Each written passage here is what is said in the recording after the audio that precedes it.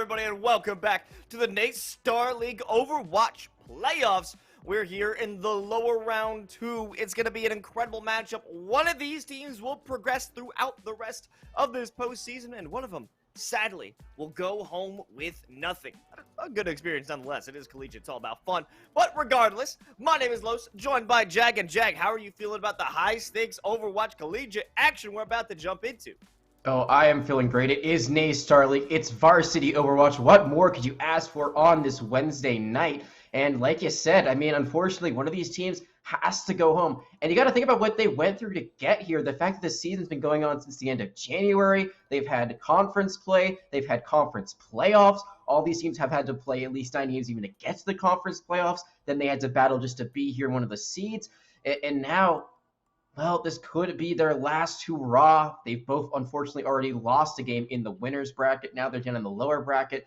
This is a now or never moment. One of these teams will not be able to make it all the way to the grand finals. One journey is coming to an end right here, right now. And, you know, I feel like these teams, they're pretty evenly matched with what we know about them. Well, let's take a look at the rosters because both these squads right now, we've got the Bryan Stratton Bobcats down from Virginia going off against the New York University Ultraviolets. Now, we've seen NYU come across this broadcast multiple times throughout the season, but this time, this split in the spring, we haven't seen too much out of BSC, so I haven't been able to get a good gauge on what they're bringing to the server, but let me tell you what I know about NYU. They went 7-2 in their conference back in the Northeast. They lost to Shenandoah and Harrisburg University. And, you know, Harrisburg is such a deadly killer within this league. But going into the playoffs or the postseason, we have Bryan Stratton. They actually went toe-to-toe with Harrisburg University. Of course, they lost. That's why we're in the lower bracket right now. But unlike NYU, they were actually able to score a map off of Harrisburg, the Storm. They actually went through that first round in the upper bracket to win. So Bryan Stratton College right now, they do have more wins in the postseason, or at least they got further in the upper bracket than we saw from NYU. Yeah, I think you can say more wins overall, honestly. I mean, they did a little bit better in the group stage, went 8-1, where NYU went 7-2. Their only loss was to Converse, who is no longer in the playoffs. They had to drop out. So the only team that they lost to besides Harrisburg isn't there anymore. I will say, you know, they did have a bit of an upset against Kennesaw during those play-ins for the conference championship. I think that was a bit of a surprise if you were keeping an eye on that conference. But here they are. Like you said, they were able to beat USF 3-0 in the upper bracket. And I think USF's now been eliminated completely. NYU, they've been able to battle back at least from that first loss. They were able to beat GCU in that first round of losers. But I think the biggest thing we'll be focusing on, not knowing that much about BSC right now, is the fact that they do have the better head-to-head, at least when it comes to teams faced.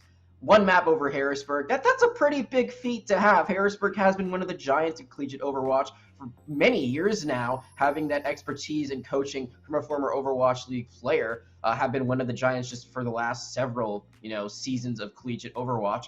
So, you know, it's not a victory overall, but it's a moral victory knowing that going into this, you've at least done what the team you're facing has not. And also, like you said, NYU, they've been on broadcast quite a bit. We already know what players to look out for. I mean, you named them all for me in our kind of pregame ramble before we went live, talking about who you expect to see, what you expect to see. BSC, they probably have the same access. They have the VODs. They can do a little bit of reviewing. BSC, who knows what they're going to be coming out with? Who knows who's going to be the player to watch out for? The fact that they're kind of an unknown is actually a huge advantage for them because up to this point, no one really knows what to expect. And when you are an unknown quantity, you can show everyone what you're made of. That becomes so difficult to prep against because what do you have to review against your opponents? What do you have to really look at critically? Because there isn't much evidence here in the NACE Starleague, and there's plenty of evidence against NYU. I mean, something that we know from NYU is that they love to get in the back line. Love is Rage, a Tracer Phenom. They love to get that back line along with Swift. Them with the Sombra. They have been found causing so much havoc for the teams they faced off against. I believe the Drexel Dragons, one of them who had faced the music against them throughout this season. But is this going to be something that's prevalent throughout the current series? I think it's going to be a hard counter against anyone driving into the back line, so they will have to come up with a new strategy because from what we've seen, they're pretty static in this composition. Isaac loves to run the Diva, Bonesaw on the ball, Claire, but I want to talk about Claire for a second. She is an insane Zenyatta. I mean, they she doesn't like to swap off of it, with good reason, because the shots, the orbs, the placements of healing and transcendence timing is just so critical. So that is just one player who I'm expecting to see really pop off throughout this series. But like I said, there's so much evidence to combat against your opponents here for BSC. I think it's going to be heavily favored in their direction. I mean, going up as a Chaos Comp is never easy because when you have the Wrecking Ball running around, you've got the backline putting in damage, it can be a bit tricky. I'm really interested to see if they try to swap off the Zenyatta, as you said they probably wouldn't. I've seen attempts at playing different variations of it. I've seen the Ana attempt instead of the Zen, and then with a Mercy as well. Don't really like it too much, but if there's too much pressure on the backline, the Brigitte isn't enough to keep the Zenyatta healthy and safe. Maybe they try to go for something else. We're going to have to see what it is. But what we do know, one thing is for certain, it's going to be Oasis for our first map of the night. And that is a very interesting pick, to start out with. This is usually not the map I think of when it comes to control maps. What someone usually pick, it'd usually be like Ilios or Lijiang Tower. Oasis, I don't feel like it's a very strong Wrecking Ball Chaos Comp map. I feel like it's going to really lean itself more towards maybe a traditional dive with Winston D.Va or a Brawl comp depending on which point they're actually on. Yeah, I'm liking this pick because we just don't see it too often here in the NACE Starleague. It's usually going to be that Lijiang Tower, as you mentioned. So this is a nice change of pace. You can't swing around with the Wrecking Ball. You can't be in the back line if you're on that off-tank position. So I'm wondering, what is their new composition going to look like? Because they have to adjust to it. I mean, they can just brute force into it if they would like to see it. I mean, maybe you could, do a little bit of spin to win action in a few of these points, but outside of that, it's going to be very difficult to maneuver yourself and create great positions, especially setting up that landmine field if you want to win out team fights on the objectives themselves. So excited to see what NYU can bring to the table and how they're going to react on the side of Brian and Strat.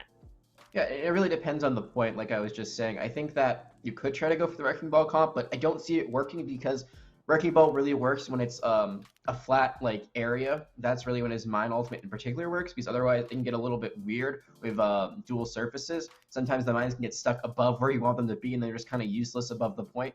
And what does Oasis have a ton of? High ground. Every point, I would say, not really necessarily as much as University, but City Center as well as Gardens both have a lot of high ground handling right above the point, enough so where it can actually kind of disrupt an ultimate like that.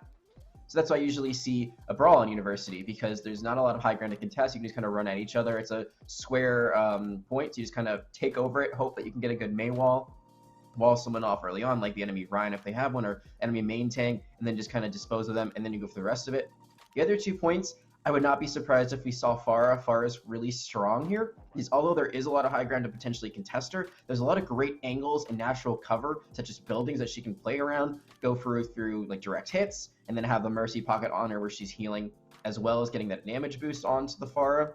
It can work wonders, and if there isn't a really competent long-range hit scan player on the other side, there could be nothing to deal with a Pharah if that is what comes out. I mean, that'll be nice to see. We don't have much of an aerial advantage.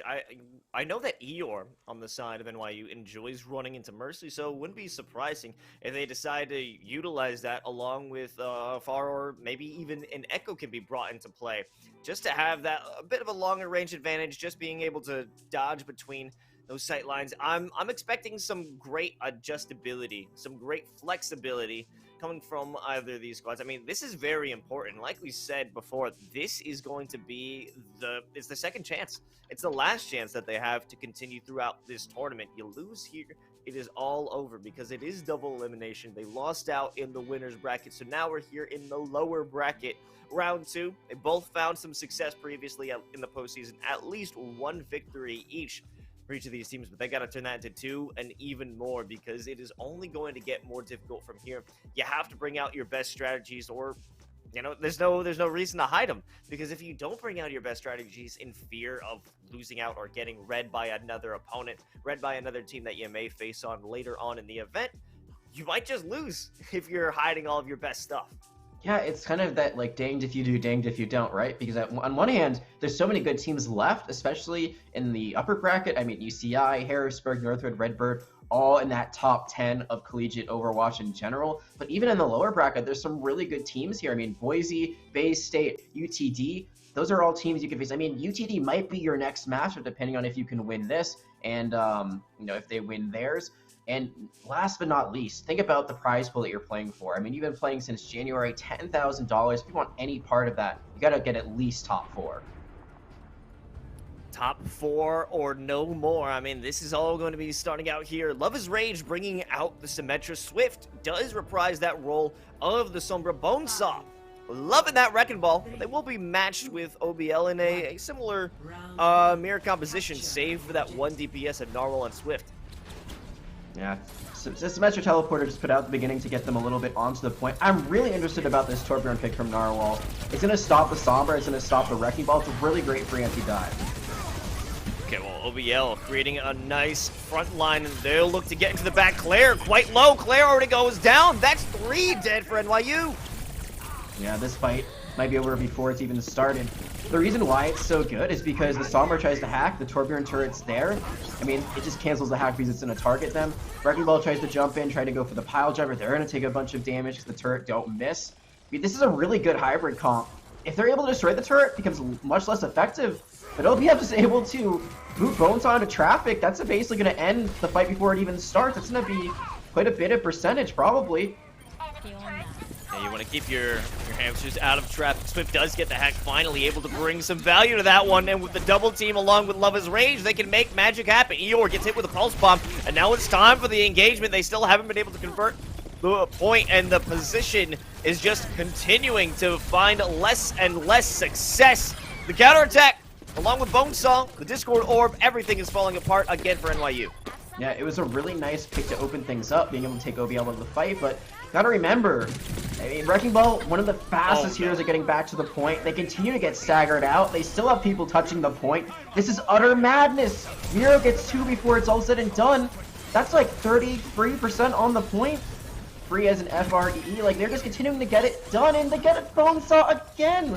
Well, I mean, there's not even a team fight at this point. I feel like after the second fight sort of started, it's just been going on and on. That was 40%. I mean, now we're at 64 and counting.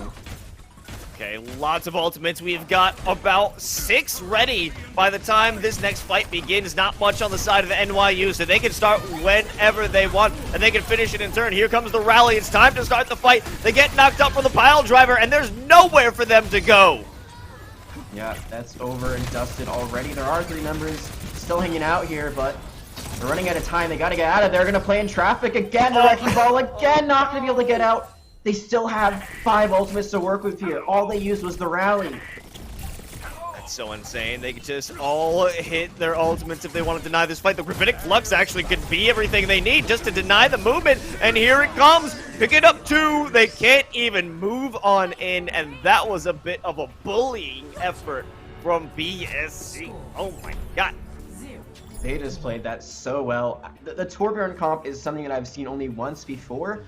And I'm trying to remember, because Brian Strat's a name that I really, like, rings a bell in my head. I'm trying to remember if it was Valorant that I casted him or Overwatch. Regardless, I've only seen it once before. It was exactly like this.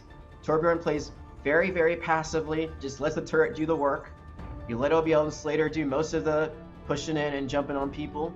It worked out really well. But NYU, they just continued to stagger themselves out. They would lose 2 or 3 members, and then everyone else would be too far forward. They didn't know how to reset, so they never really got to re-engage. And that's why Brian and Stratton had such a huge ult bank to work with. Now NYU, they got 100-0 on the last fight, but here on Gardens, they got to make a comeback. A lot less ground to cover, so they might be able to prevent the stagger this time around. Bonesaw getting a good deal of damage over onto their counterpart. OBL doesn't have the heals, and there's some echo suppression along with it, but they won't be able to secure the kill. The health pack is taken, but on the other side, Swift shot out of the sky by Slater. Another impactful kill. Maybe they'll look for even more, but Eeyore kind of close for comfort, so they can get out of there with safety, especially with OBL. They secure this objective as well. And if they'd be able to get that elimination onto OBL, it would have been a huge play. Making this swap, it makes me feel like they want to play high ground more than play more of that chaos comp. They want to no, just go for the openings a bit more than create them, as in, if there is someone weak, you throw it in the focusing beam from the Echo, you melt them down. Maybe if someone goes a little bit too close to the sun, Love is Rage is able to hit the flashbang, and then you're able to get them when they're stunned up. But they separated. They chased after OBL, one of the highest health targets on the field, who has an adaptive shield, who has the health pack right there. Because of that, they gave up their positioning.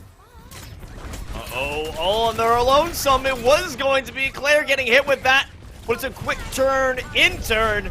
They'll deal with OBL on the back line. Still no entry. High ground controlled by Brian and Stratton, but this is Bonesaw's time to knock him around. They're going to face a similar fate. They get hit with the stun and the whip shot, but they get back off. Again, the safety of their team regardless. In this skirmish, Claire has gone down. Yeah, I'm not sure who else is going to be able to get out of here. On the other side, Set is absolutely going wild. Set's getting 3 off camera. And I want to point out another big play by the support line there for Brian Stratton. Injustice, about to get knocked off the side, off the high ground to the low ground, be very vulnerable. They hit the shield bash at the exact right time. It stops Bonesaw's momentum. But not only that, it actually sets them forward to stay on the high ground. If they don't do that play, I'm not sure if they're able to win that fight. Right now, 3 ultimates, almost 4, almost 5. They're looking just as in control as they were last round. I mean, it's going to be just about 6. Here comes that Gravitic Flux. You do manage to catch the Cassidy, and that will be the finisher. No one else to find the support. It forces out the Immortality Field. Nobody can even leave that initial choke point. And the second they do, they'll walk into the land field. OBL jumping in, and they will be saved. Continuing the aggression. That's already 3 dead. Maybe make it 4. They're submitting the rally is to finish it off right here. They don't even want the touch to come through. There's only 6 seconds left. There will be a touch on the point, so someone will have to contest that, but they're just holding them in spawn. Oh yeah, it's the spin to win. Bonesaw just hoping to get some contest here, get the overtime. This is what they need, but now that there's some more support to stop Bonesaw, this should come to a close. Okay, dropping out the mines. But what else can you bring to the table? Oh wow, I really thought that was about to be the end. They're still contesting this. Deadeye used, so with the Echo Ultimate, the duplicate gets a Gravitic Flux online, but they get nothing out of it. Ant Matrix, they get Narwhal, but the trade comes through. Self-destruct, it's not going to find too much. They need to get the Zenyatta down, but Set will not die. Yeah, that is just a stubborn team that we have for BSC. They refuse to relent. They will not give up. I mean, we have that effort coming in from New York University, but they just can't get the kills in time. No matter what they do, it is never going to be enough to finish off the whole BSC team.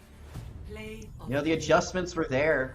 New York University, they tried to swap things up. They tried to play a little bit more towards this point, and I liked the ingenuity, I liked the adaptability, but they just got a little bit too kill hungry at the very beginning, chasing after OBL. That's one of the worst things you can do if you don't have a Sombra, because they're just gonna be able to run away. They've got their adaptive shields to give them that extra health pool for a little bit.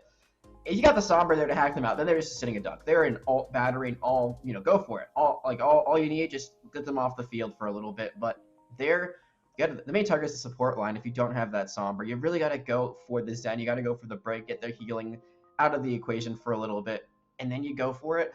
You saw also they tried to take the high ground, but once they lost that initial fight, they never got to take it back. In fact, most of the time, they couldn't even get back to the point. They were getting stuck at Archway in their own spawn, so that one tiny mistake that we saw at the beginning cost them quite a bit of the round. And it's kind of the same thing in the first round, just not being able to reset themselves, kind of staying too long on the point, getting separated. Those kind of positioning errors have been very costly here on this first map. It is only the first map, though. There's still a lot of game left to go. But if Brian and Stratton continue to take advantage of those mistakes from NYU, they may be able to run away with this series. Yeah, that was a dominating effort coming out from Brian and Stratton. I was not expecting them to be so hard-hitting in this matchup, and it was actually quite shocking to me, to be honest, because this was one of the better teams over in the Northeastern Conference of NYU. You know, they came in second place. They were really solid throughout that conference, but now we're looking at them being dismantled with ease. Is going to take some serious adjustments, and I think a major player here was Narwhal with their Torbjorn turrets. Not the player themselves, it was the turrets and that passive factor of removing Swift's efficacy pretty much entirely of that first round in the city center. There was nothing for them to do. They wanted to get the hacks so bad, they just couldn't get them online, and it was still a similar issue shooting at Swift as they were trying to fly through the sky as the Echo. They had no airspace control. They had nothing to do, and it was just unable to get started here. Yeah, Torbjorn is basically saying to you, if you don't hide behind a shield, I'm gonna hit you with my turret. That's it. Like, you're just a sitting target. I don't even say duck because you're literally in the air flying. You're a sitting bird. I don't know, something like that. You know, it's just so hard to play any sort of dive assassin character when there's a Torbjorn turret around. And although like a lot of credit goes to the turret itself, MVP turret, you know, all that, but Narwhal also has to play that really smartly, where you can't be too aggressive. Sometimes people try to play a Torbjorn like a Reaper because they have the overload, they have the extra healing, they have the extra rate of fire, so then they can run in and just do a lot of damage. But Torbjorn cannot self-heal like Reaper, so it doesn't always work out. This time around, though, it looks like we will not be seeing Torbjorn, at least not for the moment. It is going to be Hollywood here, and I like what NYU is doing already. I like the idea of running the double shield bunker comp. I'm interested to see how this works with the Brigitte instead of the Zenyatta. This tells me that they're expecting a dive comp, so they can try to use the shield bash to create separation, get the slow. We'll see what Brian and Stratton ends up doing.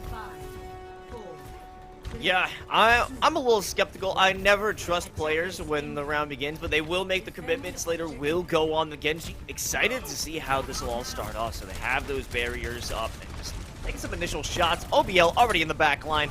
No problems there. Love his rage, giving him some love taps. But here comes a knock potentially. No, they get stuck in the staircase. They go down. That's an easy pick.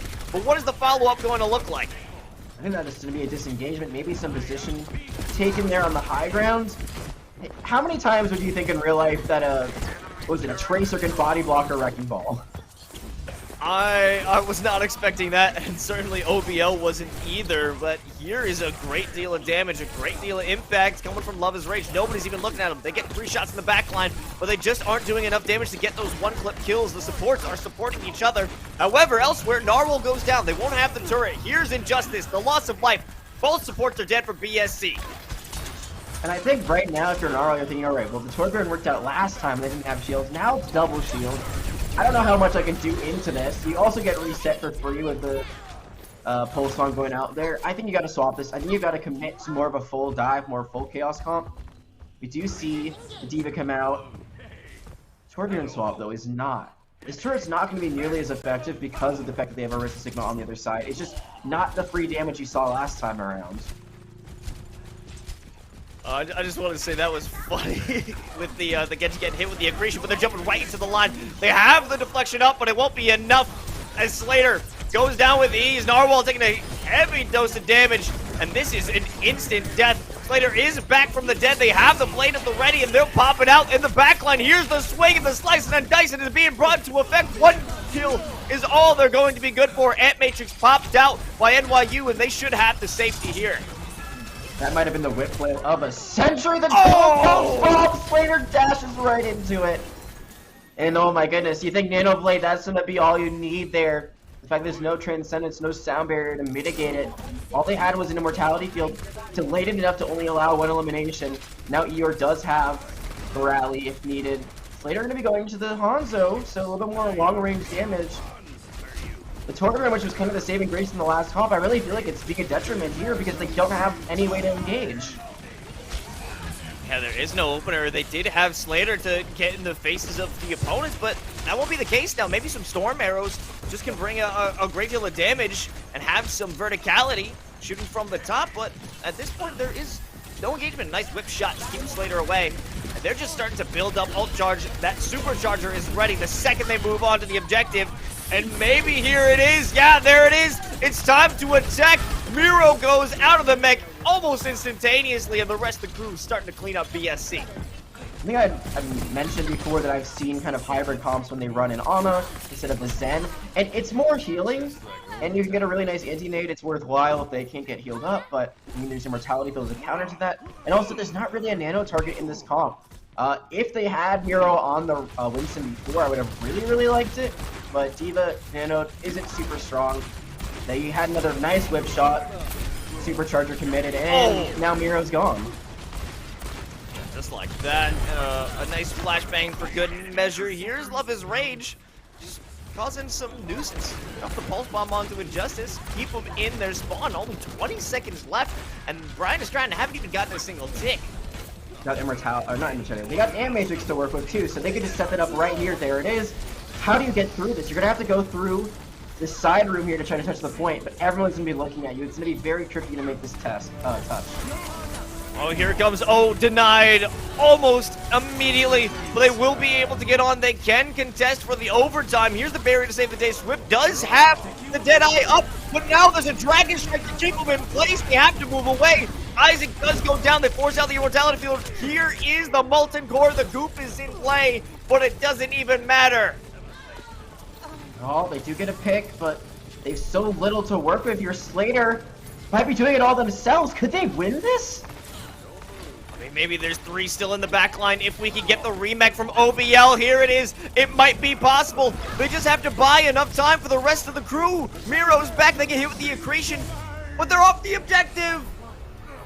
They do get a tick, though. That is very important to point out. They don't get the full point. They don't get to continue the map. They do get 49.6%, which means this is now officially a winnable map. At best, if they hadn't been able to get to that 33.3%, that first tick, all they could do is draw this out. Now, it's going to be a very difficult situation, a very tough first point hold right here. But if they can get it done, they will go up 2-0 in this series. York University, I got to say, after the way that first map went, they must be feeling really good about this defense they just had. Basically impenetrable. Really almost just lost out in the last few seconds because of a few ultimates. Still were able to fold out the point. It wasn't a full hold, but I mean, after getting 200-0 on control, you can't ask for much better than this. Certainly a major improvement, and Narwhal is sticking with the Torbjorn. It makes sense on the defense. Now I can understand this pick, but they were so stubborn with that the choice of DPS. I think that was just a major error for BSC. They wanted it to work so bad, but you have no initiating power with the turret. Sure, it's good once you already have control of an area, but that's not going to help on the attack. Yeah, I agree 100%. And if the other team is running a Chaos Comp too, or even like a traditional dive, Winston Bubble is not going to protect you from a turret like Orisa Barrier and Sigma's Barrier will. So, very hard to run this into double shield. They tried it, it didn't work. And now you're going to run double shield on the attack. I don't think it's going to be as effective as it was on the defense. They won't have that high ground set up initially. But it's going to be really difficult for them to find much use because once that angle's discovered, it's gone. I mean, where do you put it now? Do you put it on top of the elevator? I suppose so. I think that's where Narwhal is holding now, but they're making some serious headway. OBL has to back up to the side room. They will find help from their team. Bonesaw goes down. That's one barrier lost. Swift trying to hang around, trying to survive. Here's the resurrection for Bonesaw. They get the second shield back in play. Here's a halt. They're still staying alive somehow, and finally Miro does go down. Slater is returned as the Hanzo, but this is looking to be a NYU victory. Or maybe not! 2 down, but they've got point control. They don't get 1 tick quite yet. The AM Matrix, I think that's it. Yeah, there's the Dragon Strike, but no one is there to touch it. A very easy finishing second half there for NYU. They got the job done much quicker than Brandon Stratton probably was expecting. These are 2 very quick maps. I mean, Control kind of has a set time of, it has to be at least this long. Same with here, you know, 4 minutes per a point. But I just, the way this map kind of happens, I don't know, it was just so, it was like last map, Brian and Strad were just like, all right, we're going to play our comp and it's going to work.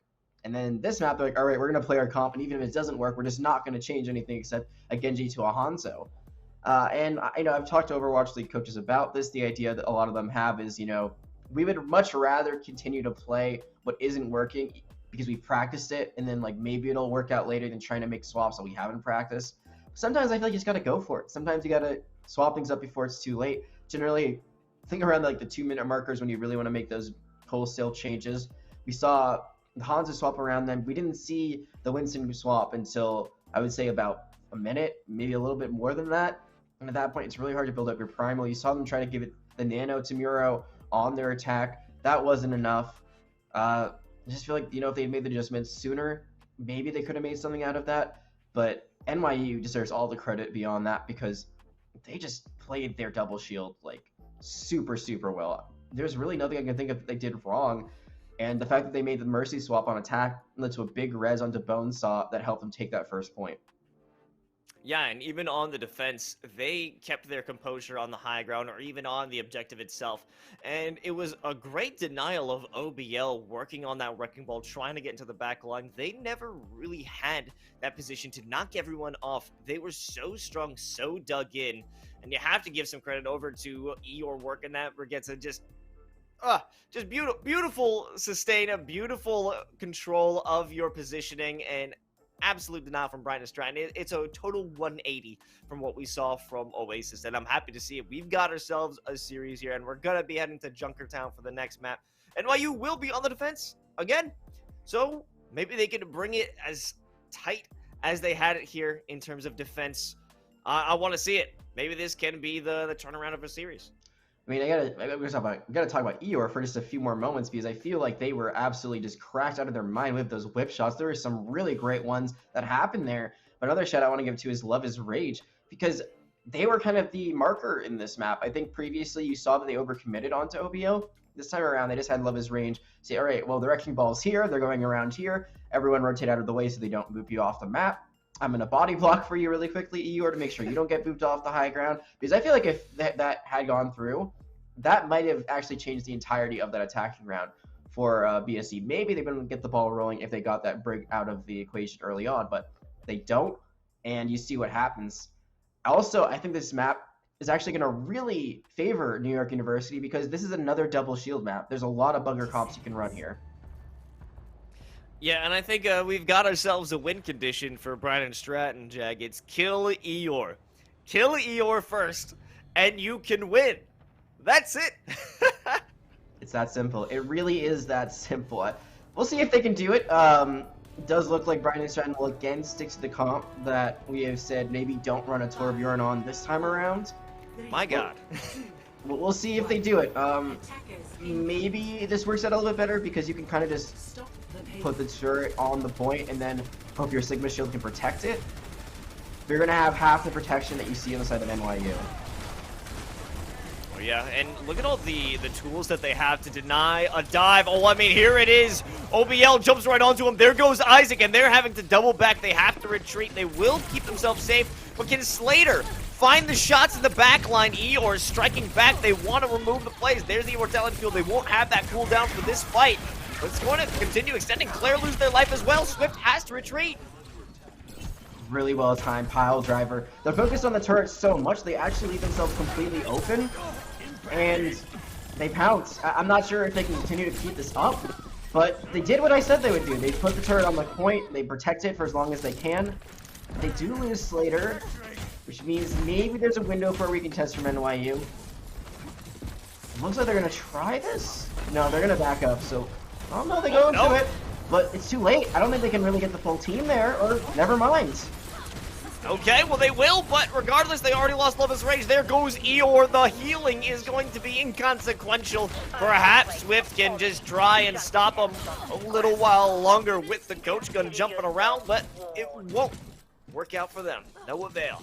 And I'm not against Love is Rage trying to just throw themselves at the point, trying to take a few more seconds off the clock. They're pretty fast. You know, them going in isn't really that consequential because they're such a low health pool, they won't be too much ultimate. I think it's when everyone else jumps in, that's where the mistake is. Because if you're going to run this Ashe, you need to create separation, you need to create space. You have that high ground already available for free. Now you see they have to rotate out onto it. They don't have the positioning they want. They're going to give up a lot of this point, actually, basically for free to BSC because they can just keep pushing. And this is just a very scattered play. There's the amplification matrix, and there's drop a minefield right onto it. OBL cruising out of there without a problem, and the payload, well, it was continuing to move, but regardless, players are falling left and right. Here comes the Gravitic Flux. Goodbye, Claire. No, it won't be the Immortality Field, but now, goodbye, Claire. That'll be it. They'll take the high ground unless the Supercharger can do everything, and it certainly is. Yeah, the set can't save their team with the Transcendence. They're going to use the rally to try to counter the Gravitic Flux, but they can't save set.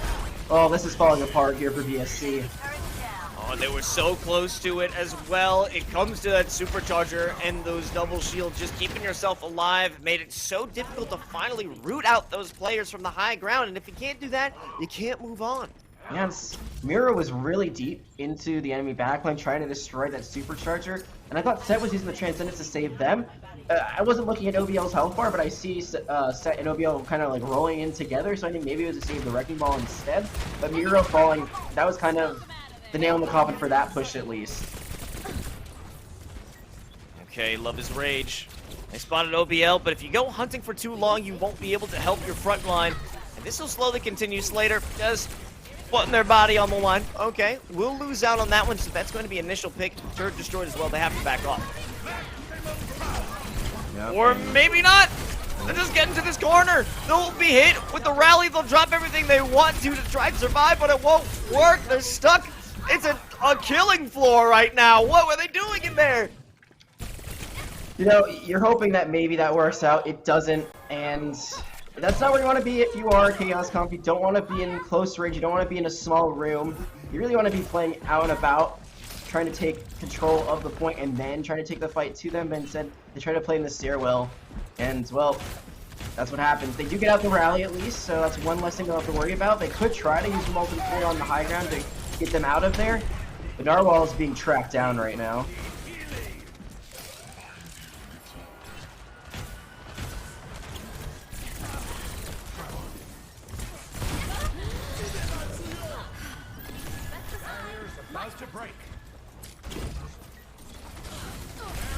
Not sure if we lost Los. I haven't been able to hear anything from him for... Turns out my mic was muted. There you go. Well, they actually turned this one into a successful round. They were waiting to have Narwhal with the Molten Core. They baited him inside the close quarters, and the script was flipped. They can make it through the second objective with a great clear. Yeah, and it took a while, especially considering how fast that first point was. They burned quite a bit of time off the clock. Only have 3 minutes left, but they have ultimates to work with here. They use the mines to use the Molten Core, but they have almost everything else. They have Bonesaw out in the open, and they can just continue to push in, try to find the stagger eliminations. We saw NYU do this on Oasis, and it was very costly. They do get Slater, though. Swift able to win that gunfight. That's going to be a disengagement for Brian and Strand. They're going to have to wait a little bit for Slater to come back, but they're still getting so much free room once again. Okay, Swift doing a great deal of damage to a turret. Now you need to find a hero to set those sights on. And here's the Gravitic Flux out from Isaac. Maybe they could set something up here, but no, Slater pushing the offensive, pushing them right back into their own Gravitic Flux from Miro, and that'll allow the 2 more to die. Claire completely exposed. They have the Pulse Bomb if they need it, but they won't. That's 4 dead, 5 dead for NYU. And they're continuing to push the cart, but they didn't really have anyone on the cart throughout all of that, so it's a nice fight win.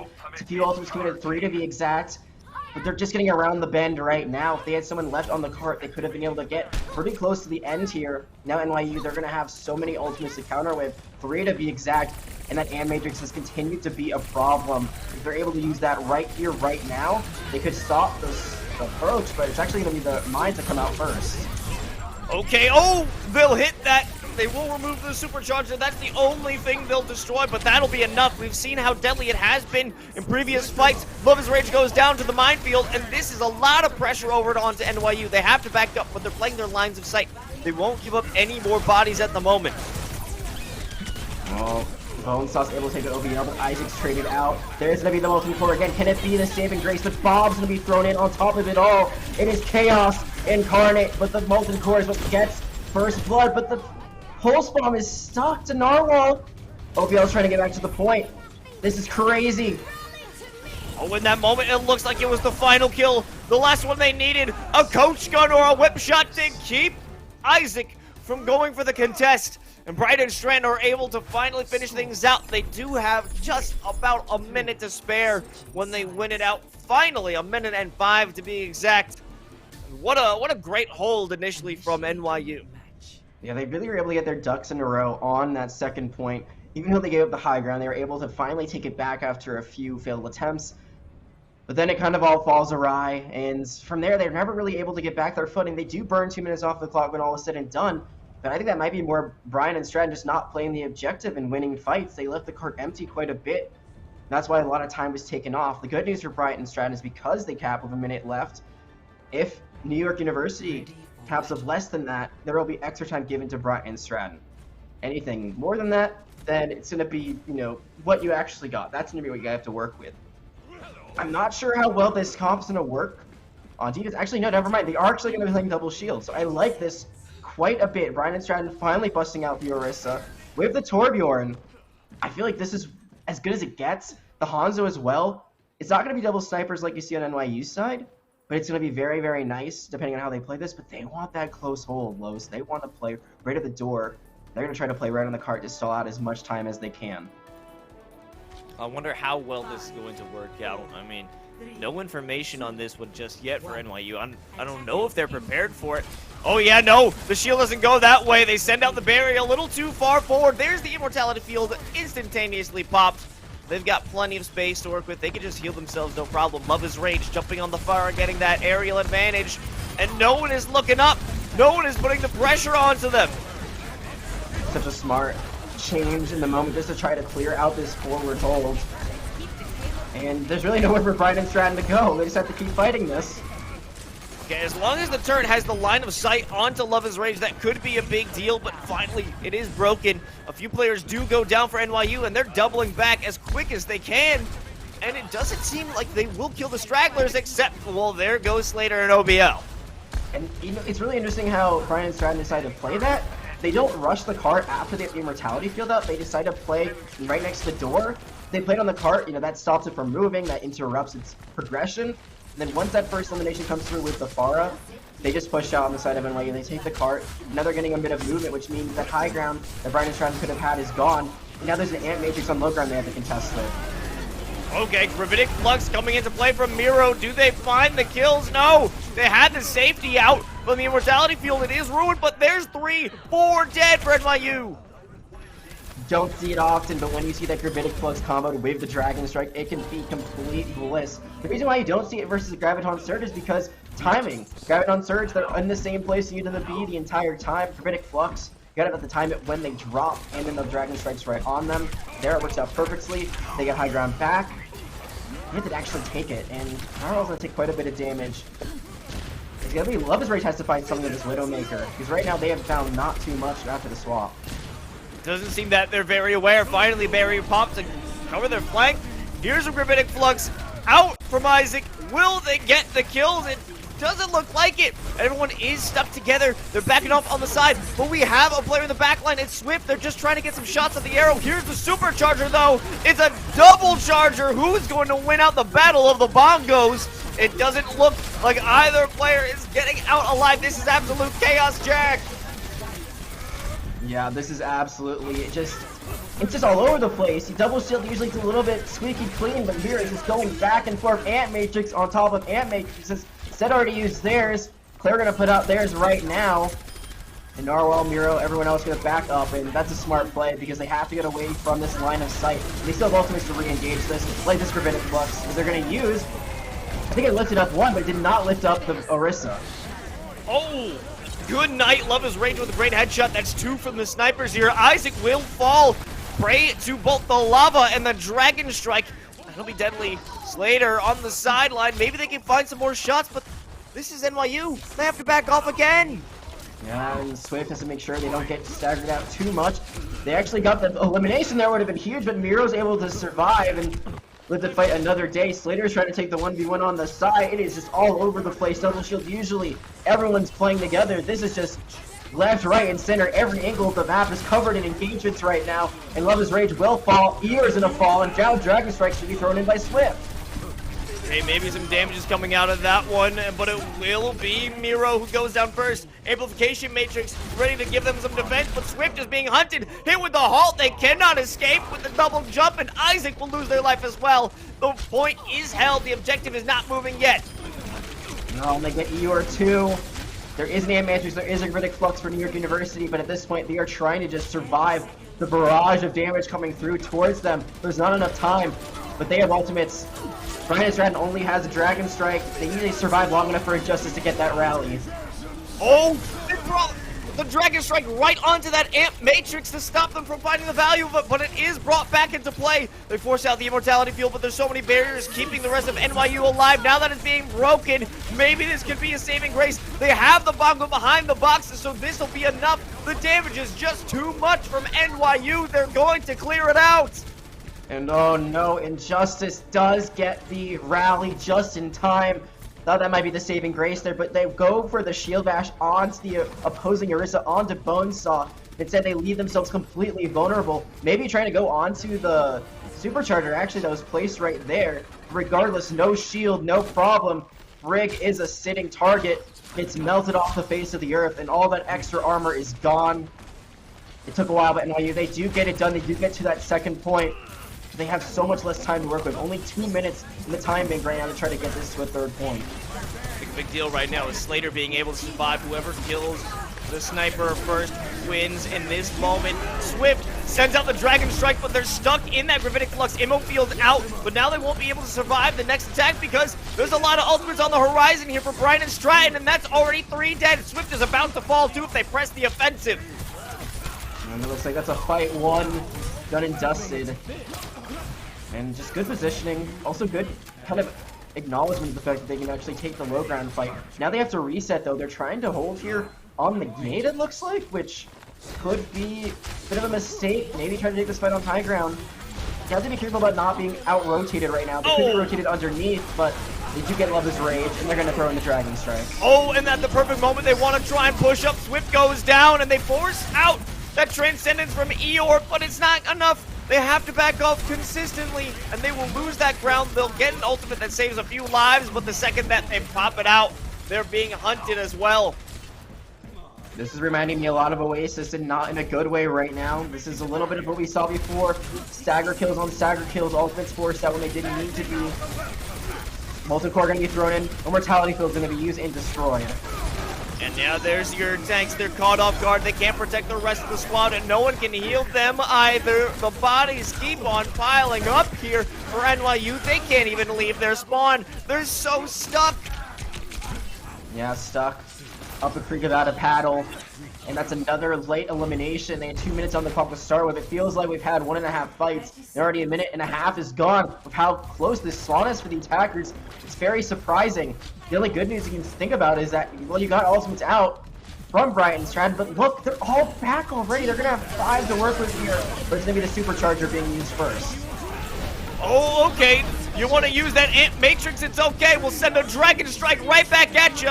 Here comes the Gravitic Flux, but they do have a Bob in play. All is happening, and they will be able to move up the payload. Finally, the damage is being done here by Brian and Stratton. They will remove Eeyore, but no one else at the moment. They have to jump onto the objective, and they're fighting for their life. The rally from Injustice may be enough to keep them alive, but nobody's dying yet. The Immortality Field being thrown on the point, swaps the Wrecking Ball just for the contest. It's all over the place, but Love is Rage with this high ground could be the difference maker, though going to be pressured out now by Slater. Slater wins. And with that, that might be it. Slater with the denial of that health kit right in the last moment, so Love is Rage can't take advantage of it. Isaac, they just have to finish him off, and that'll be the map. It's Brian and Stratton. The Bobcats are striking back blow for blow in this best of 5. These maps have been so wild, so back and forth, and it's not too surprising knowing what these teams' seedings were for the tournament and playoffs, for the regular season records being pretty close to each other. It just feels like, though, the teams that winning, they're winning in a much more dominant fashion. Teams that are losing, I mean, this one is a bit more close than the previous 2 maps, but still, Brian and Stratton seem to have the number of NYU the entire time, and I thought for just a moment that maybe the plays from Love is Rage being able to throw that Bob onto the high ground, I've never seen that before. I think it's a really smart location because where BSC was, they are forced to basically just take natural cover because the Bob is looking right at them. It took out the Supercharger. That's what Bob was targeting when there was no one else on the field to go for. But even that was not enough. They were just able to live long enough and sustain it long enough where they had enough people on the point. Then you get Slater back into the mix of the Tracers, able to take out Love is Rage on the high ground. And then from there, just kind of falls apart. The Immortality is thrown out. It doesn't save anyone. I think it's just a few seconds late and someone falls right before it actually activates. Just a few split milliseconds were a big difference maker there between that point continuing to roll on and the end of the map. It's the end of the map. And now BSC, they are on match point, series point. This is their ticket to advance onward into the playoffs. As we talked about before, this is lower bracket. New York University, they are 1 map loss away from going home and ending their season. It's incredibly exciting to see each team still finding their stride, and I want to say it was that choke point right above the bridge that NYU kept trying to go through, kept trying to battle through, and every time there was an ultimate response, whether it be a Ant Matrix, a Supercharger, the Molten Core, the Dragon Strike, everything stopped them, and they just tried to battle it out. They weren't able to do it, but let's find out if they can bring it back on map 4 right after this break. So don't go anywhere, folks. The NACE Starleague action continues right after this.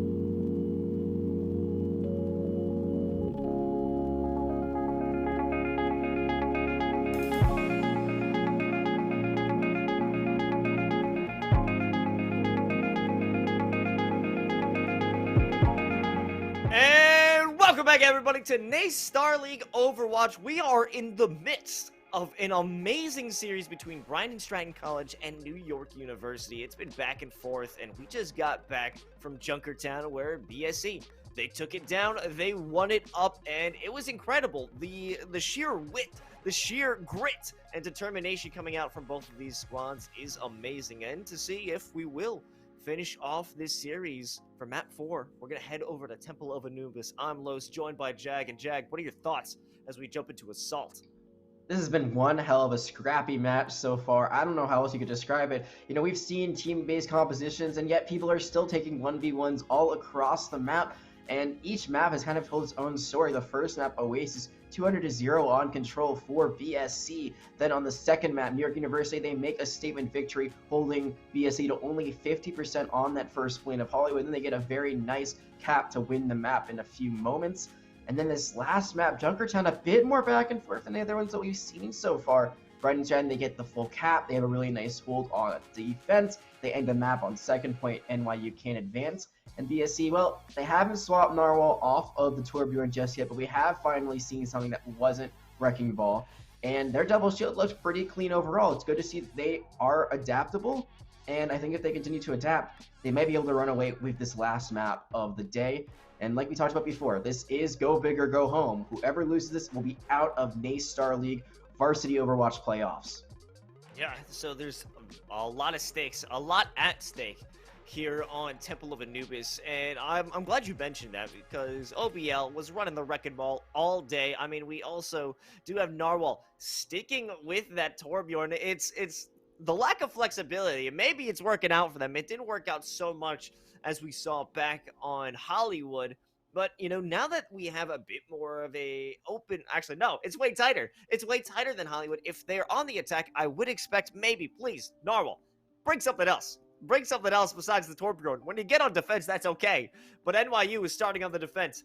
Give us something more initiating related. Give some help to your team, really. Yeah, I agree with you 100%. I was thinking about on attack, and I'm like, how do you set up a Torbjorn turret on attack? And really, you're going to hope that you can get through with your team, and then maybe you can set up, you know, in the left room or the right room, depending on where you go. Maybe on the right top high ground if you get the rotation all the way through. Defense, there's so many places you can put that turret, and you can kind of play the Torbjorn like you would a Junkrat, just a lot of spam through the corridor before the attackers come through the archway. But on attack, it's going to be really hard for them to make that work unless they have a really nice early rotation. But let's see if they can make that work. I just want to see some Junkrat, honestly. I mentioned it just a moment ago. I think Junkrat, this might be the character's best map in the entirety of the game, especially in that first point. You can just rain so many grenades and so many mines onto the attackers they try to break through, and a lot of the time they just die to the spam damage. Yeah, I mean, we haven't seen one throughout the whole series. I'm ready for a Riptire. I'm rip-roaring and ready for a Riptire. It's going to be exciting because if you have that similar playstyle, like you said, it should be a smooth transition to jump on over. You can just spam on through on the attack, jump through as you've gotten quite aggressive as we've seen Narwhal do so. But as we've talked about, the main issue here, the main stopping power is not going to be from the tank line. It's going to be coming out from Eeyore, the Brigitte, hitting those whip shots, the shield bashes, everything to keep them from jumping onto that high ground in general. So, but now that everyone will be stuck together in that first initial high ground, I'm wondering how hard or how difficult they're going to make it be to even just start an engagement as you're attacking into NYU. So I think actually something I'd love to see that we haven't really seen so far, I think we saw it very briefly on Hollywood, is a Mercy. I think that a Mercy pick could be really great here. We've seen Love is Rage play the Ashe as well as the Pharah, both heroes that are great to be pocketed by a Mercy. I think the Pharah would be a great pick on the attacking round.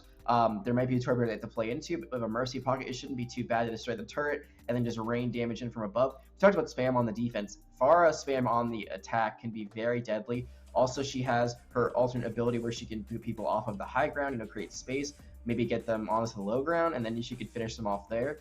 And then Ashe on defense can work out really well because you have that high ground all the way in the back. That's kind of away from this main choke. It's just to the right of your screen right now, just a little bit past where the Hanzo jumped up. So there's a lot of things you can do to make sure that your top player is going to be in tip-top form. But instead, Love is Rage going to go back to the Tracer. Going to be taking more of those duels. We have Slater and no Junkrat either. I guess they're going to be relying on Swift for that spam through the choke. Is Narwhal on the Torbjorn? Well, yes they are. No junk in the trunk today, and no adjustment from Narwhal. Really? Okay, sure. They're going to start things up as they move through the archway. The spam will allow them to walk into the left room. But we do have OBL on the back line, cause a bit of chaos. Not many people on the high ground. Now they can decide to go to the right, under the bridge if they want to, but they'll take it slow on the left. Yeah, I think OBL is just trying to rotate and knock people off the high ground, but it's only going to work once.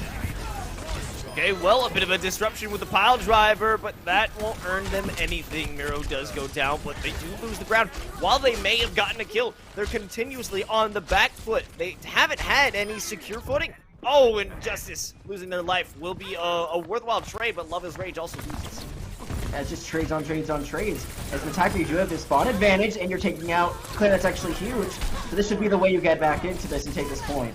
Maybe a second one. Claire does have, or Eeyore does have the Discord orb on them, and yes, everyone stuck in that room will perish. There's no one left who will be able to survive. Maybe they can stall it out for more teammates to run on through, but that'll be it. This should be the first point capped.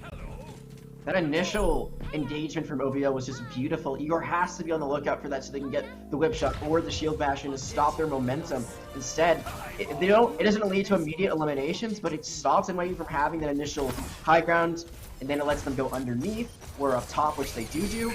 And now, I can't believe I just said that, but you know what I mean. Now they have all the ultimates in their pocket to work with. Okay, starting things off with the Gravitic Flux, but the Transcendence out from Set will deny it. Here's the Dragon Strike to knock players off the bridge and deal a ton of damage, but watch out the backline because Slater is here regardless. The frags are going the way of Bryant or New York University. They're lighting them up.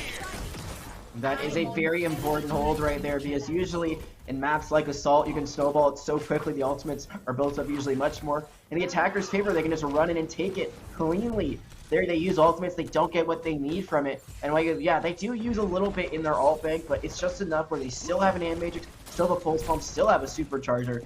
They have a lot to work with here in the next 4 minutes and 40 seconds. This could be a nice hold on second point. Oh, yeah. Let's check out how they can make him dance with the hot feet. The second they bring in that Molten Core, Slater looking for the one clip, maybe onto Eeyore. No, there's too much pressure, too much damage. But now is the time. The turret is set up, the rally is in play, and no one really is sitting on the point. The Animatrix not even in a great position to defend it. Here comes the Molten Core, though. 2 dead, 3 dead. The tanks are gone. What are they gonna do? What a nice stick. And that's gonna be some point capture. Baptiste is still alive. But they know exactly where they are. Now they're gone. Mine's on the point. Someone's gonna touch. No one's able to touch Los. And I thought NYU had a great opportunity, but you know what they did not do? They did not expect the the daughter father. I don't know why I always think Brig is Torbjorn's mom. Anyway, the Torbjorn Brigida flank with the rally, with the Molten Core. You don't see it every day, but there you see it. And that's just free real estate for Narwhal to get onto the point, set up the turret behind them in a position they're not expecting it. And then look at that Molten Core that they hit. I mean, that was just beautiful.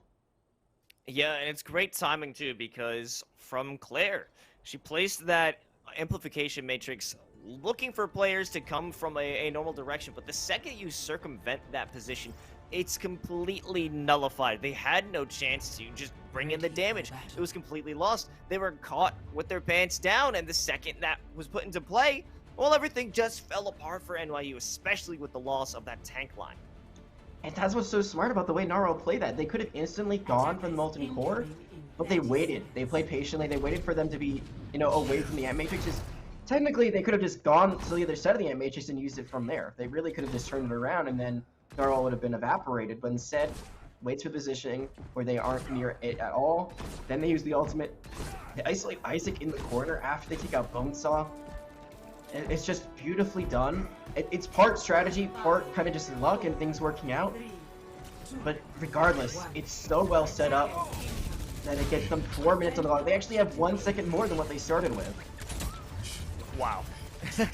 Now that is a flex, Jag. Love is Rage already on the sideline. It will be potentially Injustice exposed, but the second they show themselves is the turret from Narwhal dealing so much damage. Claire, gone, forgotten. Thank you for your service. Love is Rage did get into the back line though, so we could see something come out of them.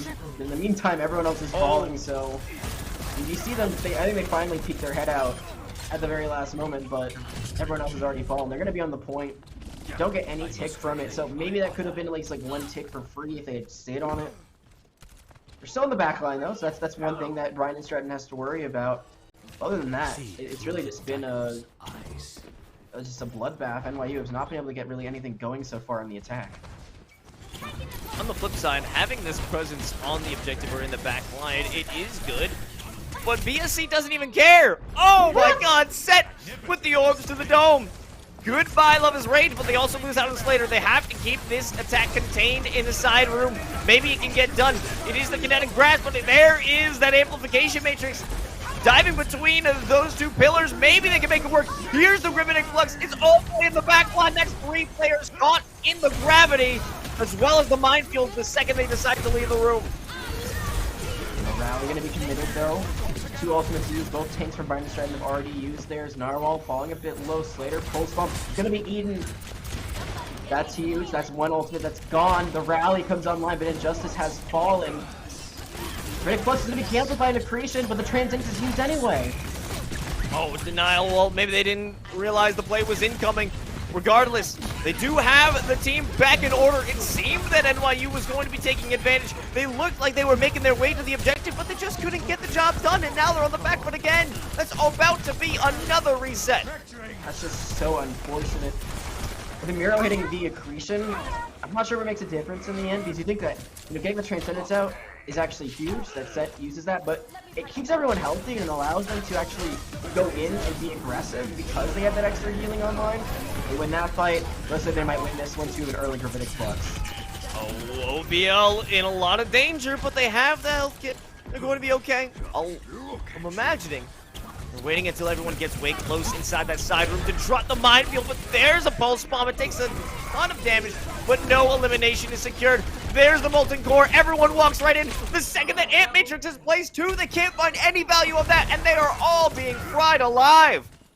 Now they're just not able to push through, and they tried taking that room so many times. I think at one point you got to try taking the other side. There is a whole other area you can go to. You could try to take the high ground and go from there, just try to rotate onto the point. Instead, they continue to take this fight, and they're losing it. They do have 3 ultimates here. Rally gonna be up shortly. They're running out of time, only 50 seconds left. They lose this fight, they don't win it, or they don't lose it like quickly. This could be the end. They do get Slater off the board. That's a huge elim. The Slater will be back sooner than later. Oh, there's the Dragon Strike. Injustice is gone. Narwhal almost losing their life as well. So this could be a big issue. Another 2 fall. This might be the time that they can win it out. Maybe the Riveting Flux from Miro can stall out some time, but it's unlikely. Yeah, I don't think we're going to see a full recontest. Maybe we'll see just an attempt to burn more time on the clock. There it is. There it goes. Narwhal going to be dismissed. And that is the end of that point A. Takes them quite a bit of time. In fact, NYU has less time than Brian and Stratton finished with, but there's still a glimmer of hope. There's still a supercharger at their disposal. And that was a really nice team play that we saw from NYU. The pull into the Dragon Strike was incredible. They got to be careful about everyone behind them. Oh my god, another huge Gravitic Flux, but it doesn't matter because they did have the Immortality Field, but a lot of health lost. Now they won't be able to recontest with it. They can't stay alive, and this is just a bloodbath. The close quarter explosions, you cannot escape from it. Miro is on a 15 kill streak right now, which is very impressive to say the least. I was just praising NYU for how they set up their play. Brian and Stratton, they set up their play really well. Slater's just a distraction, just being annoying. Everyone turns around. They run right into the Gravitic Flux. No, that doesn't get the final blow. It forces out the Immortality Field. They get into a small room. They run into it. Really nicely set up. And now they're just playing. NYU can't even touch the point right now. They lose someone really early on. They're just trying to get away. Now they lose Quick too. Oh yeah, this approach is not finding success. There's the accretion to go right in the face of Isaac. They're blocked off. No ammo to speak of. No movement to speak of. They are all gone again. Well, Love is Rage. Looks like they'll be able to survive. Maybe. Nope. Okay. Wow, they are very aggressive on the side of BSC. I think a lot of teams are just like, all right, like, we get out. We get utility out already. No flashbang for a few seconds. It's fine. It's good. They want to finish up this elimination. They want to really go for it. Slater uses a pulse bomb, forces another Immortality Field, and now the Gravitic Flux is going to come through. Oh, right onto the mines. This is going to be an issue. Love is Rage bringing out the Deadeye. Yeah, there goes OBL, but what else are they going to do with it? They're stuck. They can't even move. There is kind of a good, I guess, subtext to all of that, though. Brian and Stratton, they use 4 ultimates, and they get, like, what, 2 elims out of it? Now they have to use another one, try to counter this Ant Matrix. They're using the rally. But the good news for Brian and Stratton on their side is they're not even on the point yet. NYU has not been able to get through the choke just yet, but they do get Slater. That is, you gotta push now. You gotta go for this. Okay, here's the Dragon Strike from Swift. They're still looking in their back line, but Bonesaw is gone. That's a barrier lost. How are you gonna make your movement? They had the engagement, but they didn't follow through. Isaac being knocked off, can't even protect the rest of their team. They're in no shape, in no position to even push on through. Yeah, and this might be another really nice stagger with so little time left. What can be done? The kills continue to come through. Slater continues to be taken off the board, but Slater is a speed demon on that Tracer. 24 seconds left. Supercharger, Gravitated Flux. I don't know if they touch. I don't think there's enough time. No, I don't think so. I mean, they have to make an adjustment, but no one is quick enough. Even with 10 seconds left, they're stuck in. The Gravitated Flux will deny them every opportunity to walk on through and contest for the OT. This is all over here for NYU. Brian and Stratton have done it 3-1, and they will continue their playoffs run. You know, besides that Hollywood map, I gotta say, this Brian and Stratton team looks scary. NYU, definitely one of the best teams we had throughout the entire season. That's why they're here in the playoffs. So there's some really good stuff on Hollywood. And when things went well, they went really well. But a lot of the time, you just saw that Brian and Stratton can kind of discombobulate them. They're able to get them separated in a comp that really should not be separated in this double shield that they tried to run. They're just getting all these early elims, and then from there, they're not thinking, oh, that's good enough. Brian and Stratton, they're continuing to apply their pressure. They're continuing to play aggressively, and they just keep getting these late eliminations. I mean, that fight's over after you lose one person already in a double shield comp, yet they continue to push forward, and then they lose 1, 2, 3, 4. That's like 20, 30 seconds more off the clock than ever it needed to be. Because of that, they just continue to find themselves in situations where they just barely had enough time to get through it. You saw it on the first point, only capped like 17 seconds left. Second point, couldn't even get that final fight on it.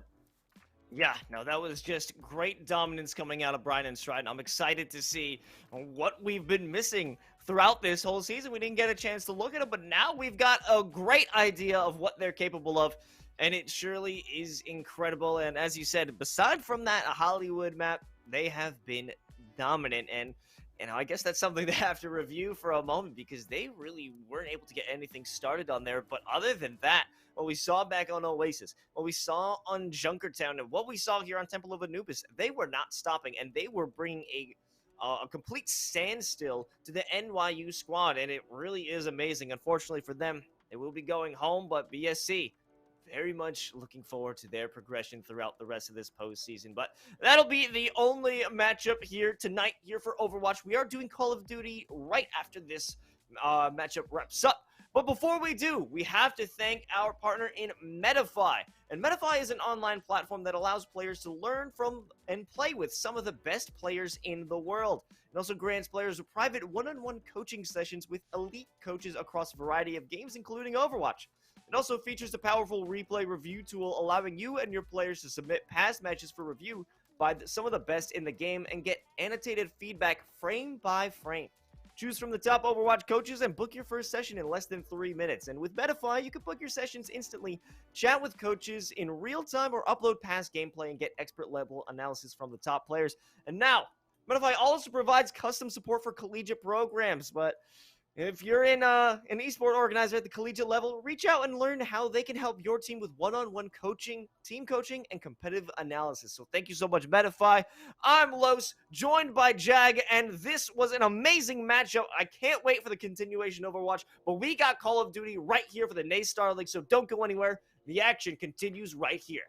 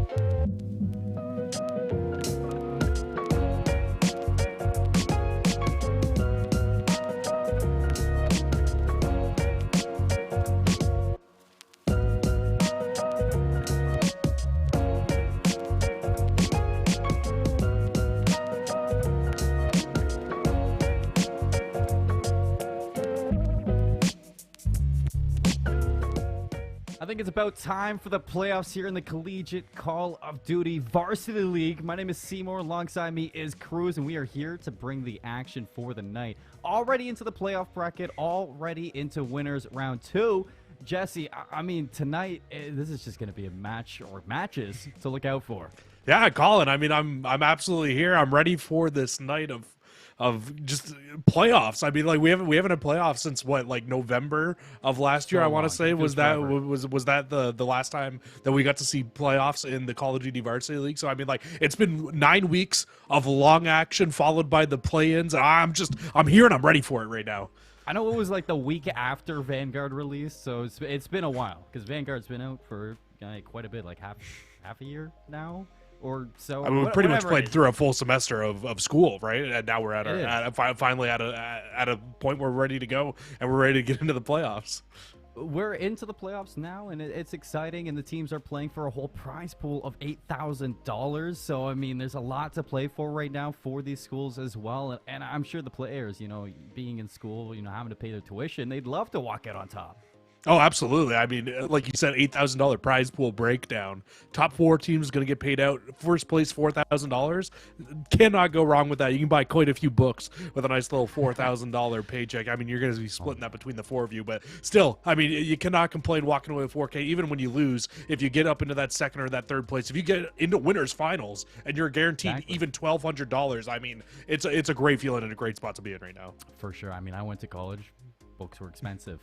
Love to have that prize pool behind me when I was in college, but no, here we are casting, getting to watch these players play for the money inside the prize pool. But Jesse, let's take a look at the matches for the day, because the 2 matches that we've been hyping up right now, I mean, they are big ones. We got UT Chattanooga, Mox COD playing up against the Panthers over in Davenport. And then after that, we got Bay State COD versus ICC. Oh my word.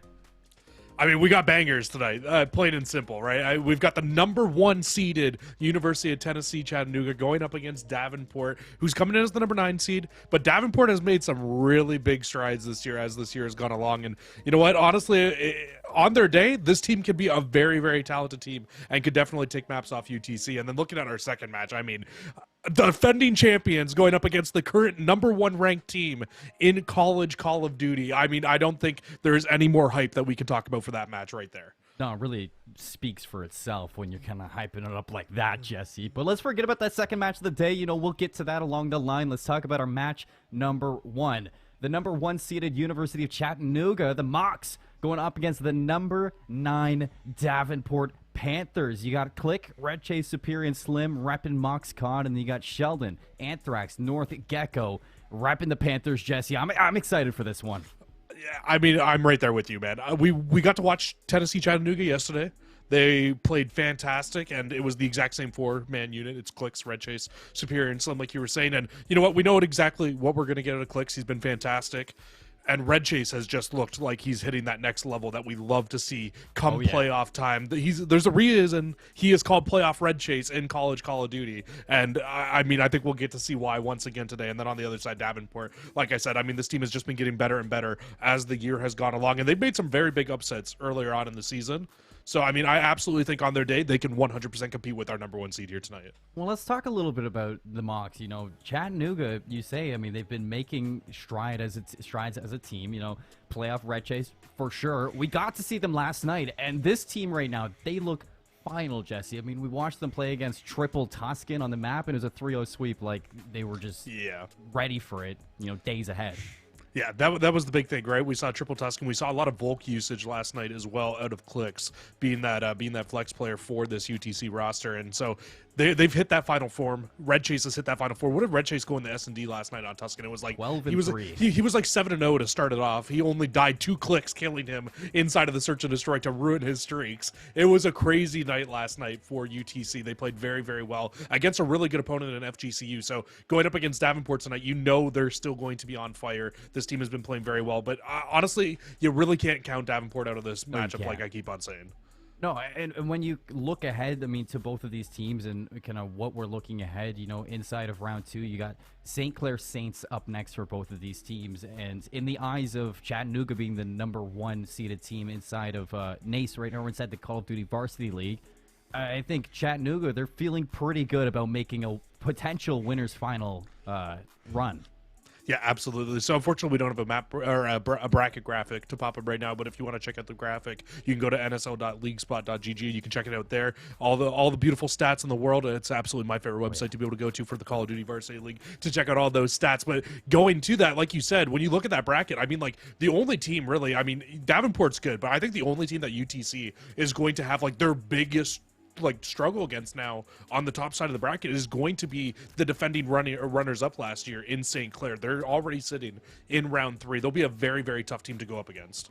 And as we kind of bring up the maps, Jesse, just to push this one forward, and we could talk about Davenport Panthers, a team who has a lot of experience together and good chemistry. But the whole question mark right now on this series is, can their chemistry triumph the gun skill of the Mocs?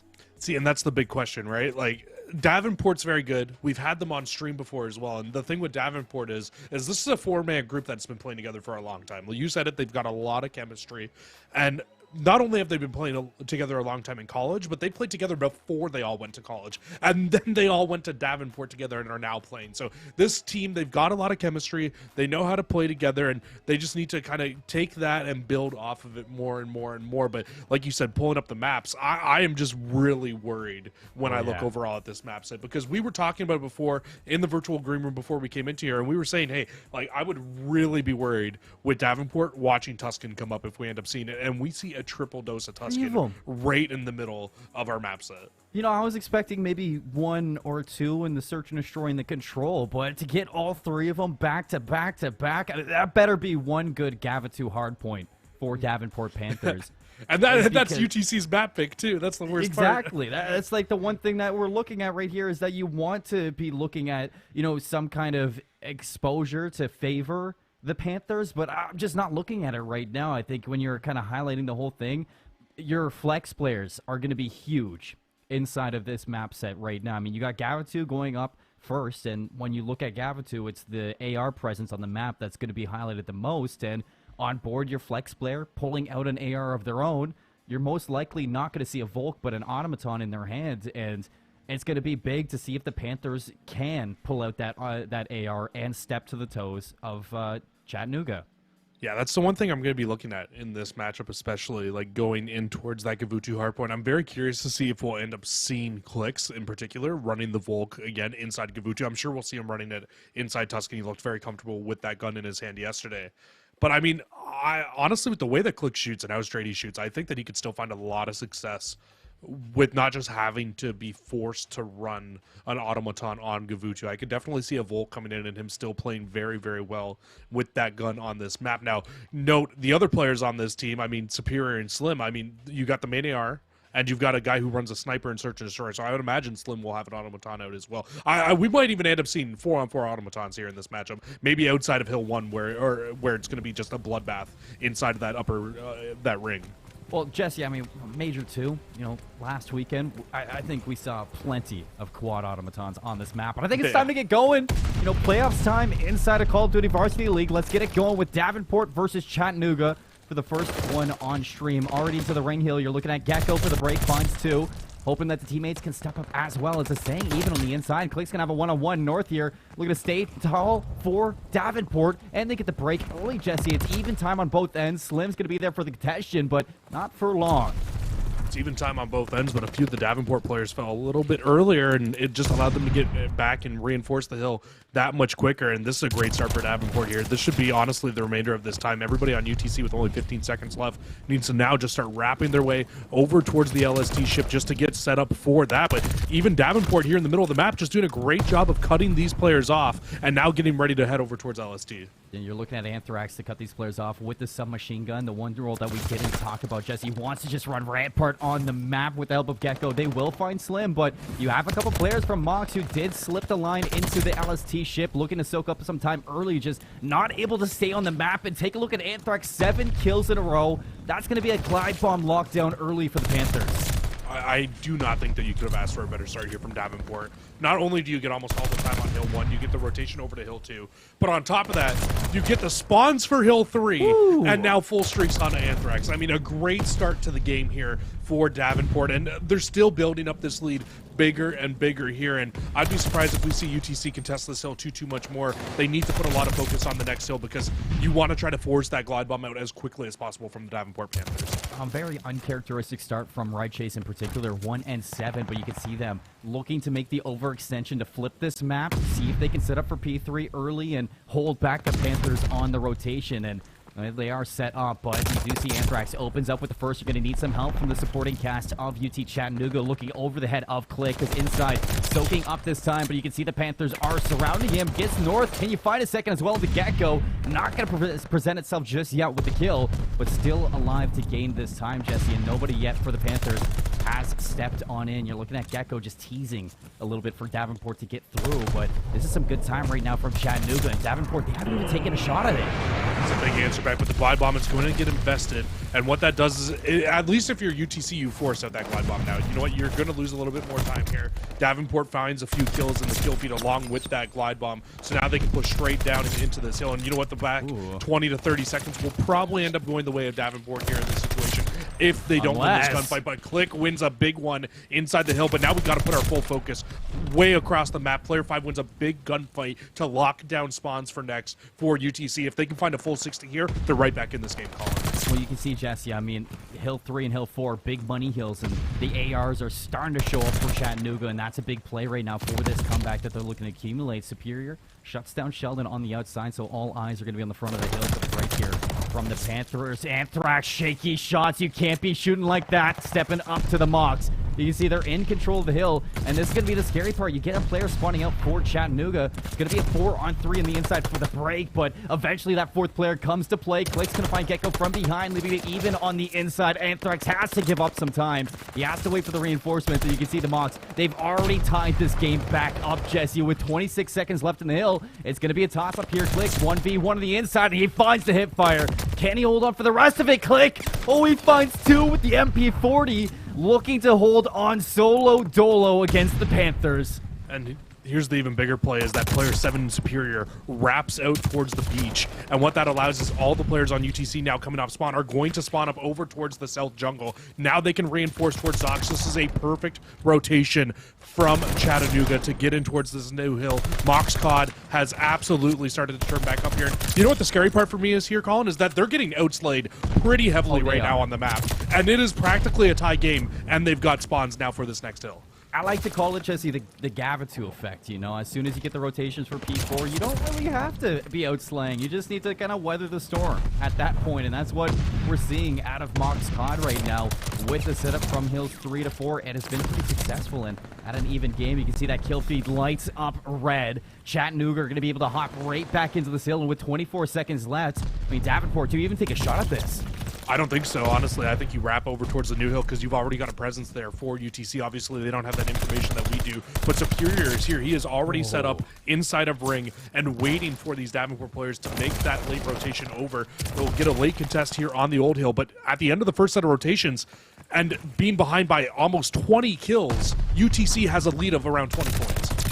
We're really seeing Davenport slow down. Gecko's on 5 in a row. You'd love to see streaks on board again for the Panthers.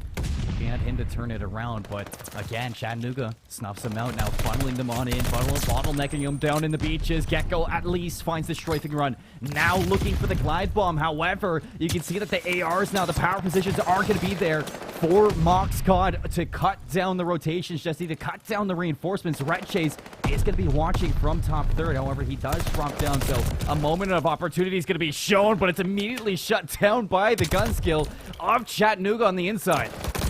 Big thing, though, Gecko will find those full streaks, so at least you get another glide bomb back into your favor. It worked out really well for you having it in the last set of rotations. Going towards West Beach, he was able to use it in that situation to get the break onto UTC. If they get into a similar situation like that again, I would expect to see that glide bomb get invested a whole lot sooner. But back to Hill 2, we go back to the LST ship, and it's looking very similar to what we saw in the last set of rotation. Davenport here, Davenport set up early, and UTC trying to break it from the front.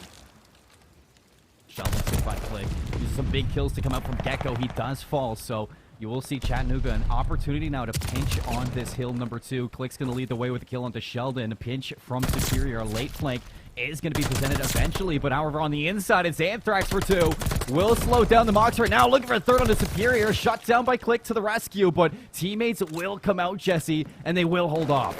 It looks like Mox are still spawning up in the south jungle, so they'll keep reinvesting and resources into this hill right now. They don't need to worry too much about players flanking in from behind, but they've actually allowed Anthrax to sneak through. This could be a really big game-changing play here for Davenport with how close this game is. And Anthrax pulls the spawns for Davenport. UTC could have just made a critical error because now Davenport doesn't need to invest in glide bomb. They have back spawns control, Jesse. They have ring control from get-go as well, so all tasks checked off the board for Davenport now to flip this lead. 15 seconds down. Hill 3 pops open. Sheldon, Anthrax, they drop 2 more, so it's going to slow down the Mox. You find a third if you're Anthrax. You can. Look how far out Mox caught are spawning. This is not good. Superior is the only player anywhere near this hill right now, and they don't have streaks to try to break into this. The streaks are on the side of Davenport right now, and another 3 down, like you said. So with 40 seconds left on this hill, I mean, if you're UTC, I feel like you might not even want to push this one again with how much time is left, because you need to make sure you lock down the spawns for the next hill. You can't afford to allow Davenport to string these 2 together. One last hurrah from Click and Co. Gecko closes it out, though. Red Chase on the outside of Beach, it's Superior on the outside of Beach. You can see the respawns coming through Moxie. You can kind of tell the call came through to now hold off for the rotation 2P4. Unfortunately, though, you are going to lose out on 2, and you can see that the Cavalry looking to close on in. The spawn ups do come out as a squad spawn. But here comes the Streaks. Gecko drop the hammer in the back. Remove Slim from the power position. Opening up an opportunity now to flank if you're Davenport, and they will take it. Sheldon's going to be there. You have the respawns on Cliff. If you're Chattanooga, you've completely lost the respawns in the back, so you're fighting a battle on 2 fronts right now. Sheldon from the back end, gonna find 1, looking for the teammates to help it out, but it's all Red Chase for 2 to hold this one off. He's got 4 in a row.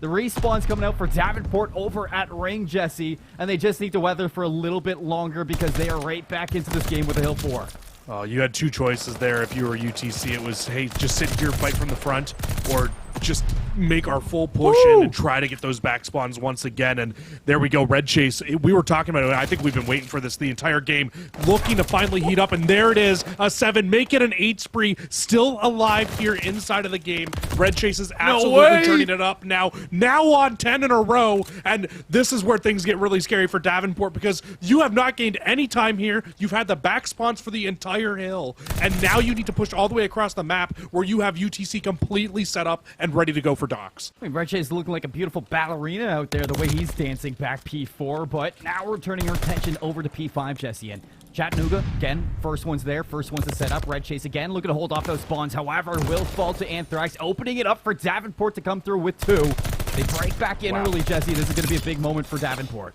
That's a big break right there. Like you said, Davenport, they needed to get that break to get inside of this hill. Red Chase looking like he's going to invest the glide bomb here. At least get information for their roster. Let them know where these players are at. Should be able to find one. He does, and this will open up the front now for UTC to break in.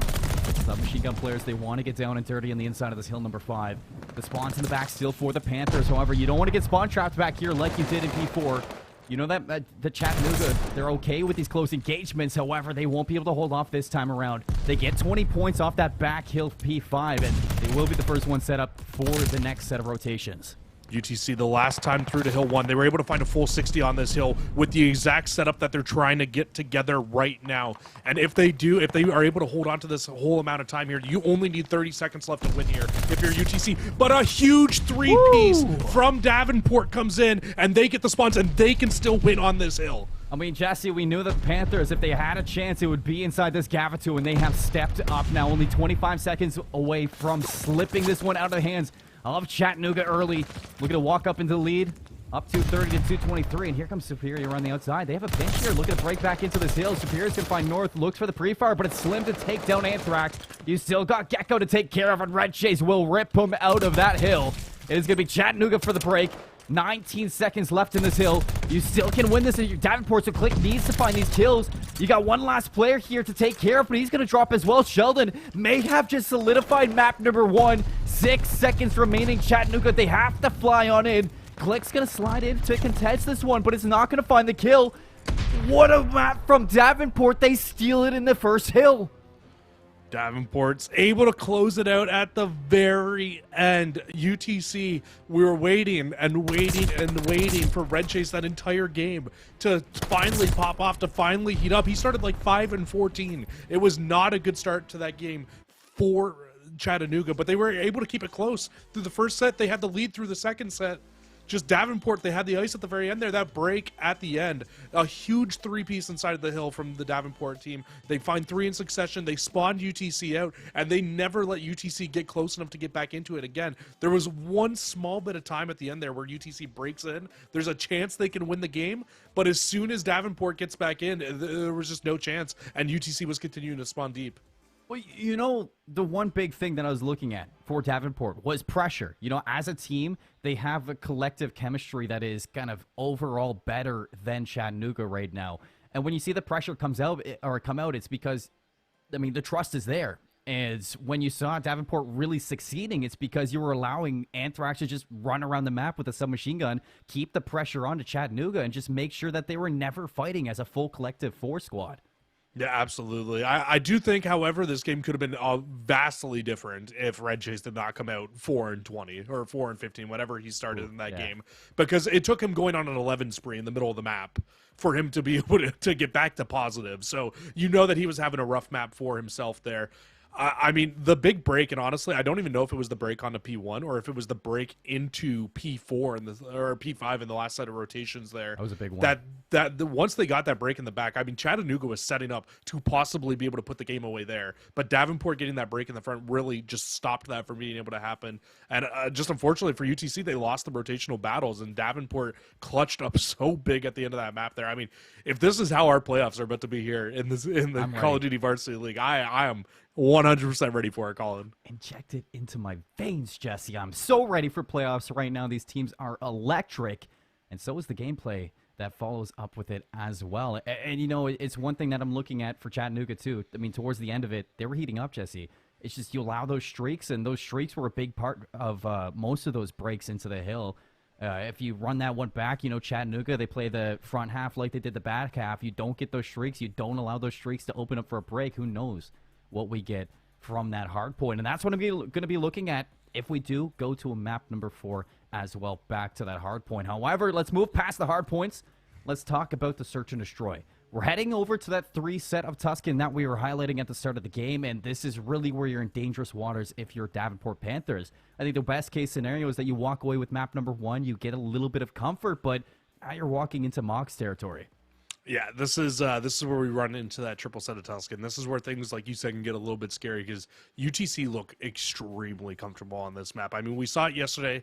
I can't remember the exact score. I believe it was a 6-1 search and destroy, and then a 3-0 control on Tuscan for this UTC roster against another very talented roster in Florida Gulf Coast University. So I mean, UTC, this is a map where they come out and they look really, really solid on it. I believe Slim was sniping yesterday as well on the outskirts of Monument as well. So, I mean, keep your eyes out on that. If Slim can heat up with that sniper early on in this game and really slow down Davenport, it could be a really good thing for this UTC roster. But the thing is, though, is Davenport at the moment, they've got all the momentum from that map number 1. We'll see how they choose to use it here in map 2. Talked about Red Chase. He was 12-3 yesterday on this exact same map, already starting off with a kill onto Gecko after he found a kill onto Click. So trading early will leave us even in a 3-on-3. Red Chase looks like he wants to make a move right through the middle of the map, and he will, removing North from Tuscan.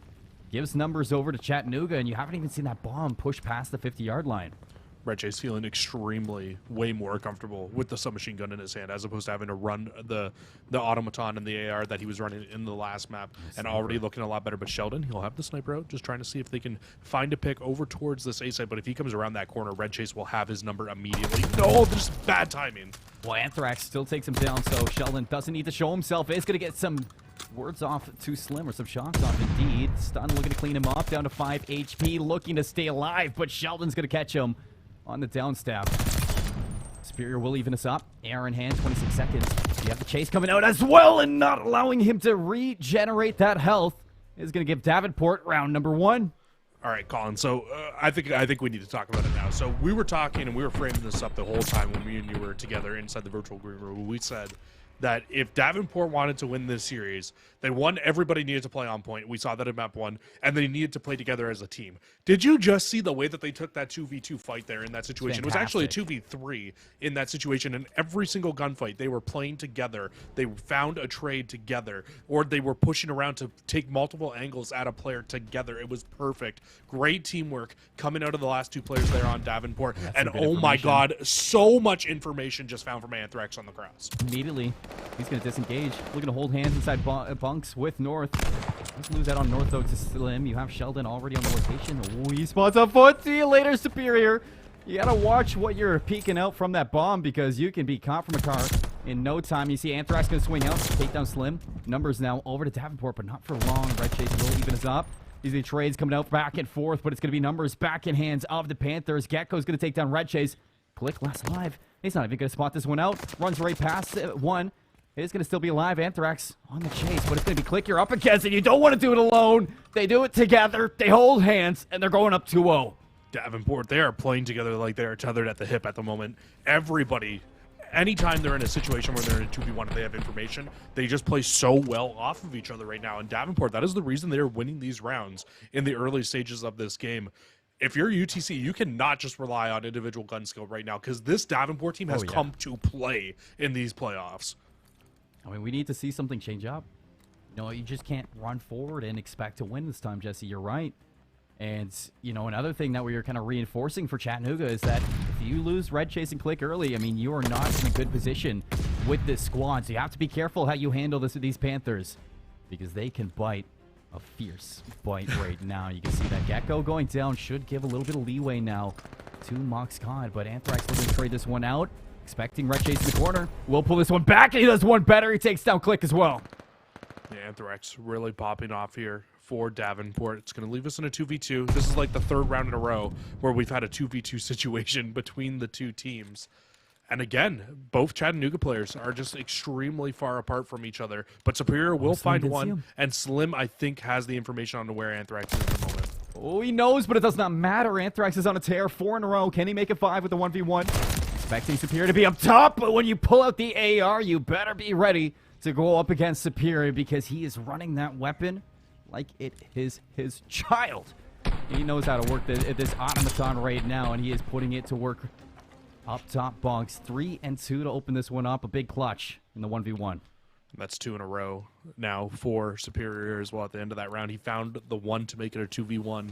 And then finds the final kill at the end there. And UTC, they just had they had the advantage in that situation. As soon as one of the players goes down, it's an easy call out. You can let Superior know where the other player is. It makes life a lot easier. But look at this battle that we're about to see out towards this monument. And Gecko trying to push up early, and Gecko will find the first blood on a Red Chase, and that's bombed down as well in a terrible spot. UTC need to find some kills. Oh, Anthrax going down is going to be a big pick. Shutting down that and main Slayer on that SMG roll, but you don't have numbers. If you're Chattanooga, you're going to be fishing to pull this one back early. Just look at the map control, Jesse. They have full setup right now for Panthers. They have no reason to get aggressive. No, absolutely not. I mean, you can just sit back, play these God Hitties, make sure nobody on Chattanooga is able to sneak through to pick this bomb up because you know it's down. The way that they're playing right now, at least it looks like they know that this bomb is down here. And as Click and Superior, it just looks like they want to group up together and try to push out together towards one of these spots just to maybe find a pick, find something, because right now they have 0 information on this map. I mean, even if you didn't know the bomb was down, I mean, you're just waiting on North to get the information over to the B site. You see Davenport's already flipped this one out. They're going to get eyes onto Click as well. Bottom church, you can see that's going to force North now to pivot around. Watch for that push up top. 20 seconds left. Sheldon's going to find Superior. Last one alive is Click in a 1v3, and he's going to drop Davenport. Panthers up 3-1 in the search, Jesse. This is clinical. The one thing I want to point out as well is that Click is just not using the Volk right now. He's got the automaton in hand every round I've seen here so far. So that's just a little bit weird to me because of just how much he was frying with that weapon yesterday. Unless there's some sort of an agreement between the 2 teams. I don't think I've seen a Volk out inside of this map yet, so maybe they might just have some sort of agreement not to use it at the moment. But it's been a big talking point inside of Call of Duty recently is that flex gun, that Volk. It's been very, very powerful, especially shown this weekend at the Minnesota event, but it will be Slim and Click, able to find the first 2 kills. That's some double automaton right there, able to find 2 on the outside, and that's going to completely hinder any push out of Davenport. I think Slim's got the car 98 out with the way that he picked off that head. It's definitely possible. We only saw the headshot marker, so. But nonetheless, I mean, 2v4, they are in a wonderful position to find round number 2 for themselves. You got Gecko and Anthrax still alive for Davenport Panthers. If anybody was going to be in this position to clutch up, I mean, it's going to be these two right here because you got Anthrax with the MP40 who could just run and fly at the setup that the Mox have, and you got the backup from Gecko there, but Click, however, he's going to pick off Gecko through the middle of the map. Anthrax gives away his position. Sniper for Slim, not going to hit the mark. Anthrax pulling this one back. MP40 in hand, looking for the third, just not going to be there. The team shots are good for Chattanooga, and they are going to put number 2 on the board. I think if Anthrax keeps out his the automaton in that situation, he probably wins this gunfight onto Click. Not able to come away with it though with the MP40 in hand in that spot, especially because you had the other player up top, Church as well, taking shots down there. Just not a great spot to be in there, and it's going to be UTC get another round back into their favor. They need to find a way to win an offense though. That's the thing right now is we saw Davenport be able to take an offense so early on in this game.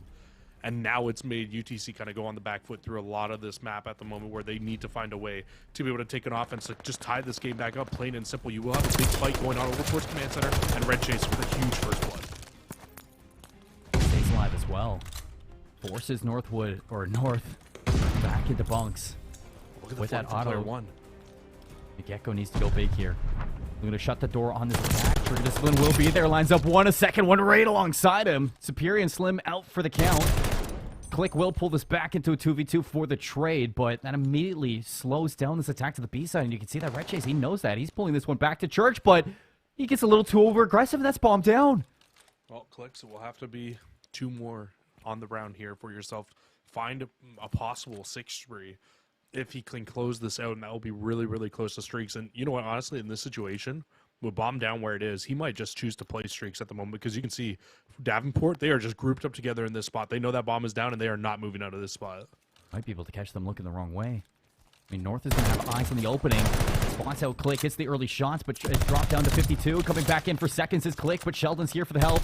Both players are there. You're going to get a little bit dangerous if you're taking this fight. It's a player like Click. North is going to hold the line, though.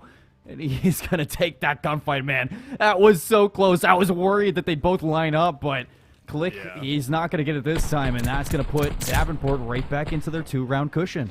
See, what's weird for me in that situation is that Click has basically just decided in that spot, like, hey, I'm not playing for streaks. I'm going to play for this round victory right now. That's basically all that happened there because he got the information that there were 2 players there. He took shots on 2 different players. He would have seen the names of both.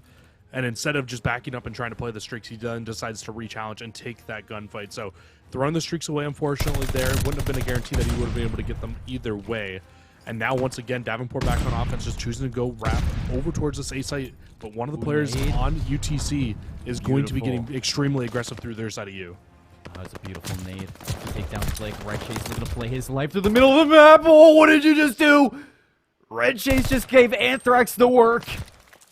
And that's going to immediately put North in a 1v3, scratching his head at what just happened. But I mean, Chattanooga's defense has looked like they have stepped up their game. Their offense that's really been struggling to them. And North now, you got to pull a 1v3 if you want to take this. 48 seconds. They'll be rotating to grab this bomb, but Slim gets eyes on, so they know North's positioning. Red Chase just waiting for him to move down the street, and North isn't going to check that corner. It's going to be round number 3 for Chattanooga as they close the distance to 1.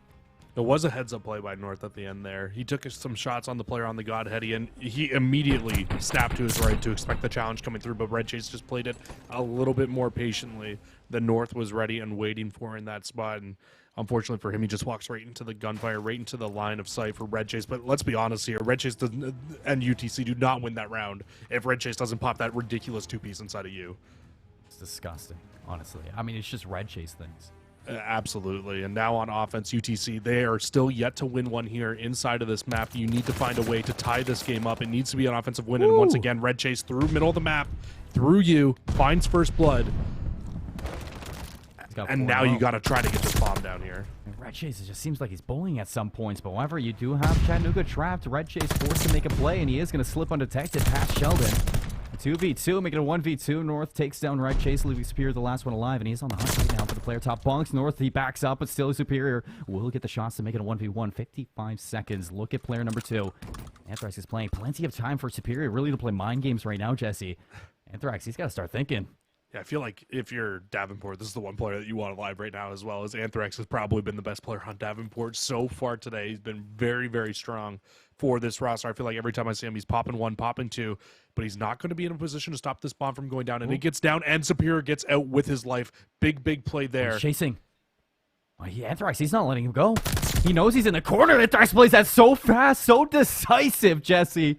I mean, a player you want inside that 1v1 just because how decisive he plays. I mean, let's not kind of downgrade Anthrax right now. I mean, a previous Challengers player on KCP, I mean, this guy's been through the ringer, and he knows how to play these 1v1s. A very confident player, and you can see that he knows exactly how to play his ones. Absolutely, and I think that there was a small little bit of haunt inside of that 1v1 situation there for Tennessee, because yesterday, in that exact same situation, they got a bomb down on a 1v1 and wrapped off, and they got ninja diffused on. So Superior played in a very different position than what we saw them play yesterday in that same exact bomb plant spot, so that he was in a spot where he could check that bomb in case Anthrax got the time to see him wrapping off the bomb. He absolutely did. Now into round number 10, it's Davenport able to find that first blood extremely quickly. Round 10, round number 9 here for them.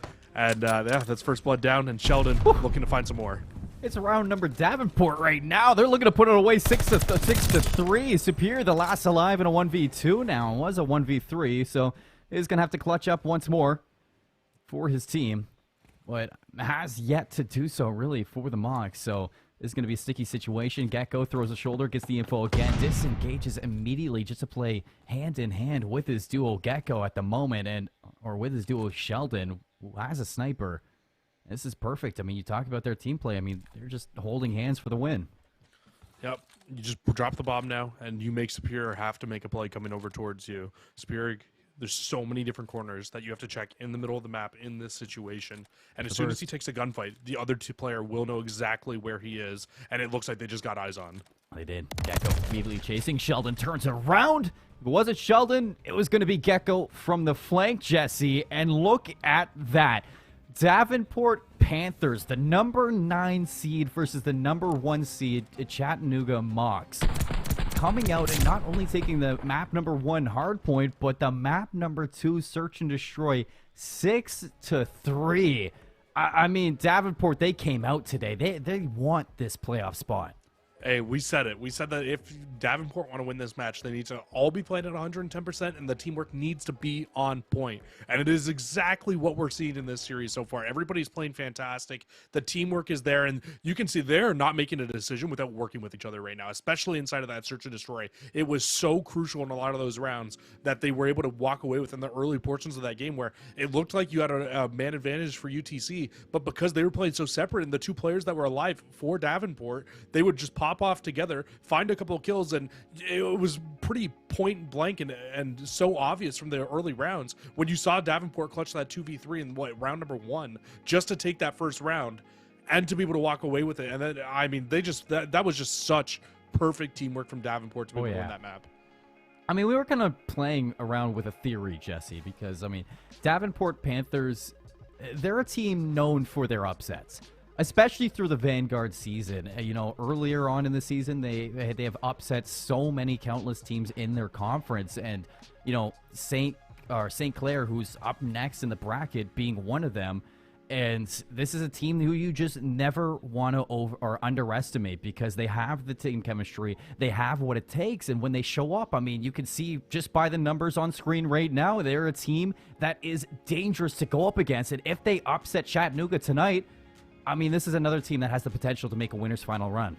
Oh, absolutely. I mean, if Davenport wins this matchup right now, and quite frankly, they only need to win one more map to do so. If they win this series out and they go up against St. Clair, that's a team that you have already beat. You have confidence versing because of that same situation. So, I mean, if you're Davenport, you are, like you said, in a great spot with Penn State not making it through into the deeper portions of this bracket to just knock out Chattanooga, go knock out St. Clair, and make your way towards that winner's finals where you're guaranteed a shot at $1,200 at the very least, because you're guaranteed top 3 in that spot. Davenport is in a great spot here right now, going up 2-0 against UTC. But now, Colin, I kind of want to reel back in, though, really quick, because UTC, we talked about it yesterday, their controls have looked very, very solid for this roster. especially on this map last night. They went 3-0. They absolutely smoked FGCU on this map last night. So, I mean, they did the same thing in the S&D. So I'm not saying that Davenport's not going to come out and win this.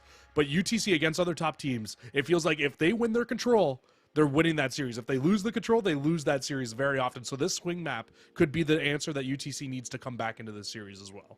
Well, it's a hard one to really estimate going into this control, Jesse, because I'm seeing a really big disconnect right now from UTC.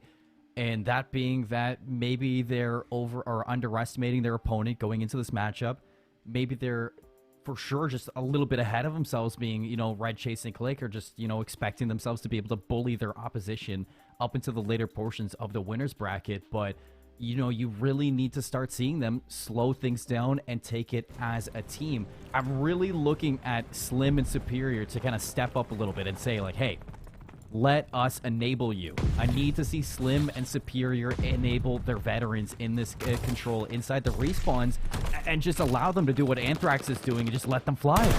Absolutely. Everybody right now, though, on Chattanooga needs to step it up. We're not getting that normal performance out of Clicks that we normally see. And I'm right there with you that Superior and Slim definitely need to step up, and I think it's on everybody right now. And already, they're going to make a curveball right off the start of this game, head over towards the B zone, and I love this play because you can hop on it, you can start to get a tick, maybe even 2 ticks of progress, which will now come through. You're setting up for a pinch potentially here for Davenport, but I actually think that they might be able to finish off this B side very quickly here, and this is just how good Chattanooga is at control on Tuscan. Slim gets there in the nick of time, Jesse, to shut down the player on the flank and reinforce that site for the stack. But now it's looking to pivot from one to the second. A site being prioritized here from Superior. The stack's going to be there from 2 to 2. You're looking at this flank here from Sheldon to really open things up. Hops in for the contention, finds not 1 but 2 with the help of North. So they will shut this down for now, but 2 minutes left, Jesse. A life lead. They only need 1 more tick at A. Big thing here now for UTC, like you said, because they only need 1 tick. You just need to make sure you can get out of your spawn. You can't allow Davenport to just kind of run rampant inside of your spawn. Just group up, play together, and they actually make the push through rooftop side. So it gives them an out towards the middle of the map, and now they can try to make their way onto A. All they need is 1 break, and they can close this round out. They have brought this life lead down a little bit by 4. Chattanooga, they're slowing this one down. They're setting each other up. Click's going to open this one up. Red Chase spikes it. 2 players go down. They know where North is. They seep them out. They slip all 4 players off the point. The A site is gone now. What a round from Chattanooga. They take an offensive round number 1. They go up in the map. That right there was a round that Chattanooga needed to come back into this series. You needed something just to build some confidence off of it. I don't know if you noticed or not, Colin, but I saw a whole lot of Volks out in that last round there. So it looked like whatever agreement or whatever happened in the early portions of this game when we were not seeing any Volks has just been completely broken here. And, you know, I might just be completely pulling that one out of nowhere. They might not have had any agreement at all, but we simply just have not seen it early on in this game. But one team pulled it out, and now we see everybody pulling out the Volk out in this game. So things could absolutely be getting crazy to the later portions of this series. Well, maybe as a collective community, you know, as we decided that Volk, maybe not the best for search and destroy, but back into the respawn, you can see that this gun is tearing it up. Excellent start from Davenport here. Look for the 3rd player, Slim, who's just back outside of that A zone, and with them dropping, that should be 2 ticks on board. You're looking on the minimap. Superior has a flank, but it needs to be a big one because you're losing out on teammates on the front line. Click, slots it from you. Has to think for Superior. 2 go down. Now Gecko, the only one on the A zone, and it looks like he's got a little bit back up here from Anthrax, who slips on in. 3 go down again, and the A site gets secured. And just as quickly as Chattanooga was able to grab B in the last round, Davenport does the same thing with A here, and the same life lead as well. A 4 life lead at the end of capping off that zone. Now looking to wrap over towards B. The big thing here, though, is Chattanooga got the harder site out of the way first. You've got 2 minutes if you're Davenport to break onto the B site, but this B still to break into it is just so tough. Ooh. And you can see already why, because Chattanooga has a great setup across the map right now to try to shut down any push from Davenport. Red Chase back into doing Red Chase things, looking to cut off the reinforcements from the middle of the map. Slips into Church. North not ready for the gunfight. Has his back turn. A second one around there. Gecko will find the trade, so 2 life it leads still from Davenport. However, you lose out on 1 player. It's going to slow this one down. Anthrax open this one up, but Red Chase this time. It's Click on the flank. Going to overwhelm Anthrax on that patio. Again, 3 on 3 now in the backside of this map. Davenport looking for an opening, but Superior is just doing such a good job at not allowing anybody in the back of the map. only North is near this zone right now, sitting right onto the B site. It would at least get half a tick of progress in here before falling, but what that does at the very least is it stops the clock and gives you even more time to get back over towards the zone if you're that scored. Anthrax finds two. Opening this one up, can't find a third, but you do get your team into an opportunity now to step onto this point. However, Click makes the heads-up play to overextend. Then behind Sheldon will shut down the play onto B, as well as open up a route for pressure onto the spawns. UT Chattanooga, they have control of this map right now. They have control of the pacing as well, Jesse. And if you're Davenport, you need to find an opening soon because Chattanooga are starting to get into pace. Davenport still do hold on to that life lead, though. It might be marginal, but it is still there, so they can still keep continuing just trying to find some kills. You've got a lot of time to work with here, and you've got a lot of life still to work with as well, so you can still keep trying to reinforce this and keep pushing in. But a lot of these pushes I'm seeing right now are a lot of individual gunfights. I mean, look at that once again right there. Anthrax 6 1-on-1 against Slim, ends up falling. It's not the right way to be able to break into this hill. You need to group up, you need to play together, and with 30 seconds left, you probably got one solid shot at trying to break this hill again. Slim doing a great job at holding down the line, allowing Red Chase now to slip on in, finds North, gets back out, and Slim for the 1-2 punch. 23 seconds left, a life lead now for Chattanooga. Looking for 2 rounds into the control to keep it perfect so far. Slim hops through the window. He's going to find Anthrax looking to get through the site, through the middle of the map, but time is ticking, Jesse. 13 seconds remaining, and Gecko looks like he's setting up with his team to flood on in through bunks. 6 seconds left. Somebody's got to touch the site, and they do. So Gecko's going to be there, but you have to set up for Chattanooga now. Trapping the team on the inside. Gecko is going to give some leeway. Hops right on down. Looking to put pressure onto the respawns. Finds Slim. A third one up top is Click. He's not going to be able to find that kill. No respawns left for Davenport. Red Chase on the flank here. Getting on into the site. Finds North as well. 4 seconds left. Nobody's going to be there. Chattanooga 2-0 in the control. It got close at the end there. Davenport was able to make that big break at the very end and start to stack the point. This situation, though, is that UTC just has such close spawns. They can reinforce that hill. They can get right back in. And there was a heads-up flank play as well from one of the players on UTC just to be able to get up, get in behind, to get into a spot to stop that push from going down. And Colin, if you could tell me, because I did not fully notice at the end there, did Davenport get a tick onto B? Because I don't believe they did. I don't think they did. I wasn't. Yeah, fully I paying don't attention, think that they got a tick either. So going into this round now, if you're UTC, all you need is 4 ticks of progression, and you're at least guaranteed a final defense as well. Here we go back to B for the early setup. Does get shut down from Davenport, so Chattanooga will have to go back to the drawing board early, but look at the pressure that Davenport's looking to put on the respawns here. They still have players residing in their spawns, but they don't care. They want to make sure that they have no reinforcements, and this is a really good moment here from the Panthers. They're answering back from the pressure that Chattanooga had on them back on their defense with pressure of their own. Oh, I mean, even better pressure as well. The way that Davenport started that round off, I mean, they watched the cross perfectly from the UTC players, and UTC was going for the exact same push that they did in the last round, but Davenport with a perfect answer to it, completely stop any B push and then get completely up into the face and start picking off so many numbers off the UTC players that there's already a 10 life lead here. UTC, though, they will clear out their spawn. Now they can make their way over towards A, but there are still players here and ready to go here for Davenport. Life lead isn't the one that you got to be looking at, Jesse, right now. 19 seconds left just for Chattanooga to make a play to one of these zones. And even if you take one, that's when the life lead does come into count here. Red Chase and Click looking to make some moves through the map. They will hop into the B zone to stop the clock at 9 seconds left, Jesse. But you can see that Davenport surrounding them like sharks in the water will be able to take them off these zones in a very convincing round number 3. Looking to go the way of Davenport Panthers. They only need 1 second to burn, and they're going to find it. What a round 3 out of Davenport. The Panthers, they know how to play control too, and it's not just the Chattanooga show on Tuscan. You know that the Davenport Panthers, they have been here to play, and they're not going to let go that easy. Yeah, that was a big answer back there for Davenport. But even more so than just winning that round, they don't even allow a tick of progress in that round there against Chattanooga. So, I mean, a huge, massive round there for Davenport. But here comes the hard part. You need to win an offense because of Chattanooga winning one so early on inside of this game. And it is so tough to win offenses here on this map. Well, looking for the great break-off. However, Kalik will slow this down with 2 through the middle of the map. Second here from Slim. Wait for the player in U. Won't land on target. Instead, it's going to be Gecko flying out. That's a little aggressive. Red Chase going to dethrone him from that high pillar. He's looking for a little bit more. Takes down Anthrax. Slim's going to find North. So removing these Davenport Panthers from the A zone, you can see that's going to force them to make a chance to be. but everybody on Davenport spawns up on rooftop, so this is a very quick transition over towards the B zone. They can hop on in, they can start to get some progression over here. They should get at least a tick here, but you need to be watching for Superior on the flank here if you're Davenport. Oh, Superior again to shut this one down from behind. You're looking at the players on the front line now to go big. Anthrax, though, turning up with this Volk, keeping the presence there for Davenport over towards B. They have a tick secured, but that's going to be about it, Jesse. 58 seconds left. You get removed from the B zone. You got to go back to A.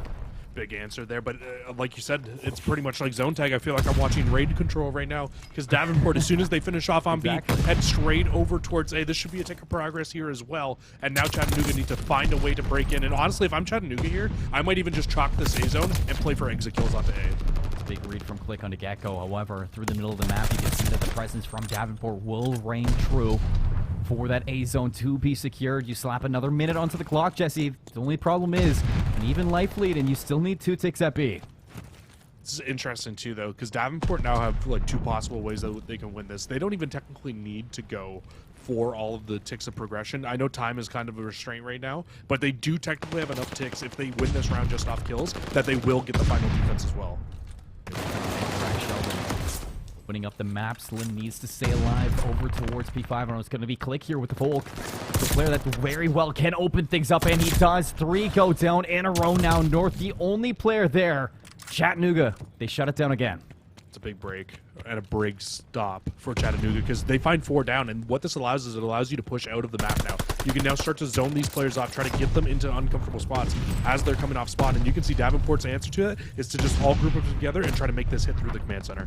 They want to brawl this one out. However, they don't read Red Chase this time on the flank. It's going to be 2 down again, allowing Chattanooga now the numbers advantage, the comfortability is just to force their way on into that P5, and you can see they're cutting down the Panthers off the respawn. And this is the scary part, Jesse. You've cut down this time clock to 41 seconds, and you've gained yourself a life lead.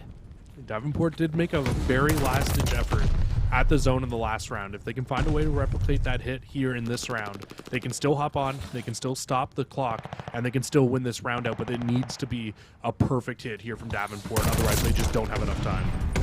Perfect so far. Every single time they do, they lose at least 1 player. This time, 3 go down early, leaving Sheldon the only one alive. Has to wait for his teammates off spawn. 13 seconds remaining. You only have 1 more shot at this. If you're the Panthers, Sheldon taking a sweet old time just to get on in. You see they find Click. Red Chase, the second line of defense, is going to take down 1. Looking for the way on the inside of here. Red Chase over the corner. Click. Gecko's going to find him from behind. 4 go down. 5 seconds left. They're going to stack the site. You got the second tick. Working on the third, looking for round number 5. Click needs to get onto the site at some point. Sheldon and Anthrax, they win their gunfights. And oh my god, Jesse, we're going to a round 5. The break was not there for UTC. They could not get back in. And once again, that's 2 offenses in a row for Davenport where they make a very last-ditch effort to get inside of the zone. They make the perfect break from the front. They get in, and they had the numbers to be able to deal with Chattanooga as soon as they got that wipe. Chattanooga had to come off spawn. The stack was perfect there for Davenport because they already had that 1 tick. The last 2 ticks could come so quickly through. And because of them shutting out Chattanooga in Chattanooga's last offense, this gives them the final defense as well. They are now in control and very possibly could 3-0 Chattanooga in this spot. Oh my word, Jesse. We got ourselves a game here. Inside Tuscan control. Still in the contention. Sheldon does not want to give up the spot. He's playing this so patient. He knows his team has control of the middle of the map, so he doesn't really have to worry about some players coming through you. Just looking at the front line, finds Red Chase. Gecko to take down Click. However, still got some players from Chattanooga holding down on the A zone. Minute 15, lives even at 25. Looks like they're going for a 2-2 split here. Chattanooga, they want to go to both zones at the moment, but they're not going to check Gecko in the back line, so Red Chase not able to hold off on that A zone. You need your teammates to go big at B, but again, it's Davenport just shutting them down. Very strange spawn out here as well for Chattanooga. You had 2 players down towards rooftops. I thought that everybody was going to spawn up on rooftops for Chattanooga in that situation, but they don't. So this push towards B will completely be nullified, and everybody now will spawn up at A. You need to hit it. You need to get these ticks of progression over at A just to extend the clock here in this situation to give yourself some chance in the back half, because breaking into B with less than 2 minutes on the clock is just so tough. You saw it took Davenport all the way down to the last 5 seconds to be able to get onto the zone in a spot where they could break in and they could contest it. Only string together a few kills, Jesse, even looking to shut down this flank presence from Gecko. 1 more tick towards A to open up this map now. You've completely cut down this life lead. You add another minute to the clock, and this is still doable from Chattanooga. It's not over yet. Now, this is where you need to show resilience if you're Chattanooga. You need to find a way to win this round. You were able to take the B zone in a round before as well, so it's not impossible. You can absolutely do it, but it needs to be some fantastic teamwork to find your way in. Superior and Clicks will find too. And because they break in and they grab the back spawns as well, this forces a spawn up for Davenport towards top church. The teamwork's looking good. Superior going to find another one onto north. Now that presence from Click as well in radio is going to take down Sheldon up top. So high ground control, point control. They're spawning out Davenport and now working on this B progression. We're in the first take. Don't get a hold onto Anthrax though. He slips the line. He's going to remove the player from inside of that hill, and it's going to keep this time clock burning. And that's the big thing. They need to find Anthrax, and they need to shut him down. But Anthrax plays another sneaky corner, a different spot, and able to shut that push down once again here. And this is getting really scary now if you're Chattanooga, because you get 4-man wiped. And we saw this in the very last round. Chattanooga was able to push up. They were able to get into a spot to cut off the Davenport players. And Davenport, if they weren't able to break out of that, they were going to lose this round. This is a big answer back for Chattanooga. They need to find a way to break out of the spawn trap. What we saw last round, Jesse, it is very well doable even when you're backed into a corner. You need to do it together. Excellent team shots onto Sheldon. Opens up the church side of things. The Click actually spots Sheldon off the respawn. Just pops right on the map, removes him again. Red Chase can't win the gunfight onto Anthrax though, and you can see 4 go down again. A couple extra shots from the players on Davenport, and you got 22 seconds. You need to go. It's Anthrax. Anthrax has been in the perfect spot to shut this play down every single time. That's the 3rd time we've seen Chattanooga try to make that exact push through the command center, through the top side of the map to get into B, and it would work perfectly if they just turned around and stopped Anthrax from pushing in and killing them. But nobody on UTC is able to get anywhere near this hill, and Davenport from down 2-0 in the control, Colin, will come all the way back through to get the reverse sweep in the control and take the series 3-0 and drop UTC to the losers bracket.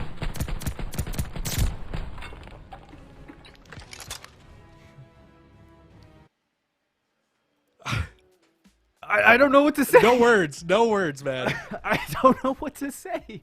I mean, we set up in the green room, Jesse. We talk about how we expect this to, possibly be a 3-0. Chattanooga, they haven't dropped a map going into this game. And, I mean, they not only dropped their first map, but they dropped 2 others simultaneously right after. In a you row. get a 3-0 upset from the Davenport Panthers. The number 9 seed is going to send the number 1 seed packing. Yeah, I mean, Davenport came to play today, plain and simple. And, we were talking about it before. I told you straight up that Davenport had a chance before we came into this one. And, we were a little bit at odds on that thought.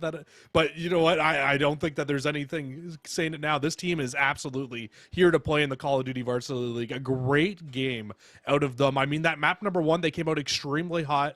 They took advantage of a slow start from UTC, and they were able to end up closing that game out. Map number 2, I mean, that was just pure dominance. UTC did not look like they had an answer on that Tuscan S&D from Davenport. And then we go to the Tuscan Control, and it was looking so similar to what we saw yesterday in the CCL. We looked like UTC was just going to run away, get a 3-0 on that map, but a last-ditch effort closes out the final offense for Davenport to tie us up at 2-2. They bring us to that final round, and it was just perfect defense from that point on from that team. And I mean, an unbelievable performance from Davenport to win this series. Well, from what I understand, Jesse, I mean, coming from Davenport, you don't even win your play-in match to make it into the higher seed coming out of your conference. You play the University of Windsor, you 3-0 them to move on to the bracket, and you move one step farther, you 3-0 UTC to move into the winners semifinal on your side of the winners bracket. And I mean, this is just a team who looks like they have nothing to lose except to improve as they move forward, and a team who's been playing together for a very long time. I mean, that's a dangerous squad. When you mix chemistry in with the will to just keep pushing forward, Yeah.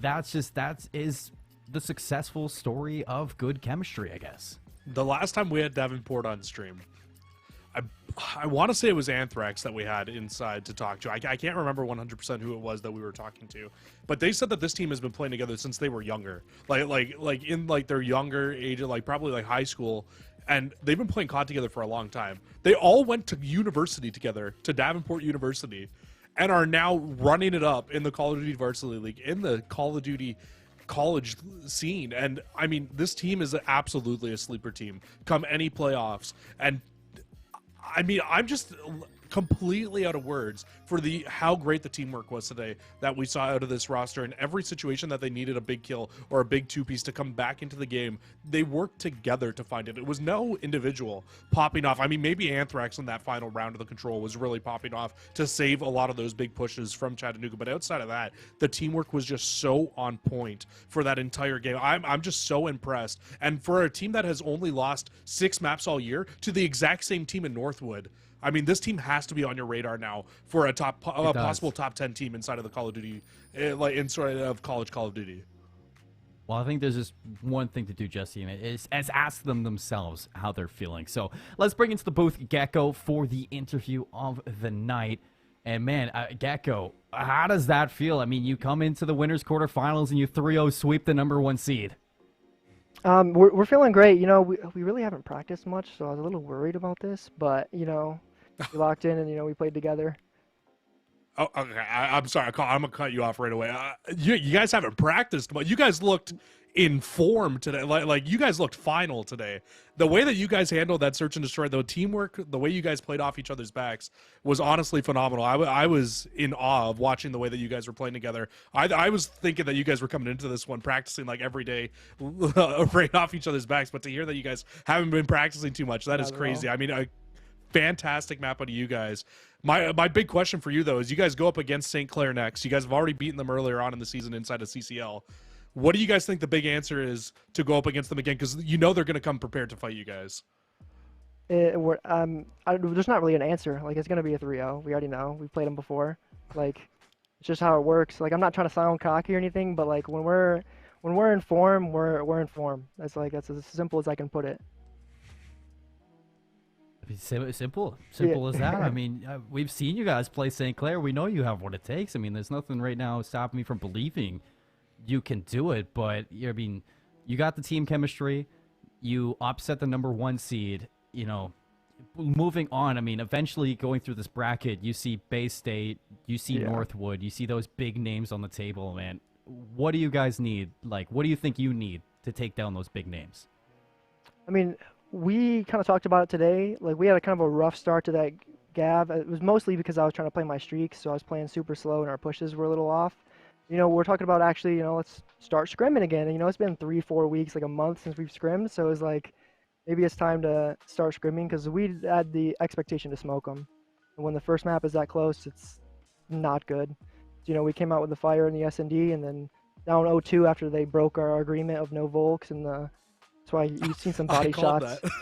Yeah, you've seen some body shots, so they broke the agreement. So, you know, had to add a little extra love on every kill I got. Well, I mean, you guys earned it. A 3-0 on the night. You earned every amount of that. Just a little bit extra love for those kills. But I wanted to let you guys enjoy that one. You know, you say you guys want to get talking, start to scrim maybe a little bit more. Well, you know, enjoy the night first. You know, enjoy that 3-0 win. Thanks for coming on for the interview, and hope to see you back here. No problem. We'll be back Friday. I don't know if it's going to be streamed or not versus St. Clair, but we have that match next. That's what we're looking forward to. We'll see you then. All right. Have a good night, guys. Jesse, I mean, pretty simple. You know, from him. You know, we've talked to the Davenport guys before, and, you know, they're a team that, you know, holds themselves at a high praise. You know, they know they're good players. They know that they have what it takes. It's just, you know, kind of stepping up on the day and making it happen. That usually is one thing that we talk about amongst ourselves when we're kind of questioning this Davenport Panthers squad. And, you know, today they get it done. They 3-0 Chattanooga, and now, you know, expecting, you know, from Gecko, he says 3-0 over St. Clair. I mean, this is a team that's looking to make a deep run. That's a lot of confidence to say they're going to come out in 3-0 St. Clair, because I believe the last time they played, I believe it went to Game 5, and they won it there. So, I mean, if they can come out with the same fire that they came out here today against UTC, there's absolutely an opportunity for that to happen. But I think it's going to be a lot tougher than that 3-0 that they're calling for it to come out to. But, hey, you never know in college COD. And I mean, I wasn't expecting them to come out in 3-0 UTC either. So, you know, it's definitely possible. I'm just very glad I called that Volk agreement as well, because it definitely seemed like it early on, and ultimately agreeing to do that could have been the downfall for UTC as well. It could have been. You just didn't have Clicks in his comfortable role running that Volk in the in that search and destroy. And I mean, they looked really, really bad in the S&D. That was probably where they looked at their worst in this whole series. So ultimately, that could have been ended up what cost them their game here today. Look, I'm going to say this, to anybody watching to the stream. I want to see a 3-gun meta.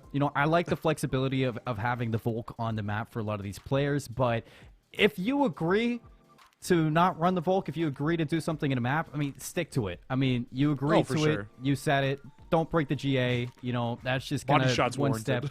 Yeah, it's just the one step in the wrong direction when you're agreeing with a team, and it really it says a lot for certain situations. So if you make an agreement, stick to the agreement.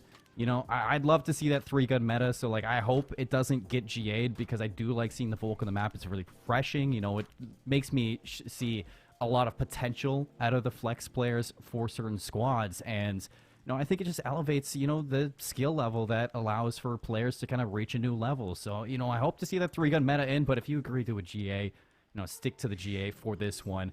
And that's all I'm going to say for that one. I'm going to leave it at that. Up next, we have our second match, our last match of the night. The #1 team in collegiate Call of Duty, Bay State Bulldogs, versus your defending champions of the Collegiate Varsity League from Cold War, Independence Community College. I'm excited to see it. I hope you are too. We're going to head to a break, and when we come back, our last match of the night.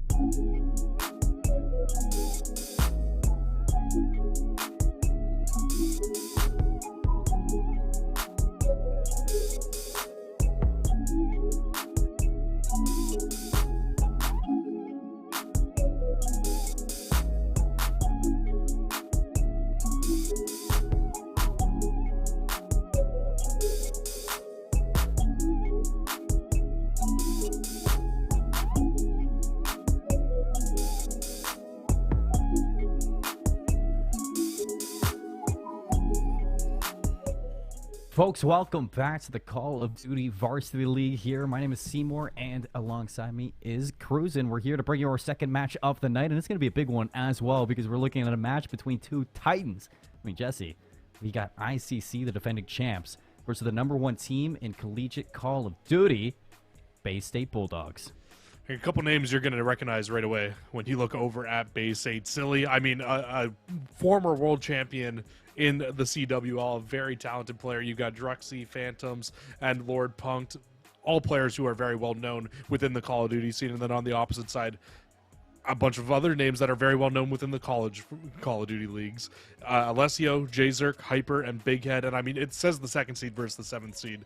But I mean, like you said, we need to hype this up the way that it is. This is literally last year's defending champion, still a fantastic team in ICC, probably a better team than what they were last year, going up against the Bay State Bulldogs, who, like you said, are the #1 team in Call of Duty. Well, on top of everything, Jesse, I mean, we got to kind of announce the elephant in the room right now. You got Lord Punk taking over for Rex's spot over on Bay State College, and a substitute for the team for sure will be a big hit for the team, I feel, inside of this matchup against a team like ICC. I'm curious on, the situation that's going, but Lord Punk coming into this does really shake up our feeling for the matchup. Yeah, it does. It makes it a little bit different. I mean, we know that Lord Punked is good. He's able to play COD. Maybe not to the level that we see from some of the other players on Bay State at certain times, but I mean, I'm sure he'll be able to fill in. But interestingly enough, and we have to talk about it, like you said, like it's the elephant in the room. The only map that Bay State has lost inside the Call of Duty Varsity League up to this point of the season was the week where Lord Punk filled in 4 Phantoms against West Virginia University. They lost a hard point, 250 to 224, but still came away with the dub. So don't get it twisted. This team is still going to be very, very good to hear today. Oh, for sure, especially when you have Phantoms and Silly, alongside the roster. I mean, 2 big players indeed. I mean, Druxy, even last night, we got to see this team go up against Northwood, and I mean, Druxy was even putting up numbers against the #2 team in Northwood. So these are big players to be looking out for. Big team definitely to show up on stream. But you said it yourself when we're talking about ICC on the other side of the bracket, or on the other side of this matchup.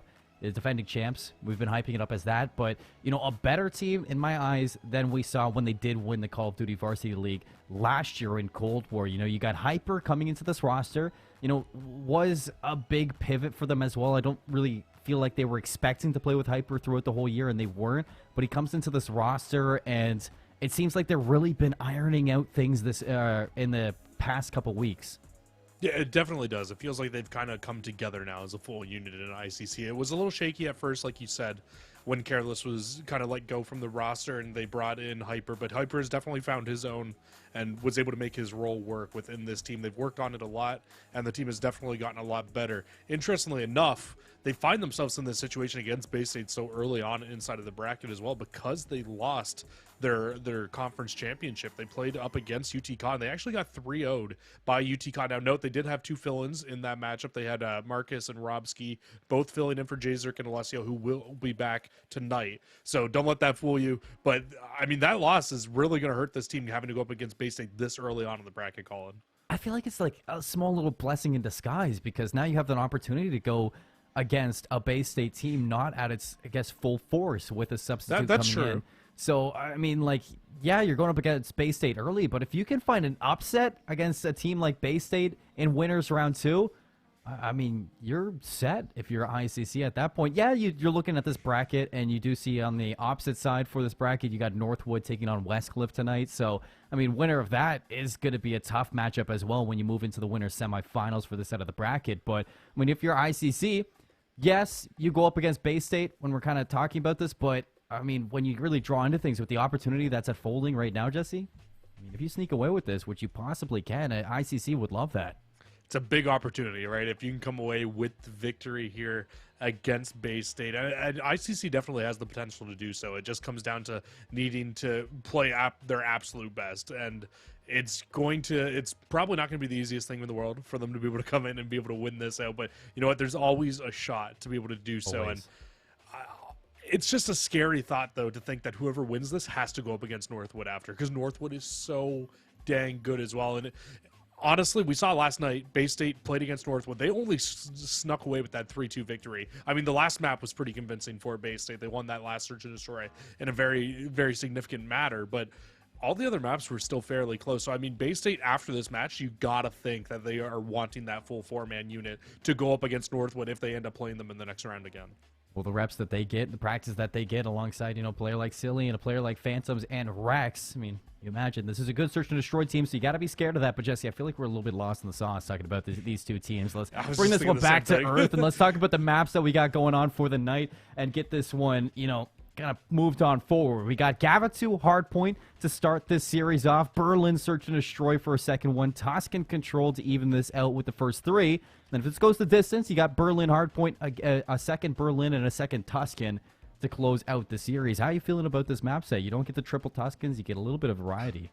Yeah, it's interesting, right? Because we start on Gavutu again, but then we get that Berlin hardpoint as the fourth map. So two very different hardpoints, right? I mean, Berlin is a very contest-heavy, scrappy hardpoint, but Gavutu is one of those maps we saw in our first game where if you can set up for hills, you can absolutely start to run away with the score. And honestly, I mean, in our first series today, the Mox COD should not have been as close as they were through that first set of rotations, but because they were setting up early, because they were rotating early, they were able to get it set up so nicely for that game. So if either one of these two teams can find a way to kind of replicate that here in this map, slaying isn't necessarily the biggest factor on Gavutu. I mean, it always helps, and ultimately the team that was out slaying the other team did end up winning our first map, but it's definitely great. This map set is a really nice one, though. I'm really excited for this.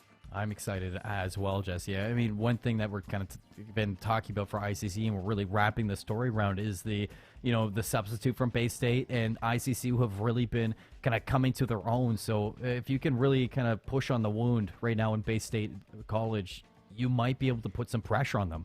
And if you get that, those respawns are definitely, I guess, a potential liability inside this game. But if you need to do so, or if you're going to make that happen, I think this needs to be ICC playing at like that full potential, just like we talked about Davenport. Yeah, absolutely. It's one of those things where if you can come out and you can play to your full potential, like we saw Davenport do, you can really beat anybody. I think we saw that last weekend when we were watching even the CDL. I mean, nobody in their right mind thought LAG was going to come out and win that event last week. No. Not with a substitute, not probably with Silly in the roster, or not with Silly, with Gunless in the roster. I'm confusing players now because they all used to play together. But I don't think anybody thought that they were going to come out and win that. But their S&D was on point. They could not be beaten a search. And simply because of that, plus the teamwork that they were playing and able to steal a couple of respawns here and there, they simply were just the best team at that event in that specific time. It's not saying that they're the best team in the game, but they were the best team at that event. Anybody can catch fire at any point in time and really be able to take that and run away with it. So any team can beat any team once you get down to the best of the best, and that's where we are right now inside the Call of Duty Varsity League playoffs. That's where we are indeed. But folks, it's looking like we're having a little bit of trouble, getting these players into the lobby early on for this map number 1. So we're going to cut to a break, and when we come back, we're going to get right into that Gavatu hardpoint. So we'll see you in a bit.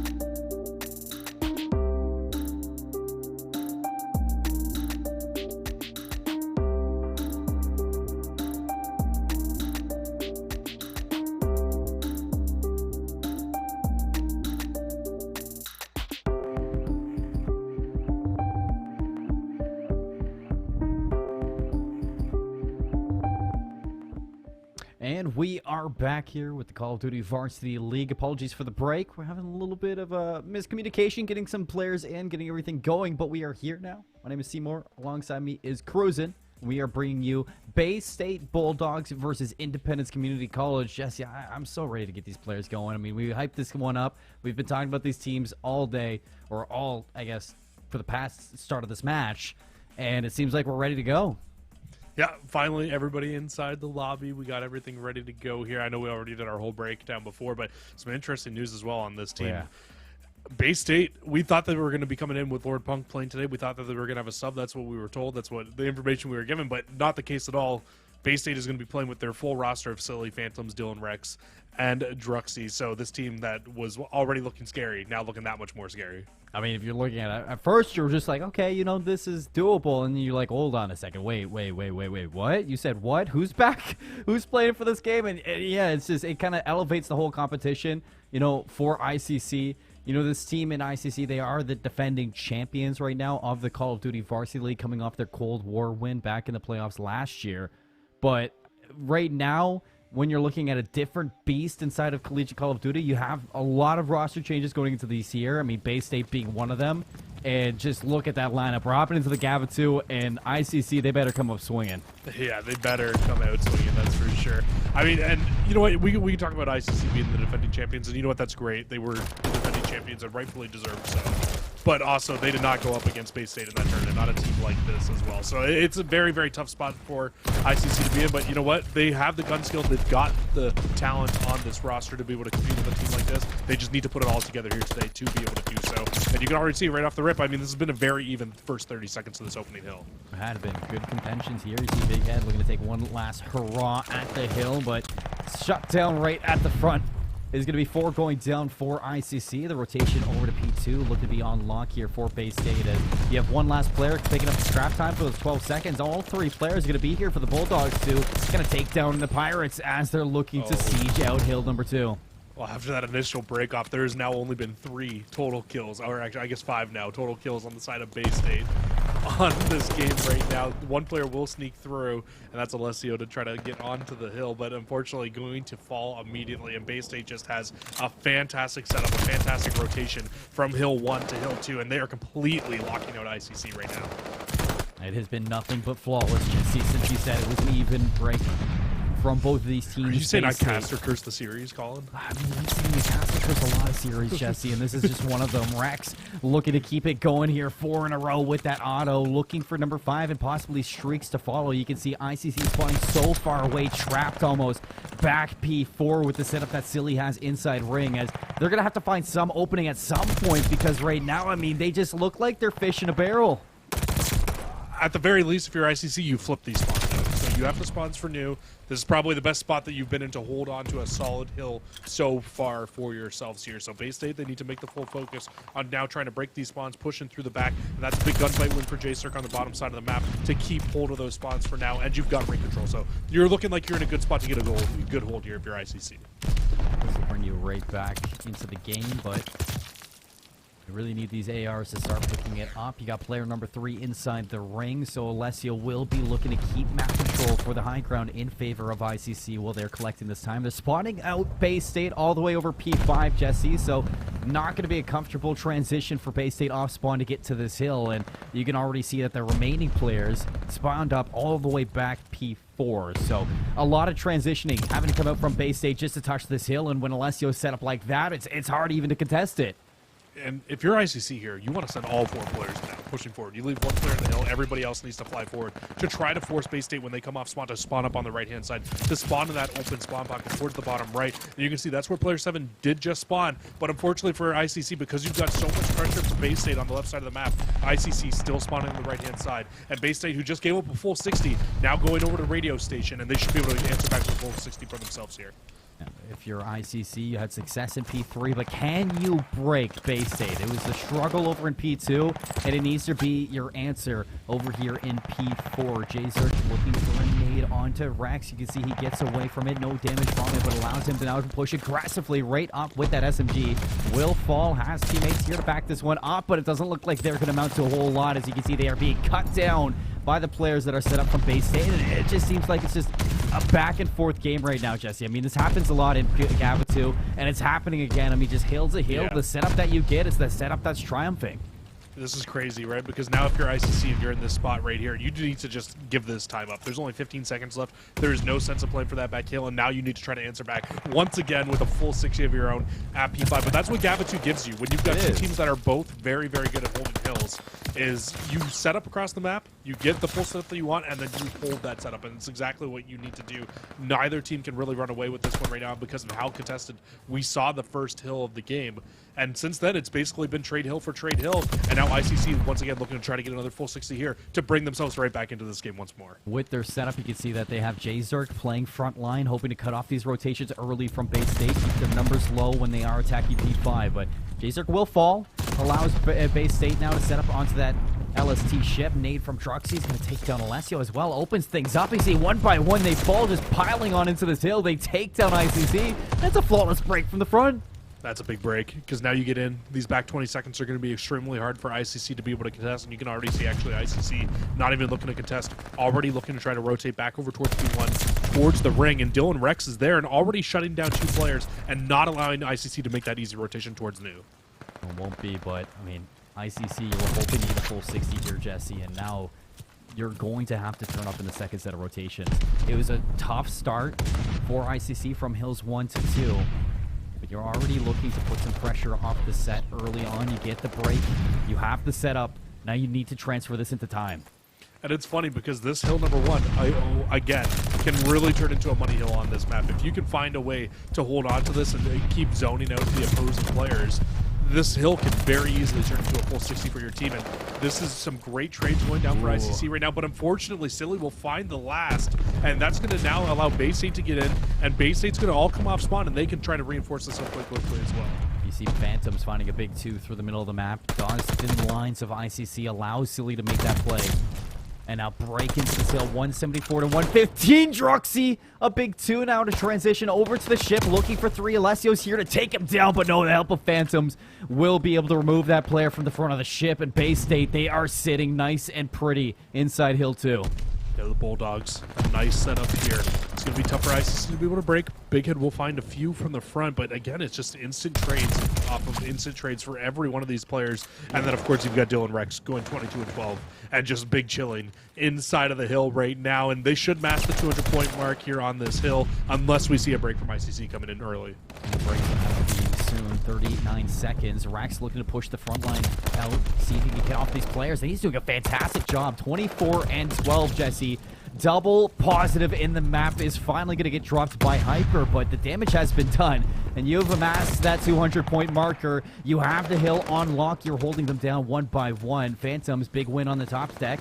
Alessio looking to make a last-ditch effort into the hill. Will hop on in, but you still got Druxy to take care of for the last little bit of scrap time. Big win on Alessio. Hoping to get the last 10 seconds off, but now you look at the spawns. ICC, they've completely been flipped out. Bay State, they flipped the map. Yeah, it's looking like a mirror image to the last time we came to this hill when it was ICC able to flip the spawns at the very end of the LST ship to then get the spawns here for West Beach to set up to try to try to find a full 60. But now Bay State, they're setting up to try to close the game out here, and they absolutely can. Only 30 seconds left needed, but you do get a spawn up in the back. Jzerk could be the difference maker here in this push.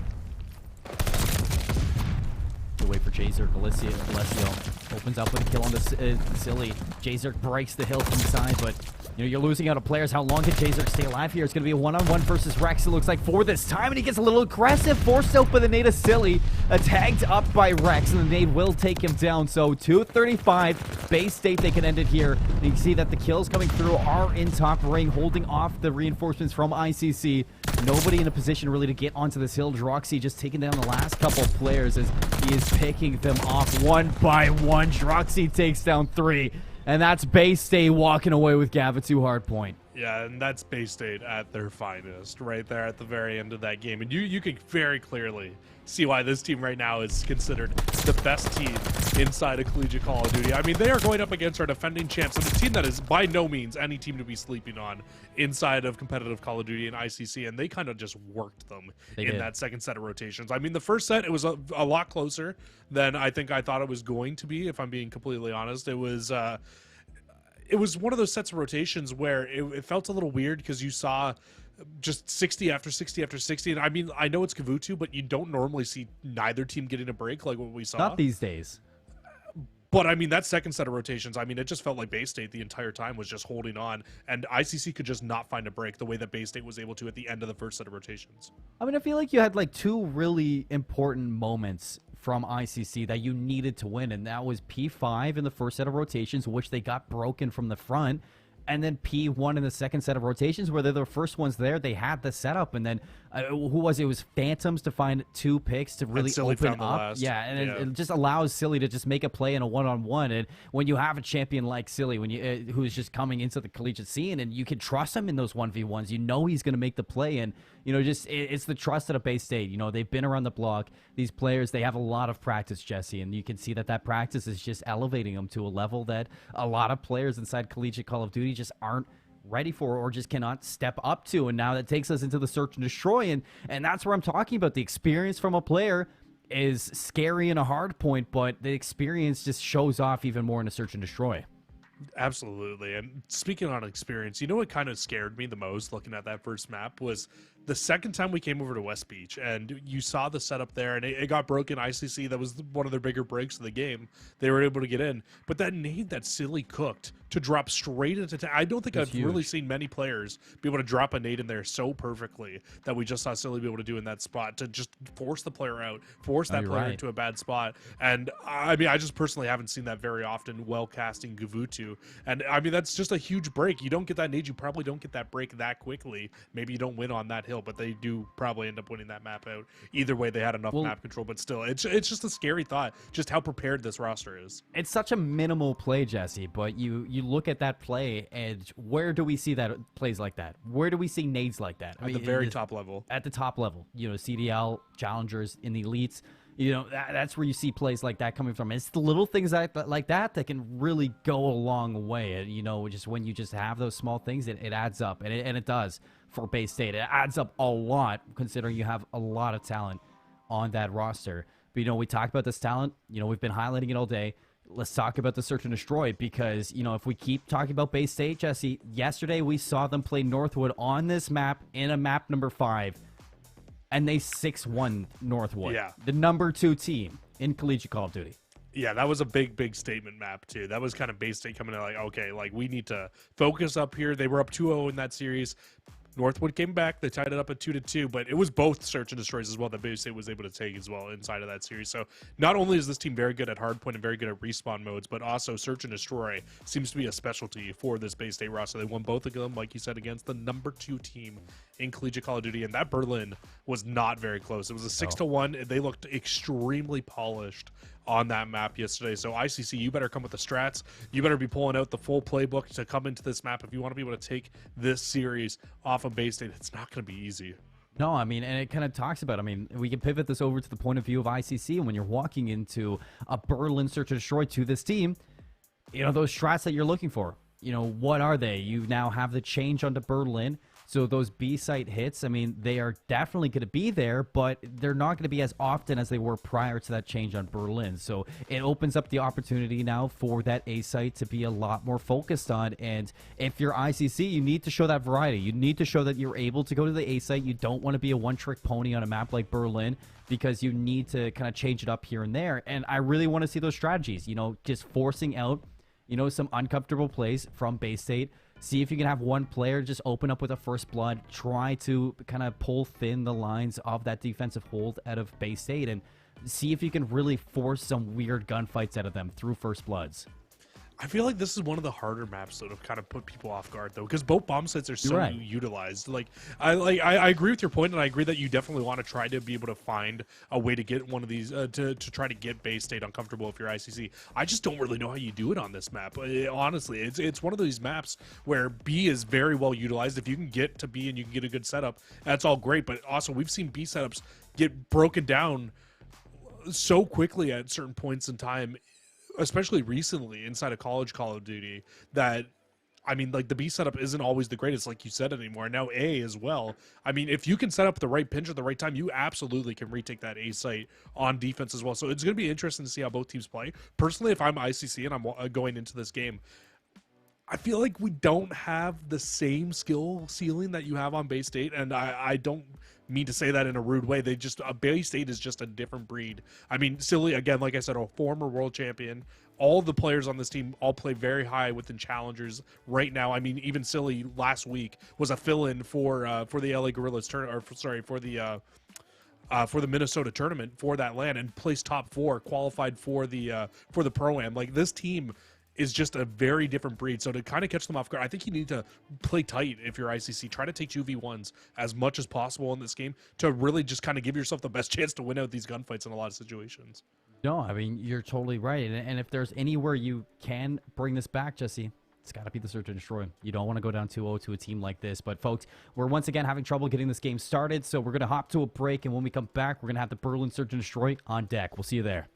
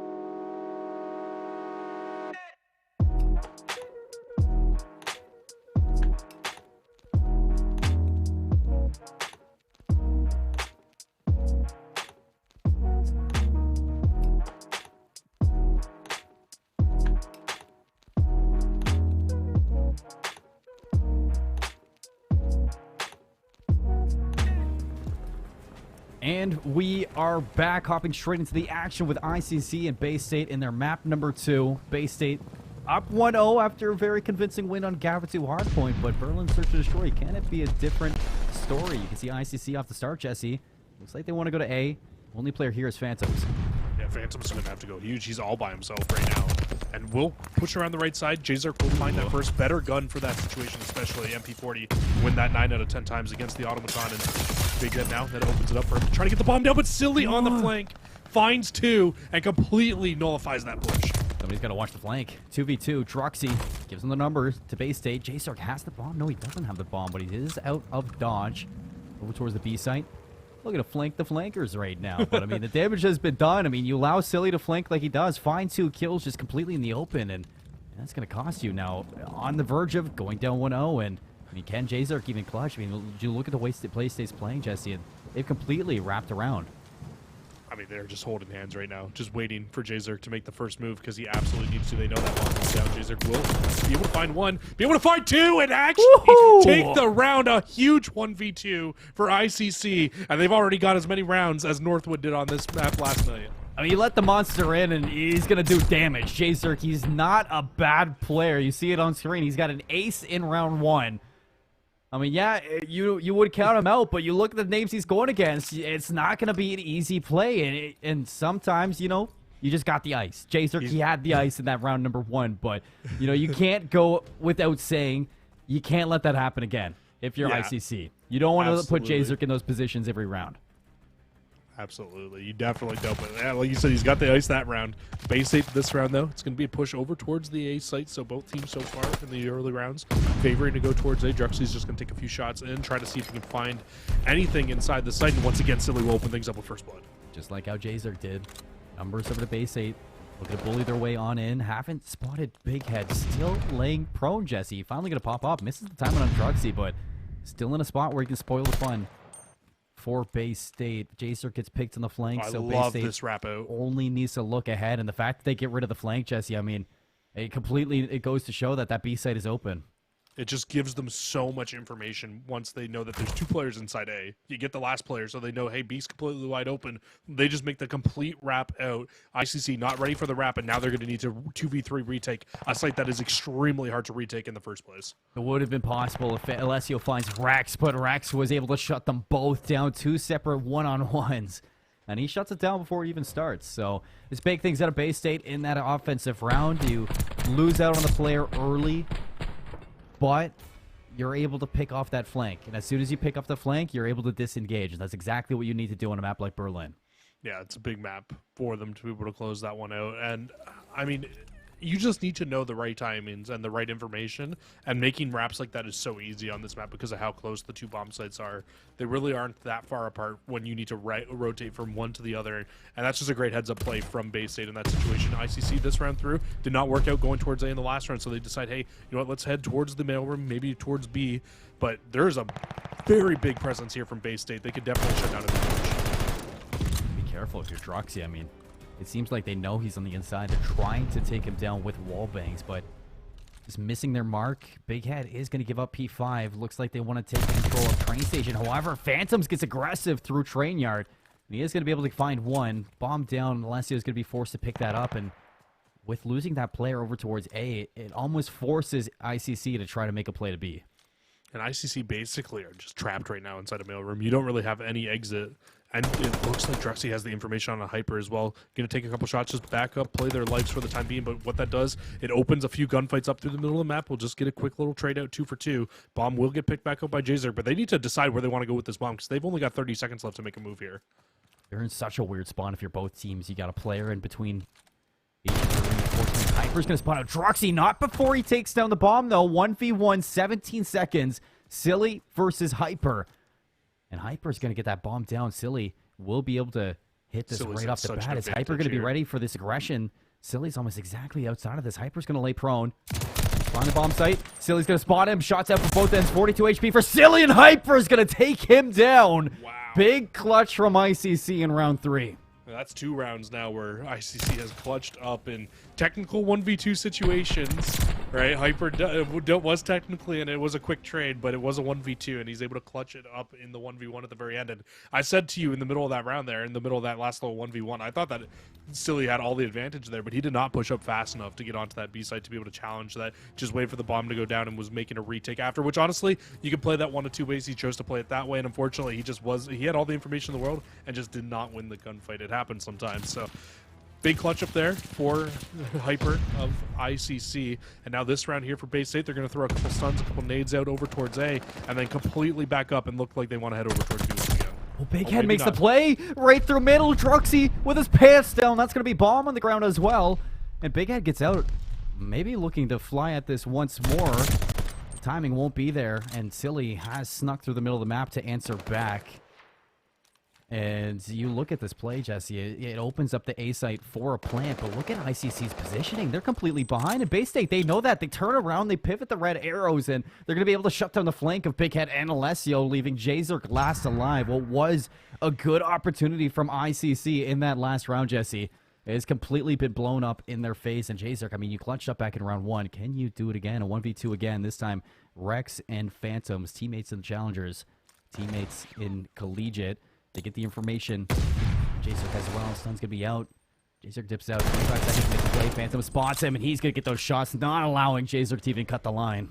Yeah, as soon as they got the information, that's the difference between the round 1 1v1 or 1v2 and this round's 1v2. They had way more information. They saw Jazerk sitting in that spot, and as soon as they saw it, both players just completely put their full focus on that. As soon as he tried to make a move one way or the other, he was going to get tagged up, going to get weakened, and the other player was just going to pounce and be able to find that kill. It's exactly what happens, and that's Bay State once again tying us up at 2-2. So far, offenses have just kind of not been the wave here for these early portions of the. Or actually, I guess it was 2 defenses followed by 2 offensive wins. Actually, so I'm completely wrong here, Colin.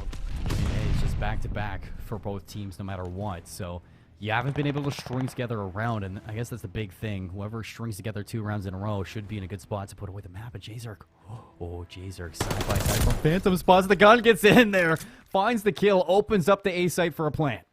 And now you can see, though, Bay State's trying to kind of circumference these players inside of the A site. If they can find a way to find a few kills and win it to the 1v1s, they'll keep these players completely trapped. But Jazerk gets a huge one-on-one win in upper courtyard. 7-3, having a big search and destroy. Hyper's going to take down Druxy off screen, so that's going to leave Silly last alive in a 1v3. World champion in Call of Duty. But can you 1v3 ICC right now with 23 seconds left? You don't have positioning. You don't have a route in. And honestly, time against you. Silly might just be looking to end this round soon. He is going to be making play right through the front. Big Head's going to be watching this. Right through the door. It's time. Silly's going to check it. Finds the one. That's going to give his positioning away. 6 seconds left. You can't win the round, but you can make it a little bit exciting. ICC, they're not going to let him go any farther. And they're going to take their lead back, Jesse, 3-2. I think the way Silly was playing that at the very end there, I think he knew there was just not a very winnable round there in that situation. And Jazerk is popping off right now inside of the search and destroy at the moment. I mean, 8-3, he had that ace all the way back in round number 1. Absolutely playing the way he needs to be playing right now if you want to take a map off of Bay State, if you want to be able to take these Bulldogs to the limit. And ICC finds another advantage here. It was the 3rd time they've been up in this series, or in this map, against Bay State. And now, once again, Bay State, they'll find a few players trying to cross. That's information to the rest of the players that Hyper is here. But Hyper's the only one here, and he's going to have a lot of work to deal with, and he's actually just going to back up and allow this bomb to go down by Bay State. You know, I like this. You know, you see from ICC, they're disciplined. They know that if they want to retake this site in the position that they're in, they're going to need everybody to make it happen. And you're looking at the flank to hopefully open up things on screen. I mean, you look at that minimap, you see player number 8, Phantom, playing really slow, expecting a flank to come in from ICC. So this bomb goes down. It's going to put them in a wrong spot. But Hyper, not just the opening blood, but the second one as well on 3 in a row. Can't find a third in the round, though. And you can see that instantly Bay State, they do answer back. But it's Jzerk taking down Phantoms. He's going to leave Rex in a 1v2. He's got to get this bomb down.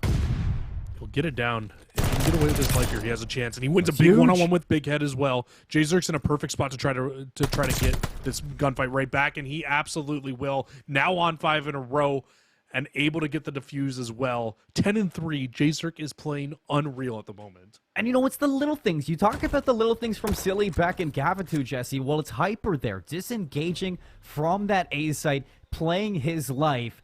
It makes ICC, or it makes Bay State think and imagine that they have complete reign of that A site. However, Hyper peeks on out. He finds the first blood. He shuts down the bomb planter. It's big plays like that from Hyper, you know, to play discipline, to play your life, and just make sure that Bay State make a mistake.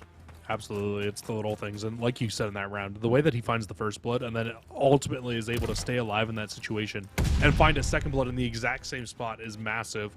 Hyper winning big one-on-ones with that auto right now inside of this game. This time for ICC on offense, it looks like they want to head over towards the B site. They will take mailroom control once again and just try to make sure there's nobody able to sneak their way through. And it looks like as soon as they get the information on where Bay State is, the bomb instantly now wrapping over towards A. And they're wrapping it in a way where it doesn't look like Bay State should be able to get information on this. It's only Phantoms here. Phantoms, those shots aren't there, and oh, you need to finish that. Jzerk is going to pounce on him immediately. That's going to be the A site open for a plant. Bay State not wanting to let this go for too long. Rex will pull this back into a 3-3, but bombs down. Silly on the flank. He's actually just watching this one back. Hyper looking the wrong way. Silly's inside the A side. You're calling for the players to pull him forward. Jzerk's going to take down Rex, giving the numbers back to ICC. 2v2, 28 seconds. Silly finally bursting on in, though. All players on ICC, they've completely left this site. Jzerk again is going to take down Droxy this time. 8 in a row, has both streaks. 18 seconds left. ICC looking to go up 5-2, Jesse. They just need to take down Silly. Jzerk was going to drop. Silly now, 11 seconds. Alessio, nose time's in his hand. Perfect played. He's just got to peek on up at 7 seconds, and he's got this one, Silly. No time to win it out. ICC, they're on map point. Perfectly played there, and Jzerk, not only are they at map point, but Jzerk with full streaks on map point as well. ICC keeping this extremely close with Bay State right now. You love to see it. You love to see a team putting up a fight like this inside of this map. And we'll see what they can do as this map continues on, but it just feels like they're making all the right choices right now. If you're ICC, if you're Jzerk, I mean, he is going 13-4 right now. Absolute monumental effort from this roster. And it looks like they want to head over towards B. But honestly, if I'm in this situation on ICC, I would honestly send all my players in towards A and just use that glide bomb if we need to retake later. Look at this again. Hyper gives up the A site, hoping that the team's going to put pressure on the backline, and they do. Phantoms caught in a sticky situation, is going to get first blooded by Jzerk, no less. And now with the bomb down and numbers, ICC, they're going to be able to just throw themselves at the site, see if they can win their gunfights. Jzerk, a second one. Droxy this time is going to really throw Bay State up in shambles, looking to pull this back. Dylan and Rex and Silly both find kill. So it's a 2v2. They have their exit strategy, Jesse. 25 seconds. And they're in a great spot now. They have a great post plan set up because you can just watch this from where Silly's watching it right now. But actually, Dylan kind of wraps off, so he's not in a spot to be able to help his teammate out in that bomb watching spot. Imagine Rex not too far away, goes for the shots, can't finish out on Hyper. And with Big Head getting the wraparound, it's going to be ICC closing out the search and destroy. Evening is up 1-1 in the series, Jesse. And a big moment for them to make a statement against a top team. Absolutely a big moment to make a statement against a top team. In that final round, though, I honestly think that's just a little bit misplayed by Bay State once they get into that 2v2. That definitely was winnable in that spot. I feel like you just need to watch over Silly, who's there to watch the bomb in that spot. And unfortunately, you just don't. And he needs to recheck after because of the amount of time that was left. And as soon as they do, he doesn't get the kill and ends up getting shot in the back as well. It's just a rough spot to be in. If you just stay the back and watch Silly's back, Silly can watch that spot, but you obviously don't know where the other opponents are coming from. So I think he was trying to do it just not in the right spot at that time. So it's unfortunate, but you end up losing the map if you're Bay State. And honestly, ICC just looked like they were more prepared. And I mean, maybe not even ICC in general, just Jzerk was just on one for that map. Yeah, you can definitely see that there's changes. I'm impressed in the changes from ICC going into the playoffs. This is a team who were, I wouldn't say struggling, but they didn't look the same when they brought Hyper onto the roster. And you can see that they've made some leaps and bounds to really discipline themselves and play together, communicate. You can tell that Hyper on the defense holding that A site as soon as he felt pressure. He told his team, he backed up, and he gave up that A site, playing for the retake as you should on a map like Berlin when the A site's getting pressured like that and you don't want to force two players to take the gunfights. So you can see it. I'm impressed by the fact that ICC against a team like Bay State, they didn't look scared on that Search and Destroy. They looked confident, they looked prepared, and they looked ready to show up as the defending champs. Yeah, absolutely. They looked really, really good in that map number 2. But now comes the problem, though, Colin. You need to now get this done inside of a respawn against Bay State, and I think that's where the hardest problem is going to be able to come in, because in S&D you can slow the pace down, and it's exactly what ICC did through a lot of that game. Was they slowed that pace down completely. They played at their own pace. They made Bay State play their game, and you can do that way easier inside of a Search and Destroy than you can inside of respawn. It's going to be very, very tough to take a respawn off of this Bay State roster. I mean, Bay State, the way that they play respawn is it's kind of like controlled chaos, because everybody just flies at you and they make the right plays at the right time all the time. You're not going to get very many mistakes at a Bay State inside of respawn, because they just have so much gun skill and they can back up the easiest of strategies with just all that gun skill, right? So ICC, to win against that, one, you're going to need Jzerk to play the way he was playing in that last map, but also I think Big Head needs to step it up. He wasn't very good in that map number 1, and he was also kind of the worst player there in that map number 2 for ICC, and normally he's a big player for this roster. So if he can step it up to the level where Jzerk is playing, where he normally plays at, that's when the ICC could probably take it to Bay State inside of a respawn.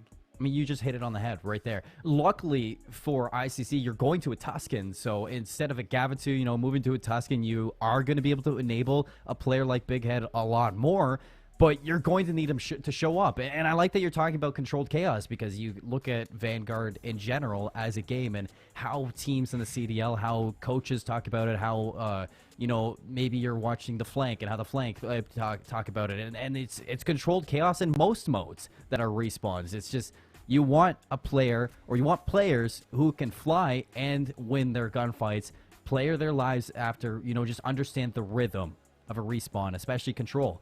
And I think that when you look at Bay State and who they have, they're going to be a team that you look at and they're just like, okay, they have the recipe to a team who can be fantastic on control, especially the matchup that you have right now. But, I mean, ICC, they have the exact same recipe. If I'm looking at ICC to really find an opening in this control, Jesse, it's, play it patient. You expect Bay State to fly at you, play it patient. Wait for the opportunity, force them to make a mistake like you did on that Search and Destroy, and just turn it on its head. Fight fire with some patience, in this game. You wait for Bay State to get it to rush, you take them down, you move up.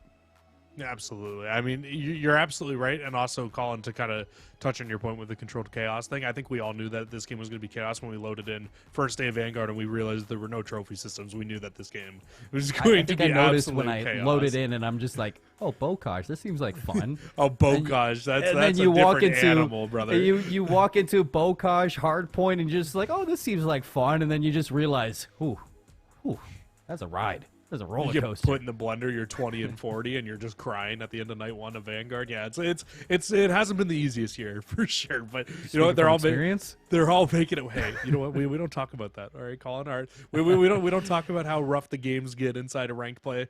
We could leave that one out of the broadcast here. But honestly, thinking about the control though, Bay State did lose the control yesterday to Northwood. So they are definitely vulnerable in the mode.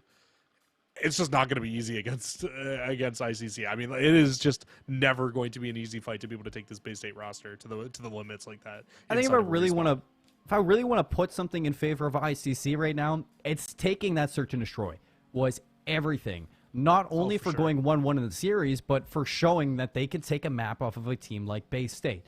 And the fact that you have now that understanding that, hey, Bay State can bleed, you know, it's time to just open the wound a little bit more. Go into the control with that confidence. Well. Yeah, go into the control with the momentum. I mean, Call of Duty is a momentous game mode. I mean, a lot of esports are going to be like that. But, I mean, this game, it generally feels like the momentum in your favor can go a long way. I mean, just look at LAG inside Major number 2. I mean, all that momentum being pushed into the grand final. But, I mean, ICC right now, just ride the wave of confidence. Ride the momentum. You absolutely do. Winning a map off Bay State will give you a ton of confidence, and it's absolutely what they need to play with, and I love this play right off the rip from ICC. Going to completely change up the strategy here. All 4 players right off the rip heading over towards the B zone. Oh, but look at this. Bay State, they realize it, and now they're just looking to force it. Trap. Silly, Phantom, Rex, everybody comes into play. Hyper, the last one standing over towards B. He's got a Vulcan hand, but I mean, he's just in open waters right now, and Druxy's going to take him down, shut down the play to B. I mean, you got to respect the play, though. Just to give that even an attempt there in that spot, you got to respect it from ICC to just go against the grain and make the play over towards B. They can now try to make their way back over towards A, but I mean, instantly, Bay State is right back on their trails. He got a little bit too antsy there, taking the early shots on a Silly. 3 go down to A now. It's allowing Bay State just to pick them apart now. 5 life disadvantage. With 41 seconds left, you don't really have an opportunity to go to B, Jesse. You just need to find your way into this A zone, lock it down, and add some time to this clock. Nade from Hyper, hooked up, doesn't find its mark, and Silly finds Jacer, so this is just going to slow them down even more. 27 seconds left. Alessio is going to try to wrap over towards B, turn a couple of these arrows around, but unfortunately not going to win the gunfight against Phantom. So all the players from Bay State that are over at A, they're just going to stay here now because they know that there's no pressure right now over towards B because of where you have Phantoms playing. Jazer touches down on a B. Still, you got Phantoms lurking. Alessio to the rescue. Understanding the player is still there, so working on some ticks for this first round. 15 seconds left. Big Head waiting, lurking towards A. Isn't going to expect Rex, though, to still be chilling. 12.5 seconds left. 22 lives to the 12 of ICC. You don't have time, you don't have lives, and you don't have any positioning on the maps yet, Jesse. So ICC may be looking to scrap this first round, go into the second one with a different mindset. You have 1 tick under control, but you just don't have the resources to take this first round. That's okay. You go down early. Bay State, I mean, it's as convincing as that hard point. They are just running through ICC in this first round. I mean, they only lost 8 lives in that entire round, and ICC only had 7 lives left in the round. So I think that goes to tell you just how dominant of a round Bay State had in that round number 1. It was a good round, plain and simple. I mean, they called ICC's bluff right off the rip, where ICC showed their hand. All 4 players went over towards the B zone, and you know what? It's a respectable attempt to do so, but you need to find better success out of it if you're going to do that play, and unfortunately they just found no success, and it really just put them into a bad spot right off the start of that round. We'll see how they can play on defense here, but with the way that they lost that first round, they absolutely need to answer back with a defensive round win of their own here. Right up the rip, they clear out A, stop the clock, working on this progression. You got Hyper through the middle of the map, finds an opening onto Silly. You can see that opens up now. The rest to fly on in. 3 go down, make it 4. Swift attempts from ICC. They're going to get the clear to A. This is good too, because you can kind of just pin Bay State back inside of the spawn right now. It looks like they're going to throw a couple of nades over the top just to kind of open their way up, try to find their way out, but it's not working right now. You've got a great spawn trap locked in right now if you're ICC. That's another 3 down to the feed, and it's only Phantoms who's up anywhere near this hill. Gets dropped down over at the A zone, and now you can continue to try to run away with this one. And actually, it looks like Bay State's going to pivot and maneuver over towards B now. Pivot maneuver. Nobody here from ICC really to shut this down, Jesse. You have to respawn from player number 2. Hyper will be on the flank, but this is going to be some good progression if they stay early. And ICC flooding on in. I mean, they better find these kills fast, because if not, you're going to be running low over towards A, and they do clear out B, only giving up 1 tick. But, I mean, with that, I mean, you take enough players off of the A side, or the B, or, yeah, A side, and you look at that, Bay State off the respawns. They're going to be setting up now, stacking it with 2. And this should definitely see at least a second tick of progress coming through here. Maybe even a third if they can shut down the reinforcements pushing in from ICC. A couple trades do go down, but yeah, that is going to be the A zone completely finished. You got 2 minutes on the clock, only 13 lives left for ICC as well in this spot, or sorry, for Bay State in this spot. But you do have that tick of progression over towards B, so only needing 2 ticks left is a huge advantage in terms of trying to get that final 2 ticks. See, this is a 3-to-1 ratio for an attack from Bay State. 3 around the flank, 1 trying to pinch this one out from platform, but Big Head all the way back, Godheady. It's going to shut down all players on that flank, leaving Phantoms the closest one to the site, but still hasn't made his run towards platform. Is going to make his positioning known to taking down Jazer, but he's still going to have to flood now from the start of Rex. Messing the glide bomb to this, looking to open up the site, takes down Hyper. The rest going to be flying on in. 3 go down, make it full 4. Alessio going bid, but how long can you stay alive? Zilly's going to take him down. 3 players stacking the site. You got to go. With 1 minute and 3 seconds left. You have lives even, so off the respawn, you can make this a little bit mixy on the inside, but you have to find the kills. Rex is going to go down, but not before taking down Big Head. And that's going to leave it open for Bay State to put away that 3rd tick of progression and take an offensive round. Colin, if you ever wanted to see how to open up that site with a glide bomb and to follow in behind it perfectly, that was it right there. They dropped the glide bomb down.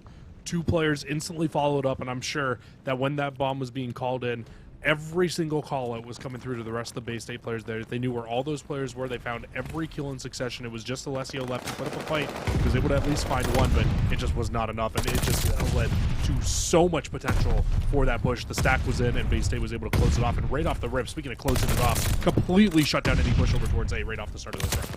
Here's the big question. I mean, can ICC find an offensive round win versus Bay State? It's not going to be easy. It's going to be grueling. It's going to be hard. And honestly, it's probably going to be frustrating. But you need to do it now. You need to reverse sweep them on the control just to find this 3rd map. And already not looking like a strong start. Hyper opens up a lane over towards B now, looking to draw away some of these players. You can see the teammates coming out too to open up that A zone. So a really good moment here from ICC, trying to stack that A zone. See if you can get it down early.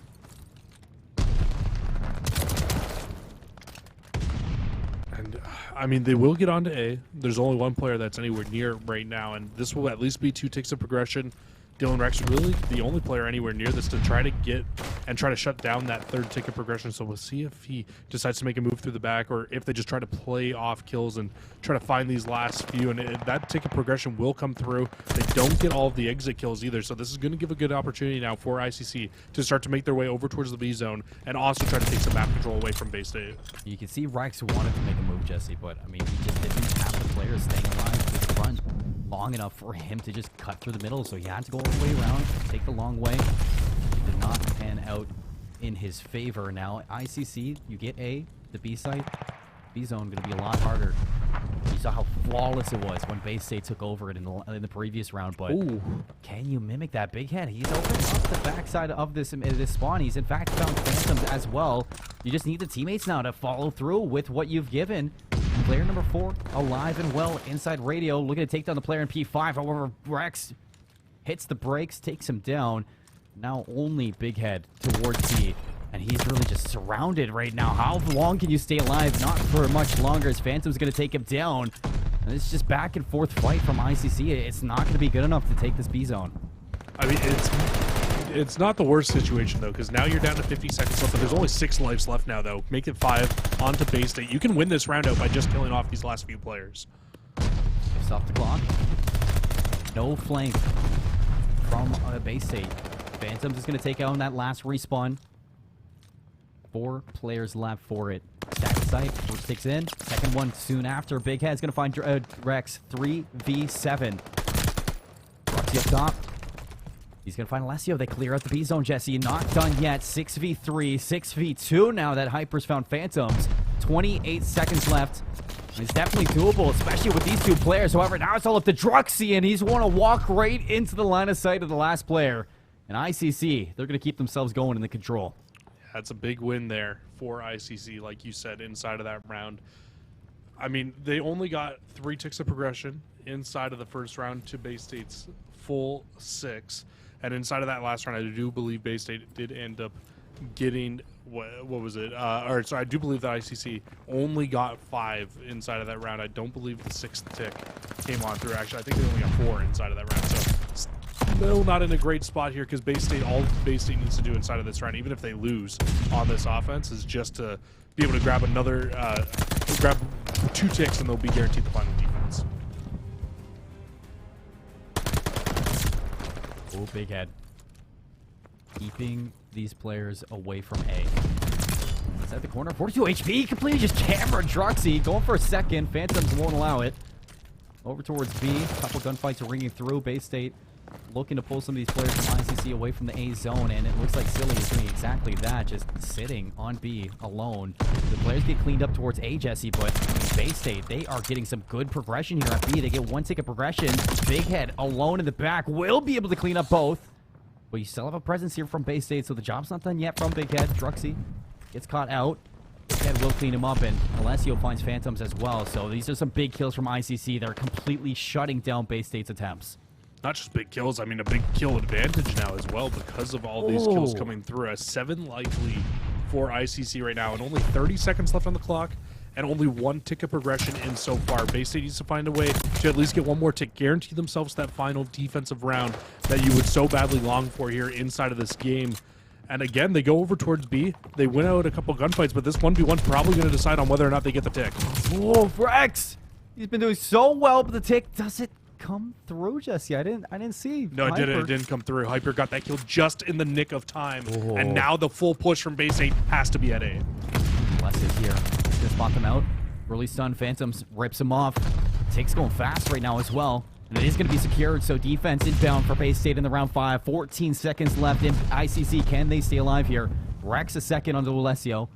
Close to one here is going to be Big Head. Can he do it again? Hops in for the bench and can't even find the first one. So big shutdown here from Bay State. The A site, it should be done. 9 lives left, but you only need 2 ticks of progression over towards B. You don't have a glide bomb this time to break your way into the zone, but this was almost the exact situation outside of the glide bomb that we saw in the last round. If they can find a way to replicate that break onto B, Bay State can still win this game out here and win this map out. Ooh, Hyper. Did Phantom spot him out? Oh, it seemed like it did. And they spot him out. And Silly, he knows J-Circ's in this corner. It was Big Head last time. Silly won't allow that to happen again. 3 go down for ICC. Big Head looking to go big in the side, and he does. 2 kills. Can't find a third, but he's allowed enough time for his teammates now to set up. Alessio finds Phantoms as well. Silly goes down. 4 lives left for Bay State. ICC, they want that round 5. Oh, they absolutely want that round number 5 if you're ICC. Only 4 lives left for Bay State. If you want to be able to break on it needs to be 1 perfect team push and a wipe followed by another team wipe. You've only got 24 seconds left to work with. Has to be perfect. Big Head takes down Silly. Big Head's on the flank as well. They should know he's going to be here because he did find the kill onto Silly, but they're all rushing on in. Rex is out of the count. So is Druxy, leaving Phantoms all alone in a 1v7. And nice shots from the staircase. ICC, they're going to force a round 5 here inside the control, Jesse.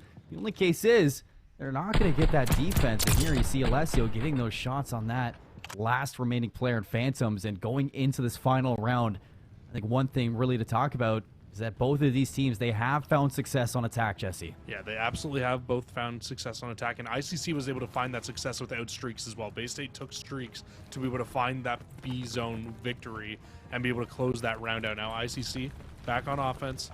They're going to need to find a way to do it again here. You want to be able to go up. If you can go up in a series of 2-1 against Bay State and at least guarantee yourself a final search and destroy, which you looked much better on that Berlin S&D than Bay State did. This could be massive in terms of implications now for ICC here in this round. Comes on screen, looking to set up this flank. 2 players stacked in the A zone so that the progress is going fast, and you need these players on the front line to break on in, or it's going to be done and dusted. J-Zerk, Alessio here to keep the progression going. Alessio working on the second tick. Hasn't gone through just yet, but here comes Big Head on the flank. Finds 2, can't find a third, and the break will come through towards the A zone, not allowing that second tick in just yet. The job's not done yet. Hyper finds his way in. Forces player into the gunfight. 4 HP. Phantoms will clean him up. This is so back and forth, Jesse. I mean, this A site is a war zone.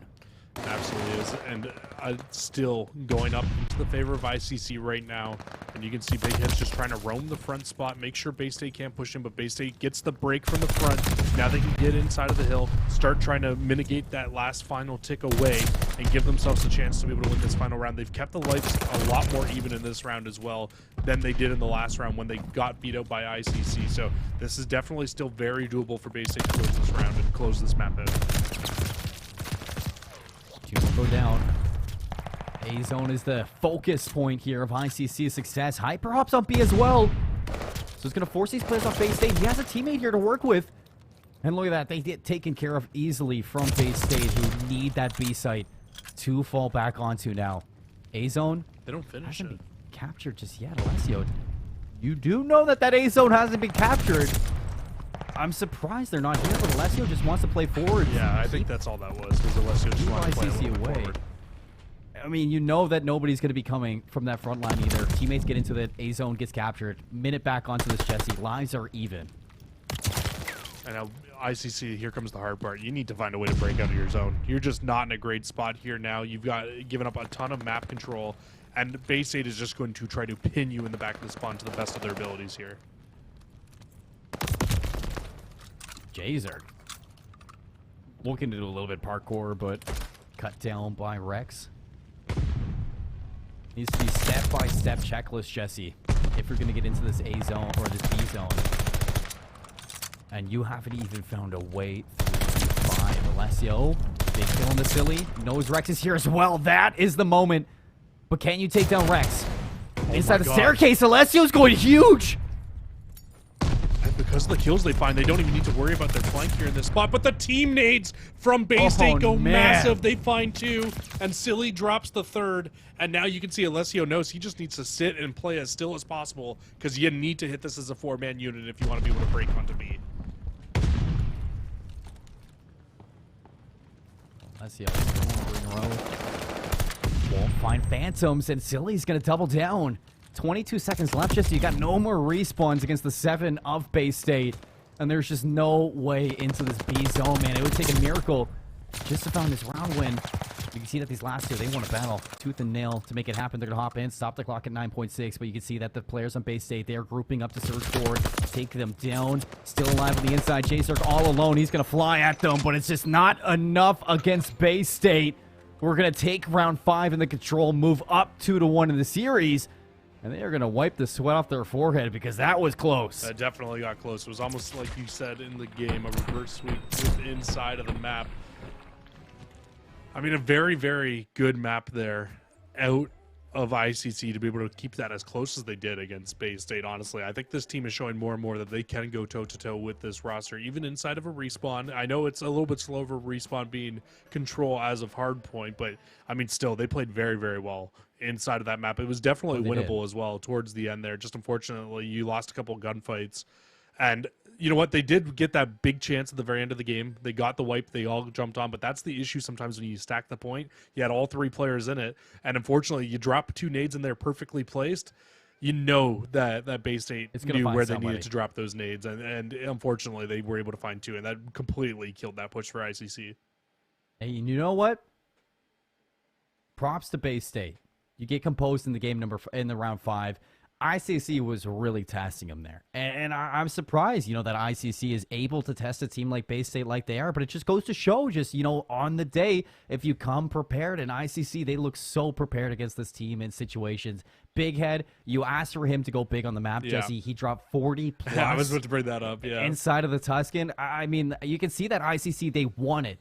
They don't just want to roll over to a team like Bay State, and they are fighting tooth and nail to take them down. Heading into this hard point, I mean, I'd feel inspired if I was ICC right now. I'd feel confident. I would definitely not feel down in the dumps. No, for sure. ICC definitely have a very good chance of being able to win this series still. I mean, I don't know how much I believed that before the series started, but with the fact that, one, they took a search and destroy off of Bay State already, and the way that they played them so close in the first half of that Gavutu, now going to a much scrappier Berlin, you definitely have a chance to be able to win this. And if you can force the game 5, force that search and destroy, with how good Bay State looked in S&D yesterday and the way that you waxed them in map number 1 or map number 2 in that Berlin, I mean, there's definitely a chance to take this series if you're ICC.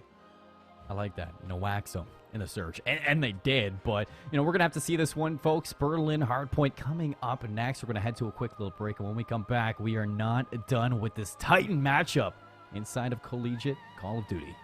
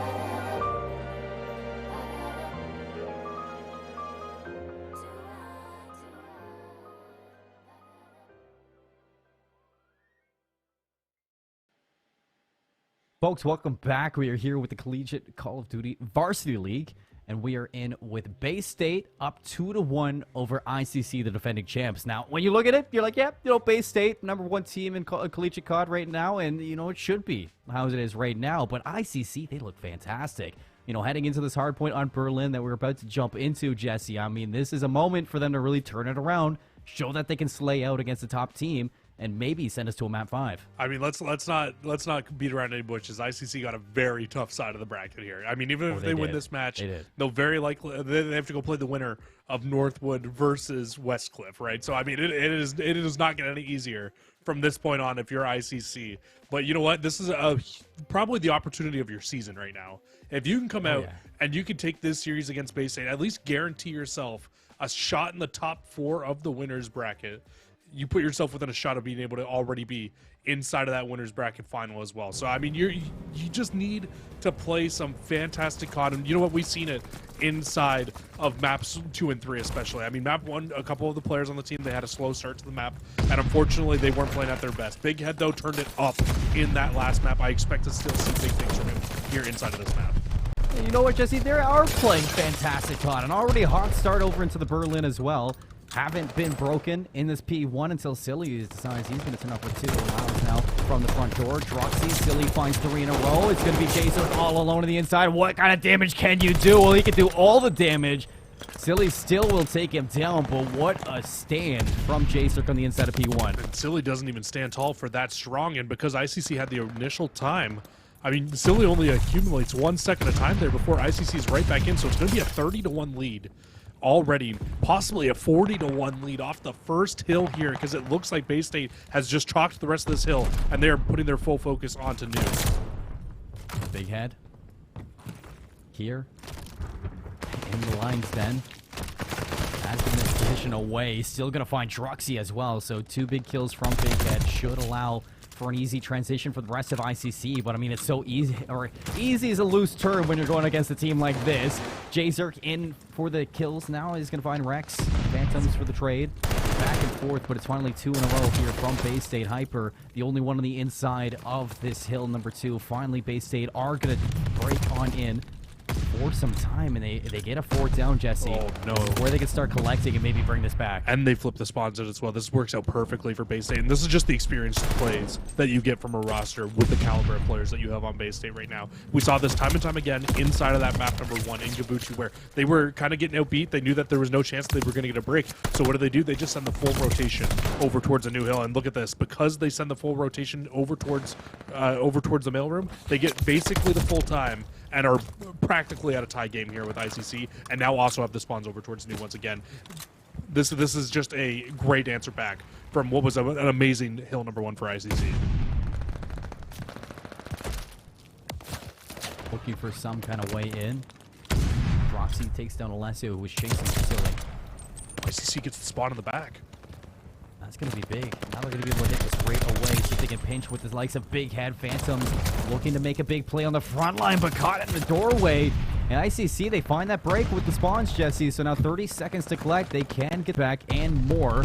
They just need to hold down another wave of players from Bay State. And you got Druxy, Phantoms looking to make the play. Now just Druxy in the back. How long can you hold out on this one? If Druxy goes down, it's going to be Alessio to hopefully pick up the rest of it. But Silly was there for the cleanup. 10 seconds to pick up on the scrap time. Now eyes over to the next set, and Phantoms looking to make the transition smooth. No way, Phantoms finds all 3 here. Yeah, no chance he was able to find all 3. That was a rough spot to be in. Well, it was basically a 1v3 on the new hill for initial time, but it will be ICC able to just sneak away with that time. And now everybody comes off spawn. You can get into great spots and now get your full setup here. But you need to be careful because once again, Druxy is basically the Undertaker of ICC right now in the back line and trying to find the break. Finds Big Head, but also takes down a teammate. So Hyper's going to be back here with technically a 1v2. You still have the spawns for ICC, so you're going to be able to reinforce this right away, but you need to keep these players out from Bay State. You can't let them grow their lead any longer. On this hill number 4, you got Rexer on the outside, Silly to back him up. You get hunted down by this player, Big Head.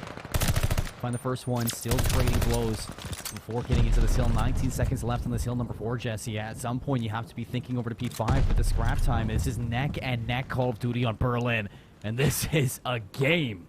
That's a big hill for Bay State there. I mean, I know they don't accumulate any time from that, but the fact that you only allow ICC to walk away with 15 seconds off of that hill is massive, considering you never had the back spawns at any point in time. Now you're looking to try to make the full rotation over towards new, but this is one of those hills where it's just so hard to find a significant amount of times because both teams are just going to be able to come off and reinforce this hill so quickly from both sides. But Bay State will find a few kills, now can jump on in, and if Silly just lays down here for a little bit, they'll be able to get at least 10 seconds before anybody on ICC can even come to contest. Fighting tooth and nail, ICC in for the possession, in for the break. Now looking to collect some time, but still not smooth sailing just yet.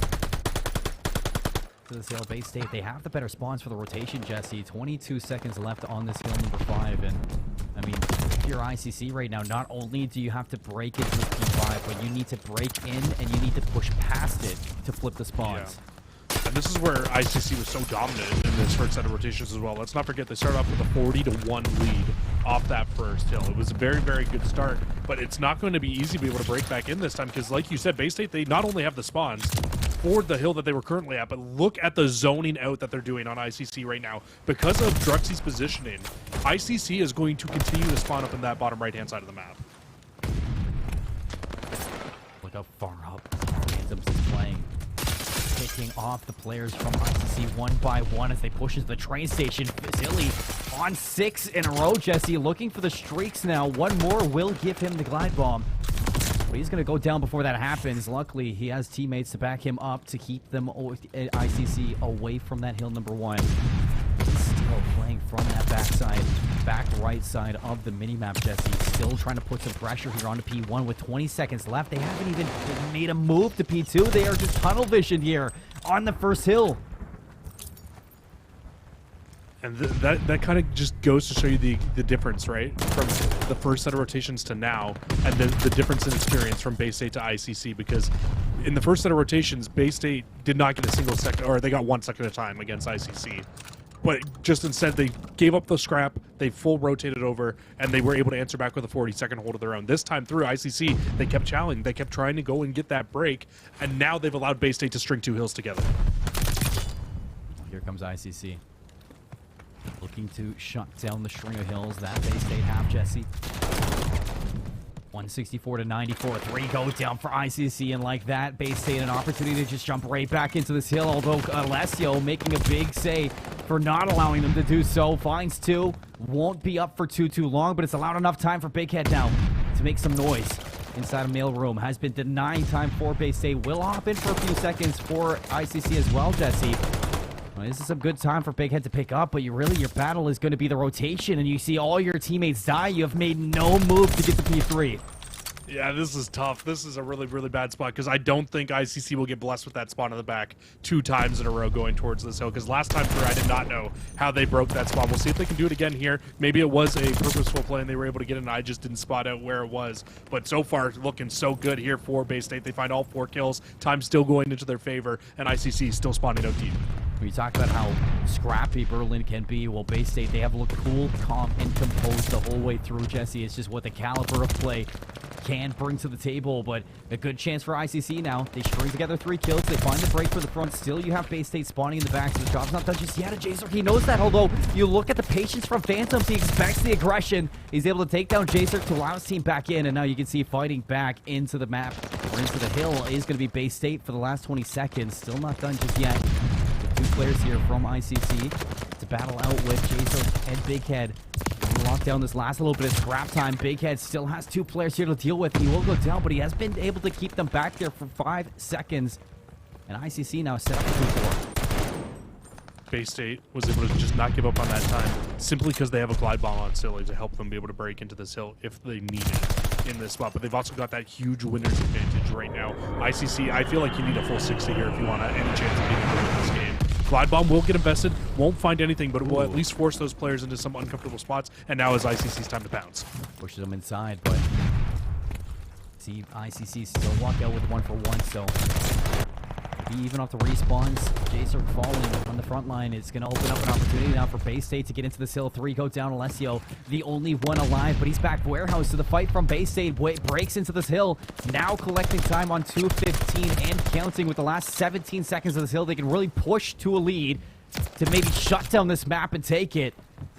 And this needs to be perfect from ICC, Jesse, if they want to see a map 5. Oh, it absolutely does. But, I mean, this has been a decent answer back. But, again, it's Bay State fighting from the front and just not allowing them to accumulate a ton of time here on this P4 hill while never having those spawns fully in the back where you want them. New hill will pop, ICC first team in. But, once again, all these players on Bay State all around the hill just able to attack so quickly and pinch these players inside. It's just Big Head who's anywhere near. How long does he hold off? Jason gets aggressive with a pistol. Moves Rex from the front line here. Silly, though, opens up with 2. This is a tug of war, Jesse, just for the map control. ICC, 146. 224 of Bay State. They have the spawns as well, 2P2, so they can send this now to a 3rd set of rotations. Possibly can get the setup for that big amount of time over to the offices. It needs to be soon. I mean, they are going to see another hill, so the setup needs to be there. Bay State can't win here, but they can get awfully close. Going back towards P1, this is where ICC was able to dominate in the first set of rotations. It was a 40-1 hold for them in this hill. Rex. They need to replicate that again here if they want any chance of coming back into this game. Only 10 seconds left needed for Bay State to win. Alessio forced on out. Silly's going to take him down. Jazer now forced to go big in the backline. You get the communication here. Rex has the information. Snaps onto Jazer, able to take him down. Players from ICC flooding on in from the courtyard. Big Head into it, but look at the kill feed. It's all red on their Bay State. Rip them out of hill number 1. They fight from the front. They fight as a team, and they take down ICC to push forward in the playoffs. That's a great win for Bay State. A 3-1 victory. You know, probably weren't expecting to lose the search and destroy, but they got the job done in the respawn in the clutch moments where they needed to. And honestly, Colin, I felt like watching that hard point was almost a picture-in-picture of watching the first hard point that we watched, because it was close in the first set of rotations. It was within, what, 10, 15 points through that first set of rotations. But then that second set started, And it was just the small things that Bay State does so right every single time in the map was the difference maker on both map 1 and map number 4 against that ICC roster.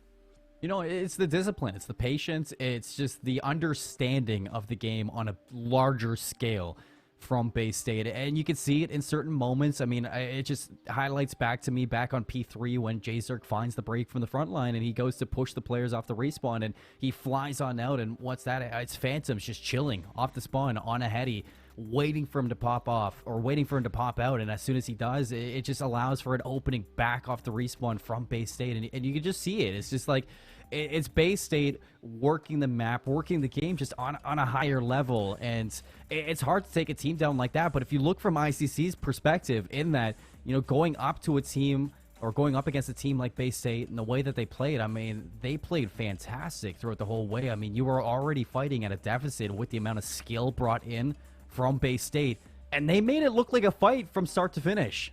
Oh, they absolutely did. And I think that ICC going into this, I don't think you walk away from this game with your head like down low. You walk away from this game with your head held high. I mean, you went up against the #1 team in collegiate Call of Duty. You took a map off them, and you kept the other 3 maps very close. I mean, map 3 definitely very winnable. I'd say even map 4 was definitely winnable for this roster. I think the big difference in the 2 teams, and I know I kind of touched on it inside of the game, but was that hill number 2 in the second set of rotations. I mean, you saw in the first set, ICC, when they got that big lead off the rip, Bay State just gave that time up. They made the rotation over to Mail. They locked down a full 40 for themselves, tied the game up. In the second set of rotations, ICC had the same chance to be able to do that, but they kept hitting hill number 1 consistently over and over again, which allowed Bay State to then string hill 2 together, which then also allowed them to string hill 3 together. So that's really, you don't allow that to happen. I mean, it's only a 40-point lead as opposed to a 100-point lead at the end of the Fire Hill, and it's a completely different game at that point, and you could definitely have had a chance to be able to win that game. Very impressed with ICC's game here today. And it's the same things, like you said. It's almost a mirror of the Gavitu, because you think back on Gavitu map number 1 between these 2 teams, and what was it? It was P5 on the first set of rotations, and then P2 or P1 on the second set of rotations. Just back-to-back breaks coming from Bay State to just put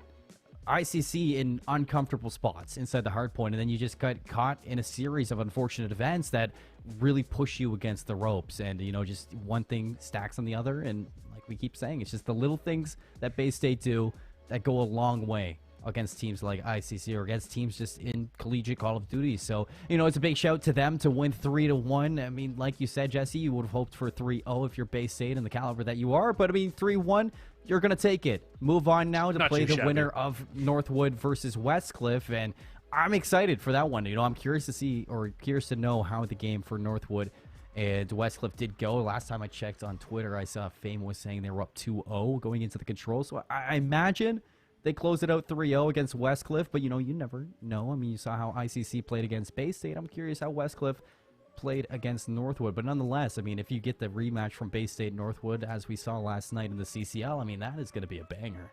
Yeah, and just kind of looking at the bracket right now. So Northwood did 3-0 Westcliff, so we will have Northwood versus Bay State on Friday as well. So 2 banger matchups for you to be casted on Friday, Seymour. Unfortunately, I won't be here. I got another cast I've got to do on Friday. But yeah, you'll have Davenport versus St. Clair, which will be a crazy matchup, and Bay State versus Northwood. Those are some insane winners bracket semifinal matches here. I'm excited, especially for the Davenport St. Clair one, because it's like, it's on one hand, I mean, you got Gecko sitting there and he's like, we're gonna 3-0 him. But I mean, you know, St. Clair, and they're not a team really to stay out for too long when it comes to the season. Yeah, they had a slow start to Vanguard, but I mean, they have been ramping it up. They, you know, you get back into the top 25 this week, and you know, hopefully, like, they're making some steps to being a better team inside this title. So I'm excited for that the next week, not just for Bay State versus Northwood, but Davenport versus St. Clair. I mean, they should all be great ones. So I'm looking forward to when we get there, folks. We're trying to get this interview ready and underway, but I'm just taking some time to get the players ready and into it. But Jesse, I mean, let's talk about our first match as well, because Davenport versus Chattanooga, you know, Davenport just to get to that match versus St. Clair, I mean, that was another great series. I mean, Davenport really showing that they're a team to not sleep on inside College God. Absolutely. I mean, in my opinion, an upset and a half, in all honesty. Oh, yeah, I really fully went into that series either thinking Davenport was going to 3-0 that series, or win it, like, or that UTC was going to win that series. probably in a 3-0 fashion. I said that to you before we came into it. I said that there was a chance for Davenport. I just didn't think that it was going to be a 3-0 for Davenport, like that crazy round out of those guys to come out and play like that. But like you said, I'm also very excited to see the outcome of that Davenport St. Clair series, because I think St. Clair's are going to want some revenge as well. Well, excited to see when that happens. St. Clair, for sure. They want that revenge, Jesse. But let's talk a little bit about LLS, folks, because LLS, we love them. Making an impact in the cancer community, which includes leukemia survivor Brenda. In 2015, Brenda was battling what she thought was a cold, but she wasn't getting better. After being taken to the hospital, she was in disbelief to learn she had acute myeloid leukemia. Apologies if I mispronounced it. Brenda's treatment started immediately after, but it wasn't an easy road mentally. During this time, she lost friends and was even bullied for having cancer. She spent a lot of time indoors and jumped into gaming. After some time, she started streaming on Twitch, creating a place where everyone would be included and treated fairly, as well as a place where she could help others.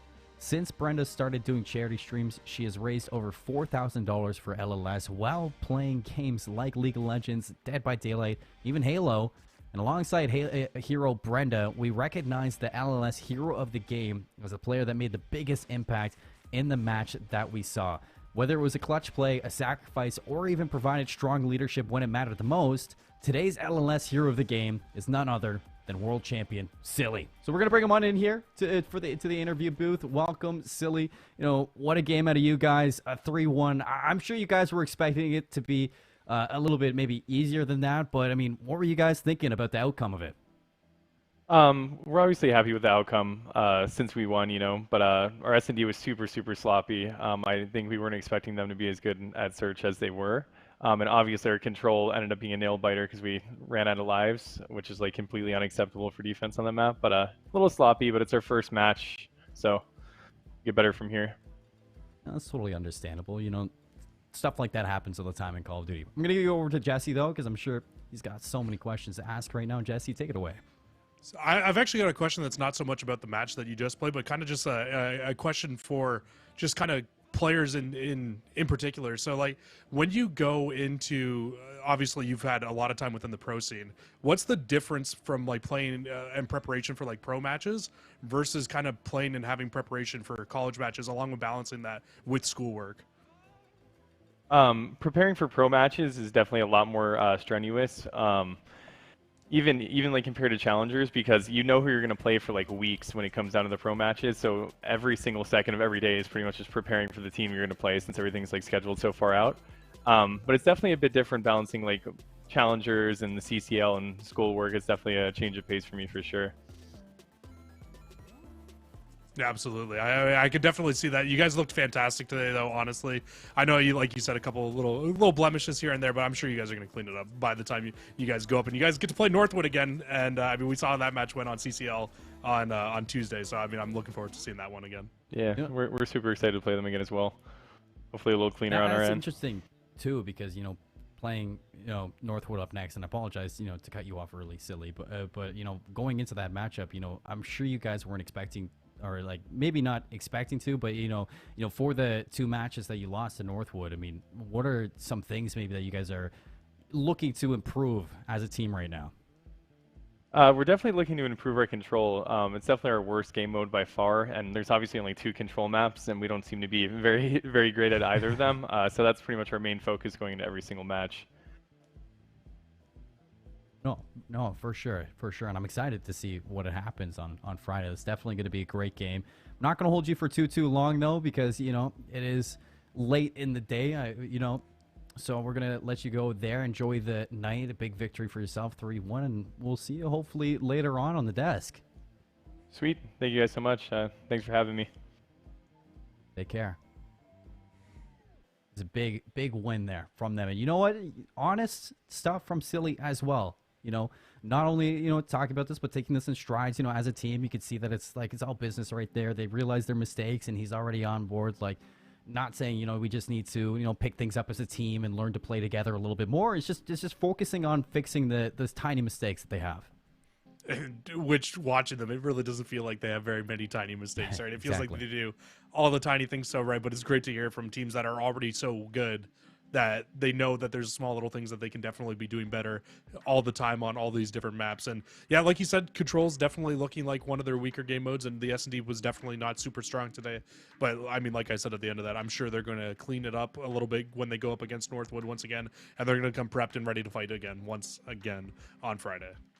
I'm sure we're going to see it. But folks, I mean, that's going to be it, for the matches for today. The playoffs starting off hot. We get an upset, and then we get a grueler from ICC versus Bay State. So heading into Friday, I mean, Jesse, I'm so excited.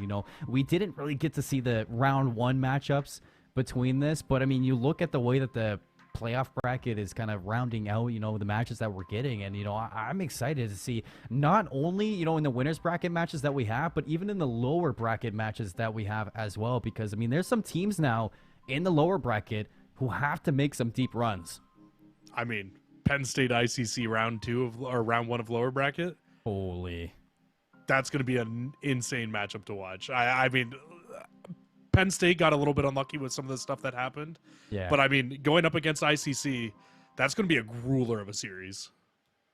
I'm excited, to see how everything pans out in the lower side of things, because it's not even that. I mean, you have UT, University of Texas in Austin, looking to make a run. I mean, they had a great year so far as a squad, and same with University of Windsor Gold. I mean, Windsor, they get 3-0'd, in round number 1, but as a team who's just looking to prove themselves and cement themselves in collegiate Call of Duty still. So, a lot of teams looking to make some magic in the playoffs, folks, looking to make it happen.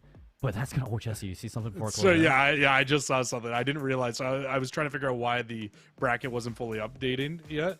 But Chattanooga is the only team that hasn't been updated from losing today, and they dropped to face New Mexico again. And that's going to be a rematch from a match on stream a couple weeks ago, where New Mexico got the reverse sweep on Westcliff as well. So. Oh, man. Storylines upon storylines here in the Call of Duty Varsity League. Spicy stuff. It's exciting stuff, too, when we get down to it. But, folks, that's going to be all for tonight. If you want to see some more Collegiate Varsity League here on the NACE channel, Friday, we're going to be here, myself and a new caster. Not going to be Jesse, as he's not going to be available for the night. And, Jesse, we just get to see you later on in the league. But excited to see you all there. Have a fantastic night, and we'll see you next time.